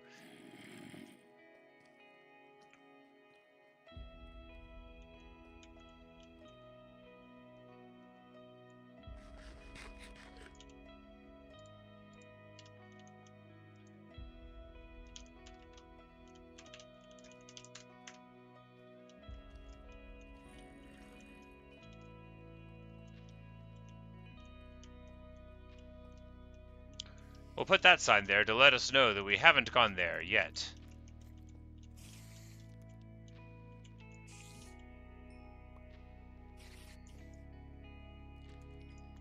Looks like there will certainly be a layer underneath us, but I think we already knew that.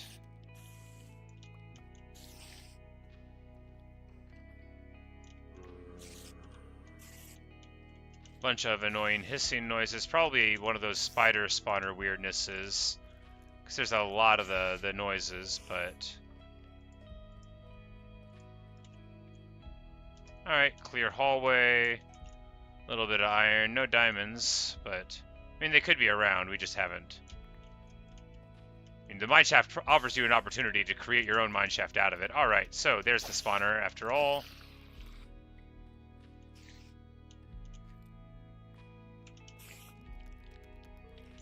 Crack it there. I'm knocked into the web, which is potentially fatal, but I think this is the only spider here, and there are no other enemies, so hadn't had that happen before. Makes sense. But we took care of the danger. And we'll just wait for the poison to go off, and then we'll go down there and maybe burn them. That could cause... Nope, they don't burn. Okay.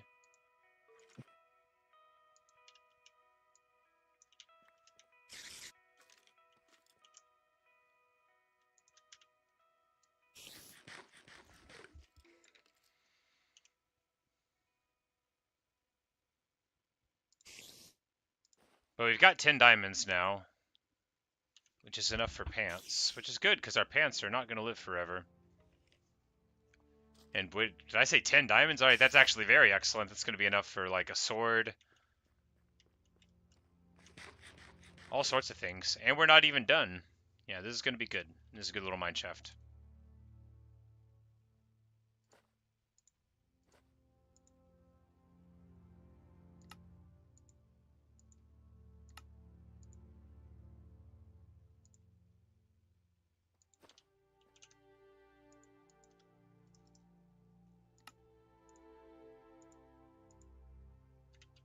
So now we've got our diamond pants, and we are head to toe in diamond. Magnificent. Look at me now. But wait, there's more.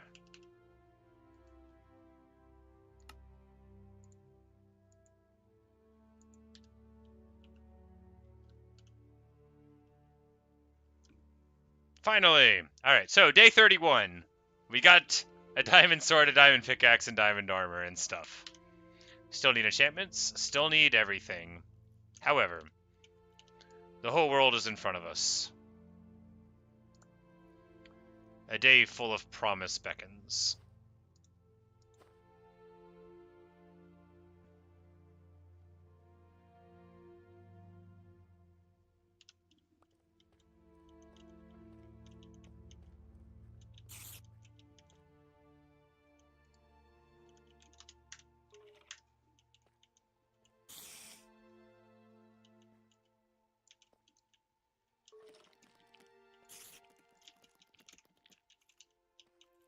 Oh, you know, they might be green, but they're still stupid. He hit me with his side and it still poisoned me. I guess their legs are bad for people. Makes sense.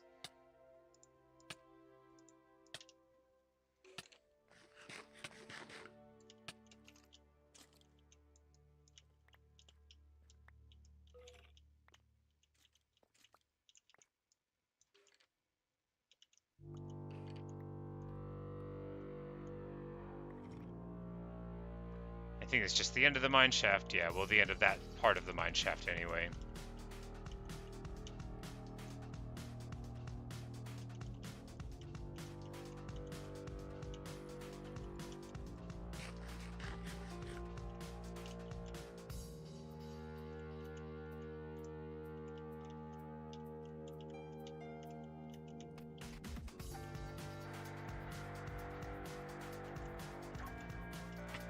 Ow.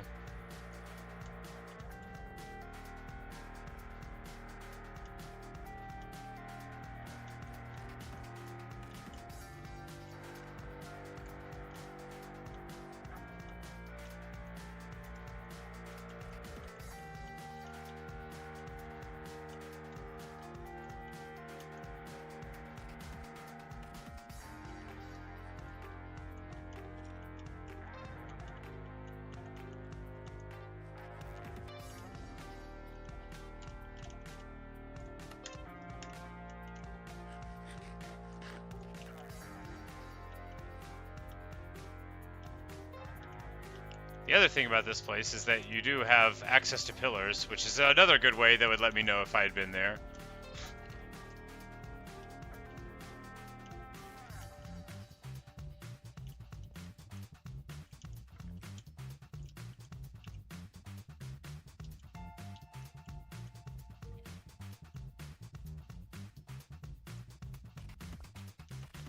Get string from these things, which is, I guess, you know, decent, but whoever besides me when I wanted a bow was like, oh, what I wouldn't do for string, you know.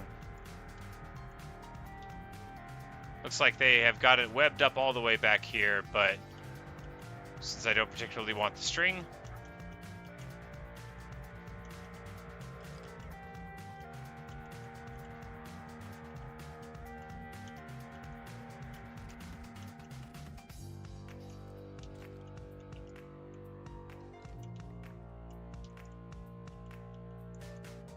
yeah, it occurs to me breaking the beams is a much better symbolism of having left the path than doing signs, but signs is more fun, so, you know, maybe we'll do a little bit of both of them.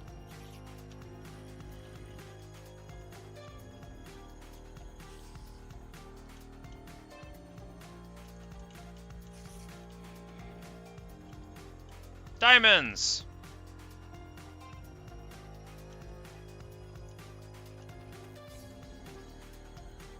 Hey, there we go.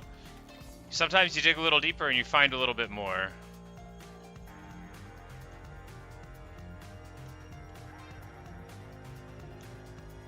And sometimes you dig slightly deeper than that and you don't find anything more. But that was 2 diamonds I just wouldn't have gotten if I didn't try to see if there was a little bit more to the story. So I used to think it was just directly next to them, but somebody told me they were diagonals as well. So ever since then, I have tried to improve my diamond mining slightly, and, you know, slightly is the right word. But we got 4 diamonds now.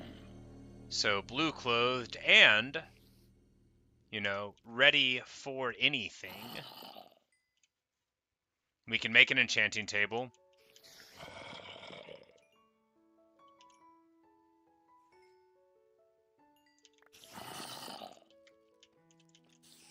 A bunch of horrifying monster sounds. Not important. They're relatively far away.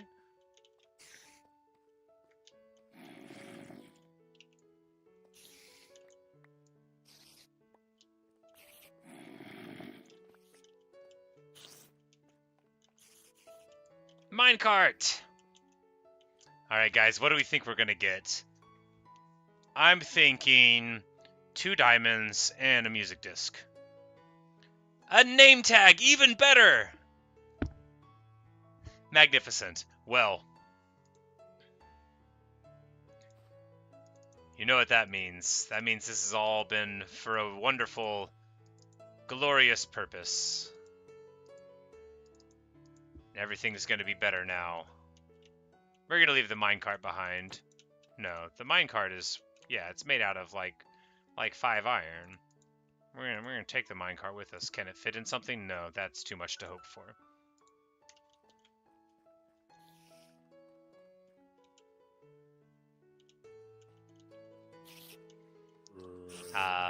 Oh, it feels so good getting the name tag. You know, and we have 44 iron too. We're gonna need all this iron to make an anvil anyway, so I don't know what I was thinking when I was like, what do I need iron for? Oh yeah, not hoppers, anvils. So that's that, and that. And that. Time to go back into the main shaft here. We've already checked that.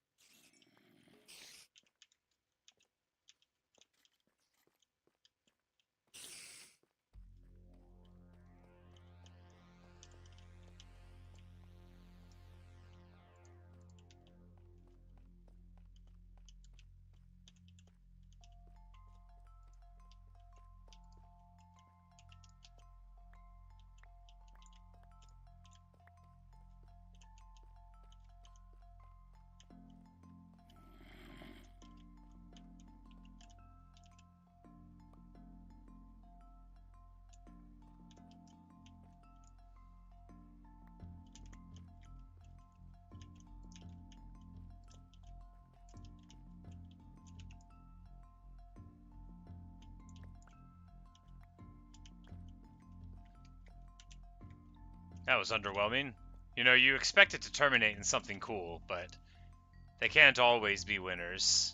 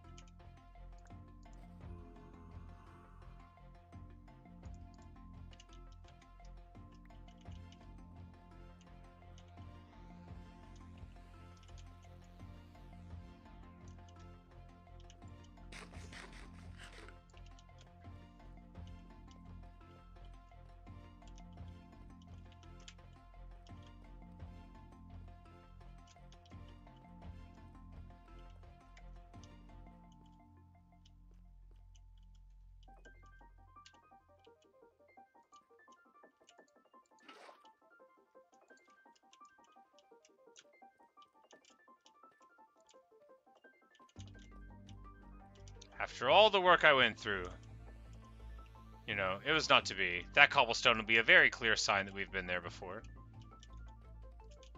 Probably won't need to make a sign there for it.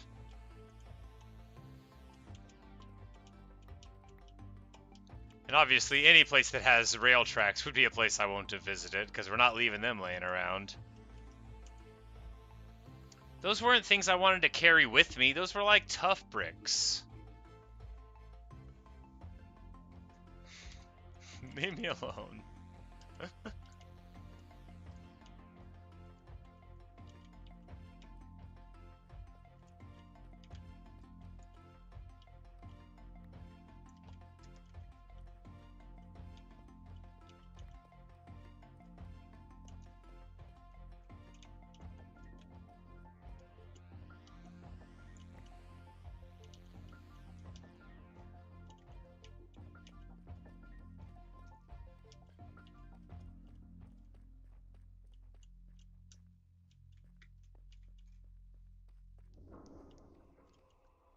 Eerie noise. You know, I don't love that.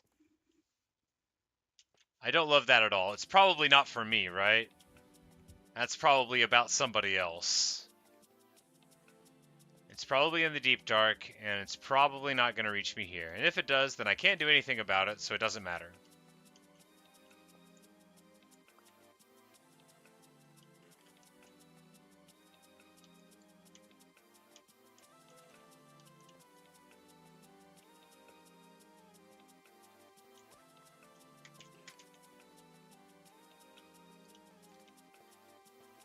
Alright, so fun mineshaft adventure there with creepers ready loaded. This is a very large place, and it is impossible, absolutely impossible, to make sense of it. Is there a spawner in here that I need to pop before it gets out of control? Yes.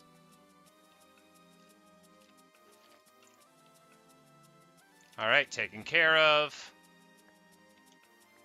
That'll save me a massive amount of hassle.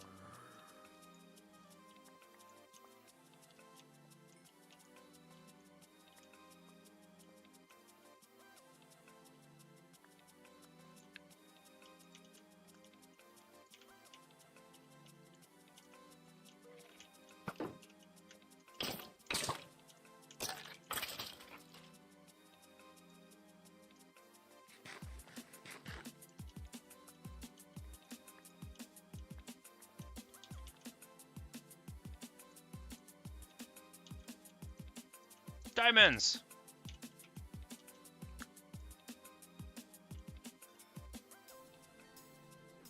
Oh yeah, we got a good one here.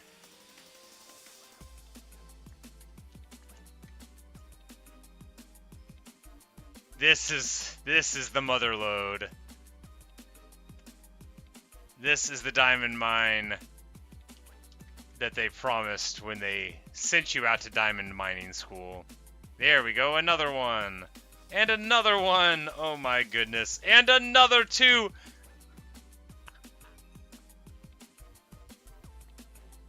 Alright, well we got enough diamonds now. I think I can use a diamond pickaxe. We'll just put our 17 diamonds in there.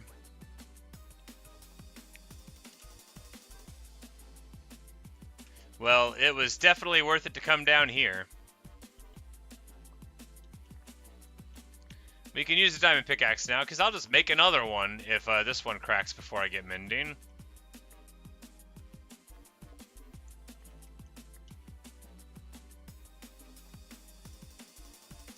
And all from that one little thing. It was like 13 diamonds off of that seam.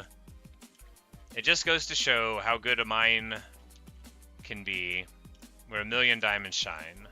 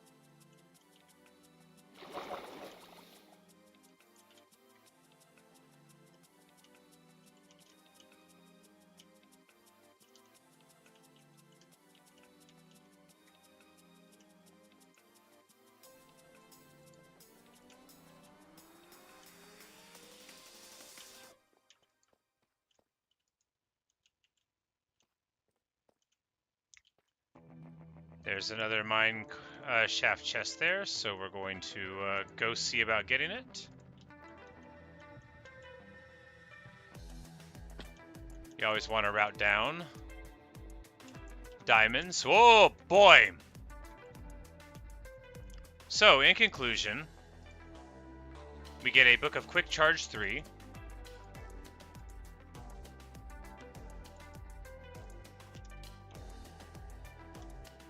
Can I mine these diamonds without making them mad? We're going to see.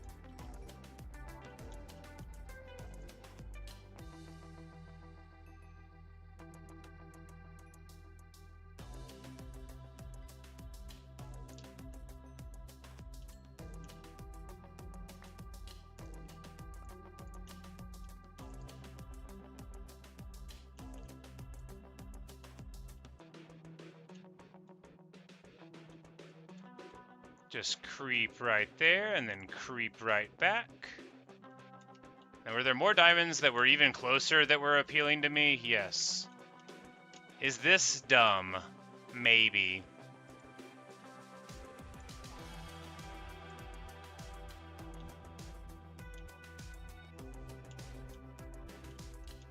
Just pick up the diamond.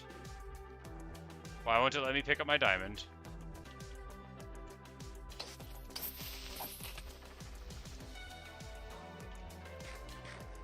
I almost blocked it, but I didn't.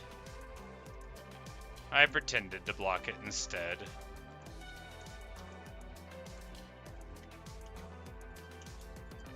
Indeed, very dangerous mining, but worth it. I knew from the past that if you interrupt it, you get like a shrieking thing. And it makes a sound at you, so I just figured if I didn't see that, then I could continue mining and then I'd just sneak up to it. If there was an eerie noise or something like that, then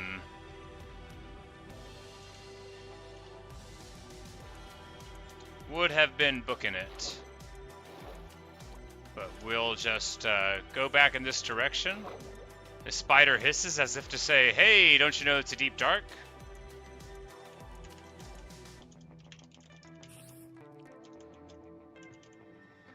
I'll leave that helpful sign for myself. I am never going to come back here.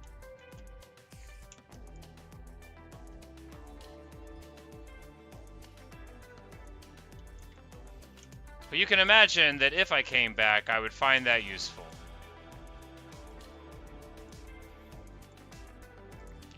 We now have 22 diamonds, and all's well.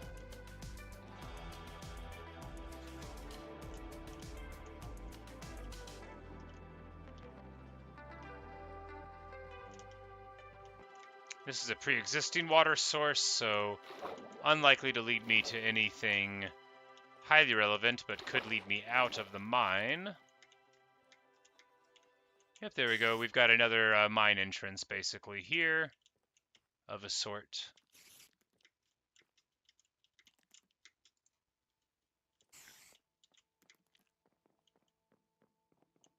Oh, and then they've got like a fake. Never mind. It just looks like a sign from this angle. It's pretty funny, actually.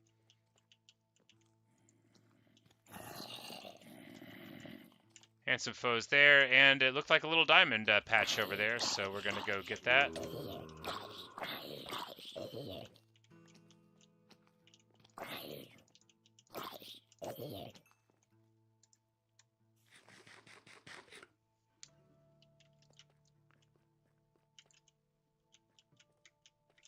I guess it wasn't diamonds. It must have been a combination of seeing those glow berries and a zombie that had like a more bluish green hue than I had expected.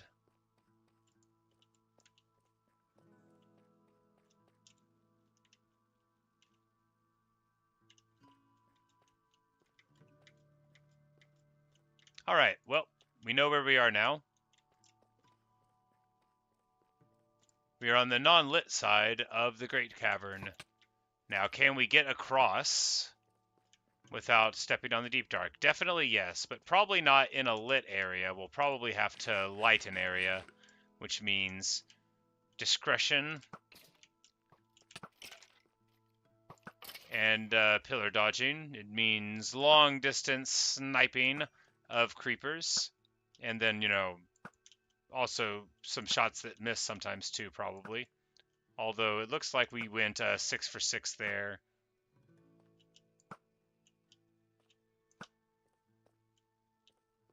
Might be an Enderman next to him. Could just be a little blackened space in the wall, but I don't want to walk on that gravel.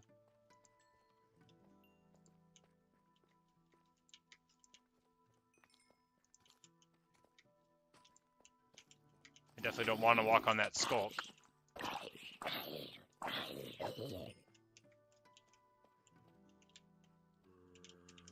I do, however, desperately want this one specific diamond that's kind of close to it, so we're going to dig in. With a creeper on us, we're going to move away, probably lose the diamond. Nope. Well, maybe we lost one, but there's 2 more there in the node. So this is very dumb. And I hope that everybody understands that means that I'm going to keep on doing it until I get those diamonds.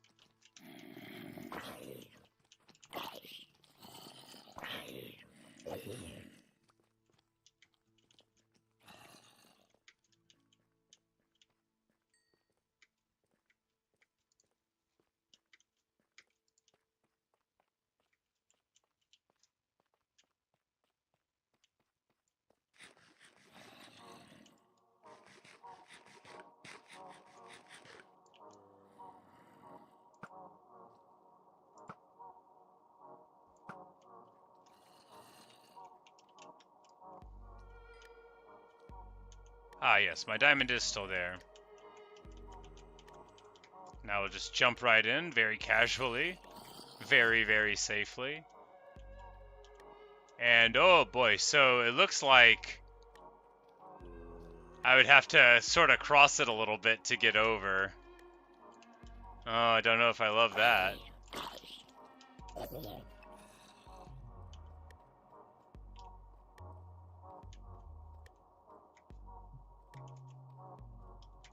Here we go, most important parkour ever. It's probably not going to learn anything, and it doesn't. We get away. This would be, yeah, the far reaches of that one side. We need to block. We need to block. There we go. And just run in this direction, because that vast part of the cavern, that's where we want to be. We ended up on the other side. That's just fine. Where we had torch coverage already means that we definitely have a connected route to go around it, which is right here, which is going to provide us with safety and comfort on our way back up to the surface. In that order. Safety first, comfort afterward.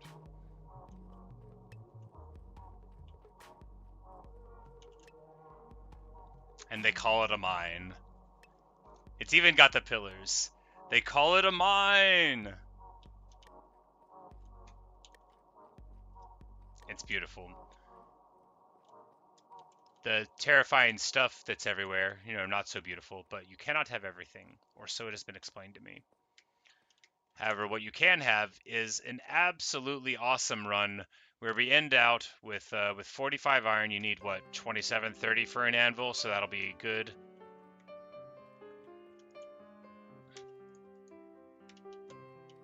and 20 diamonds, 22 diamonds, plus all the other ones that I got to make the tools. All right, and the ones in my inventory. 25 diamonds. So now we don't need to mine anymore, guys. Put the mine in the bank. We're done.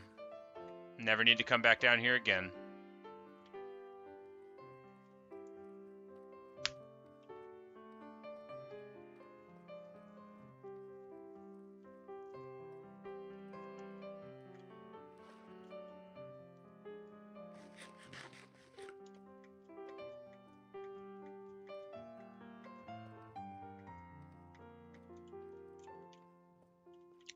Ah, so you see, the villager in his wisdom has decided to make his home in the cave. We will need a bed down here. I came all the way down here without any beds. That's pretty bad bed discipline, but I knew I was going to be underground, so that's one thing. But yeah, alright, yeah. So, we'll need to get some beds for the villager. We'll come back down here, and he will be a researcher here in the belly of the world.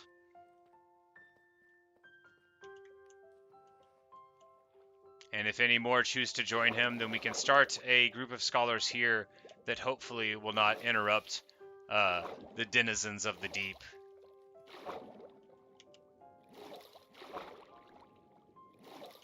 Yeah, I could build my home in the cave, you're right.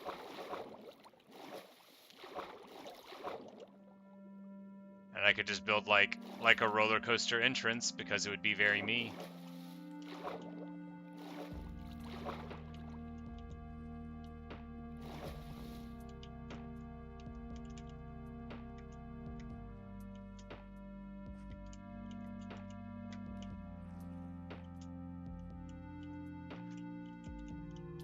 I went the wrong way.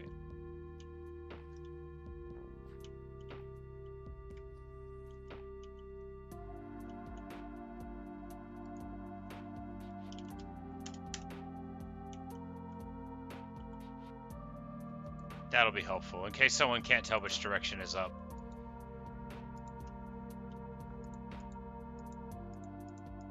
And you might be thinking, is that likely to occur? Oh yes it is. So likely, in fact.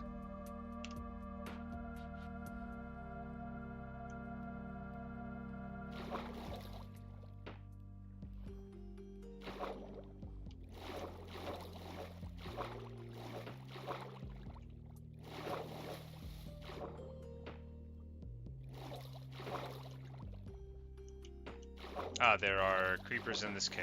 We're going to evade them. No, we're going to block. The good news is the water dampens the explosions. The bad news is I don't have any torches to clean that cave up, and I do definitely want it to not be there in that condition. But we'll have to get over it for the temporary time being, and just make a mental note of it.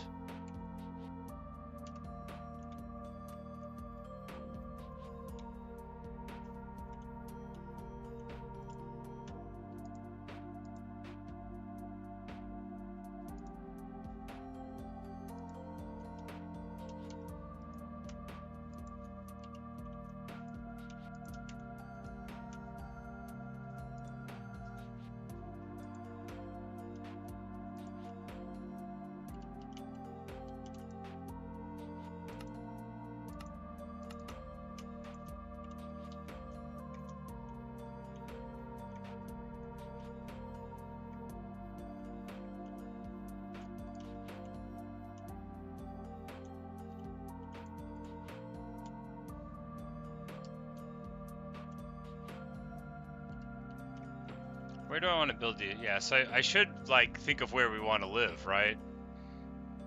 So we could live in the cave, but that would be depriving us of the beauty of this place. Because wherever I build the enchanting table, I mean, that doesn't have to be home even, though, does it? Right? Because once you use it the first big chunk of times, you never really need to go back that often until you find a trident.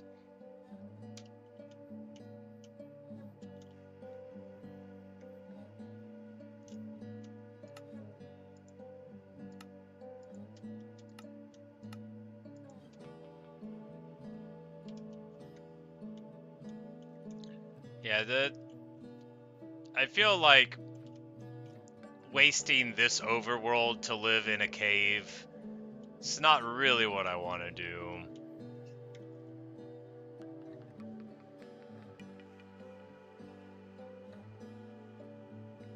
They are sending hearts to each other.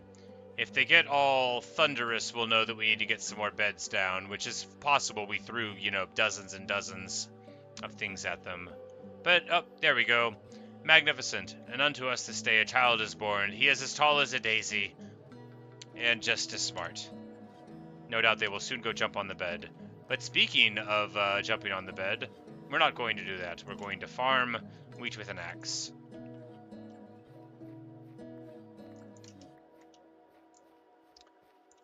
For a couple of reasons. One, need to get some wheat to give to these cows. And two, it's time to go pay my respects to the boss.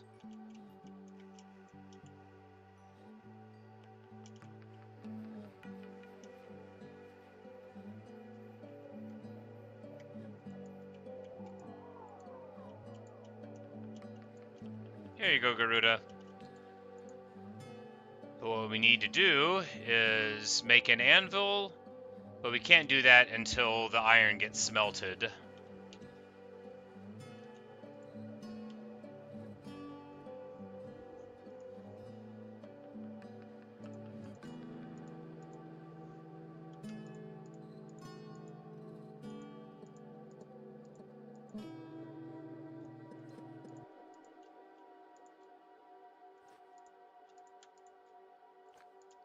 We've got plenty of lapis.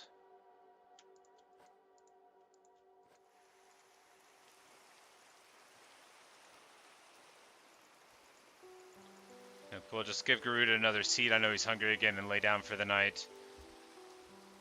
And it might have had enough time to smelt all that iron. It's hard to say, but we might as well check.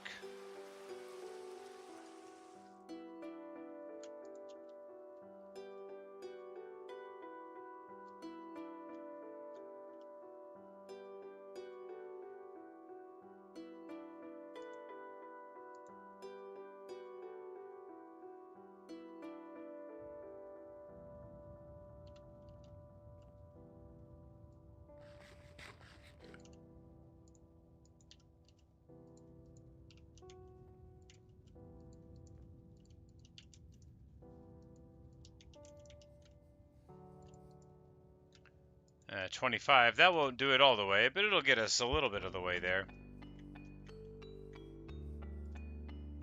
There we go. I thought we had some more laying around, and indeed we do.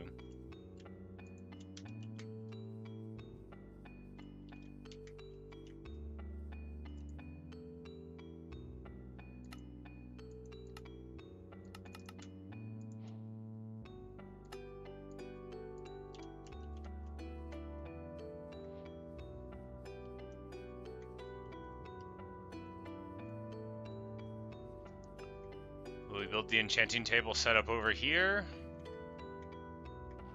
In the library? On top of it? Because this place actually matters. We're going to have to come back here all the time. But ultimately, it'll have its own little cottage industry growing around it, right? We'll just do it right here in this little open field.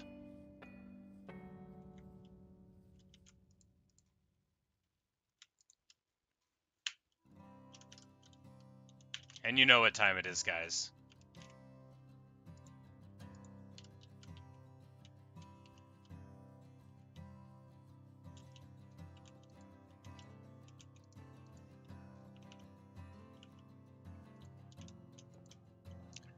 We will give ritually seeds to Garuda, and then hang the name tag upon him. Garuda! Garuda! He returns to us, as we knew he had, and knew he always would. And looking into his beady eyes as they occasionally look at us, you can see the intelligence and the ferocity of Garuda, but also the hopefulness of his nature, you know. Even after I shot an end crystal and blew up in my face, he didn't give up on me. He knew I'd be back. And he was right, you know. He always knows what's going on, good old Garuda.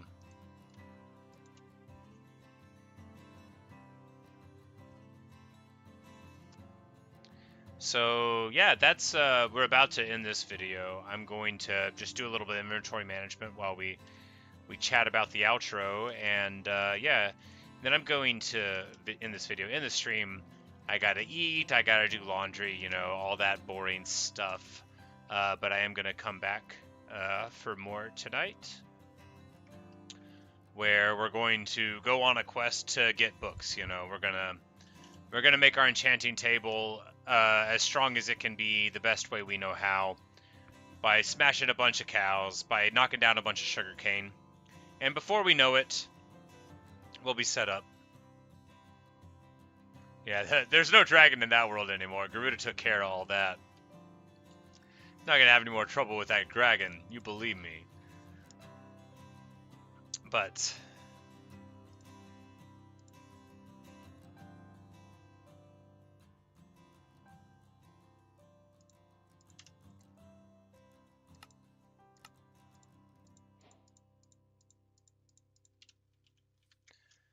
just as we're about to leave,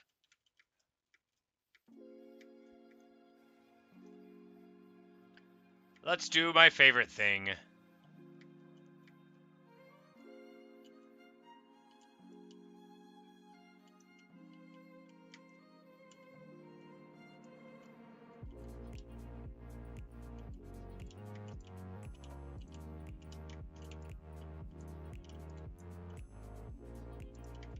Alright, it won't be much, but it'll be a start. This is probably not where we're going to build the real rail track, of course, but once more, the minecart rolls until it stops. But you know, we're gonna get a lot more where that came from. You can believe me on that. After all, a beautiful mountain awaits, and I don't want to climb it every time. I would rather very stylishly ride up and around it. And, you know, we're closer than before to meeting that goal, so very excited for what the future's going to hold here. One thing it'll definitely hold is pumpkin farming, because we're going to need a lot of emeralds. The next video is bound to be at least a little bit boring, or I'm going to get a mending librarian very quick, because we're going to be doing that. But, you know, there will be various things to do. And then all of a sudden I'm going to look up and have, like, pretty good tools again. And farms that are reasonably set up again and be, you know, be ready for action.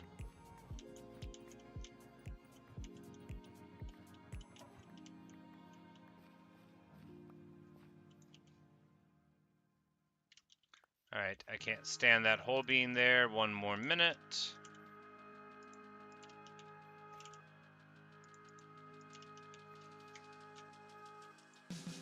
I bet an Enderman took that. I would never have done that. I would have noticed it and ignored it, but I wouldn't have done it.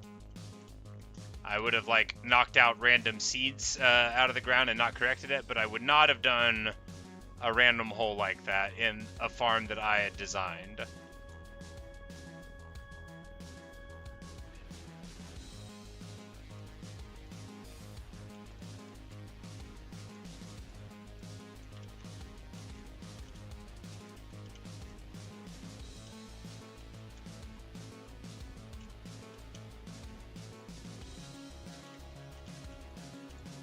But we're going to go ahead and clean it back up, get more regularity here.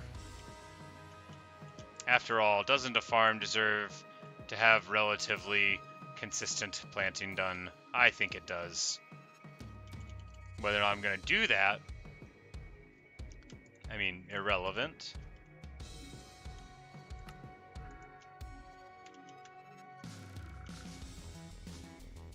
But with just a few runs of this, we're gonna have like a lot of emeralds, so it won't be taking too long to get everything rolling again. But that's gonna do it for this video. As the villagers mill around and chat with each other, we're gonna toss them some more breads and see how they feel about that.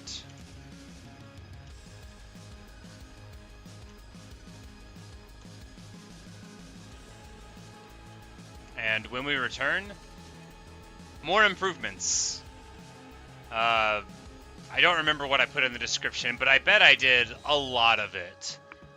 You know, we've got our farms, not all of them. I didn't do the sugarcane farm.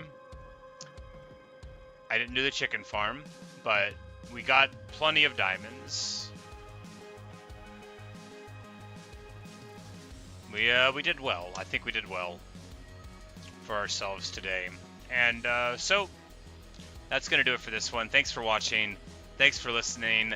I'll be back probably in an hour or two, maybe 3. I might make bread.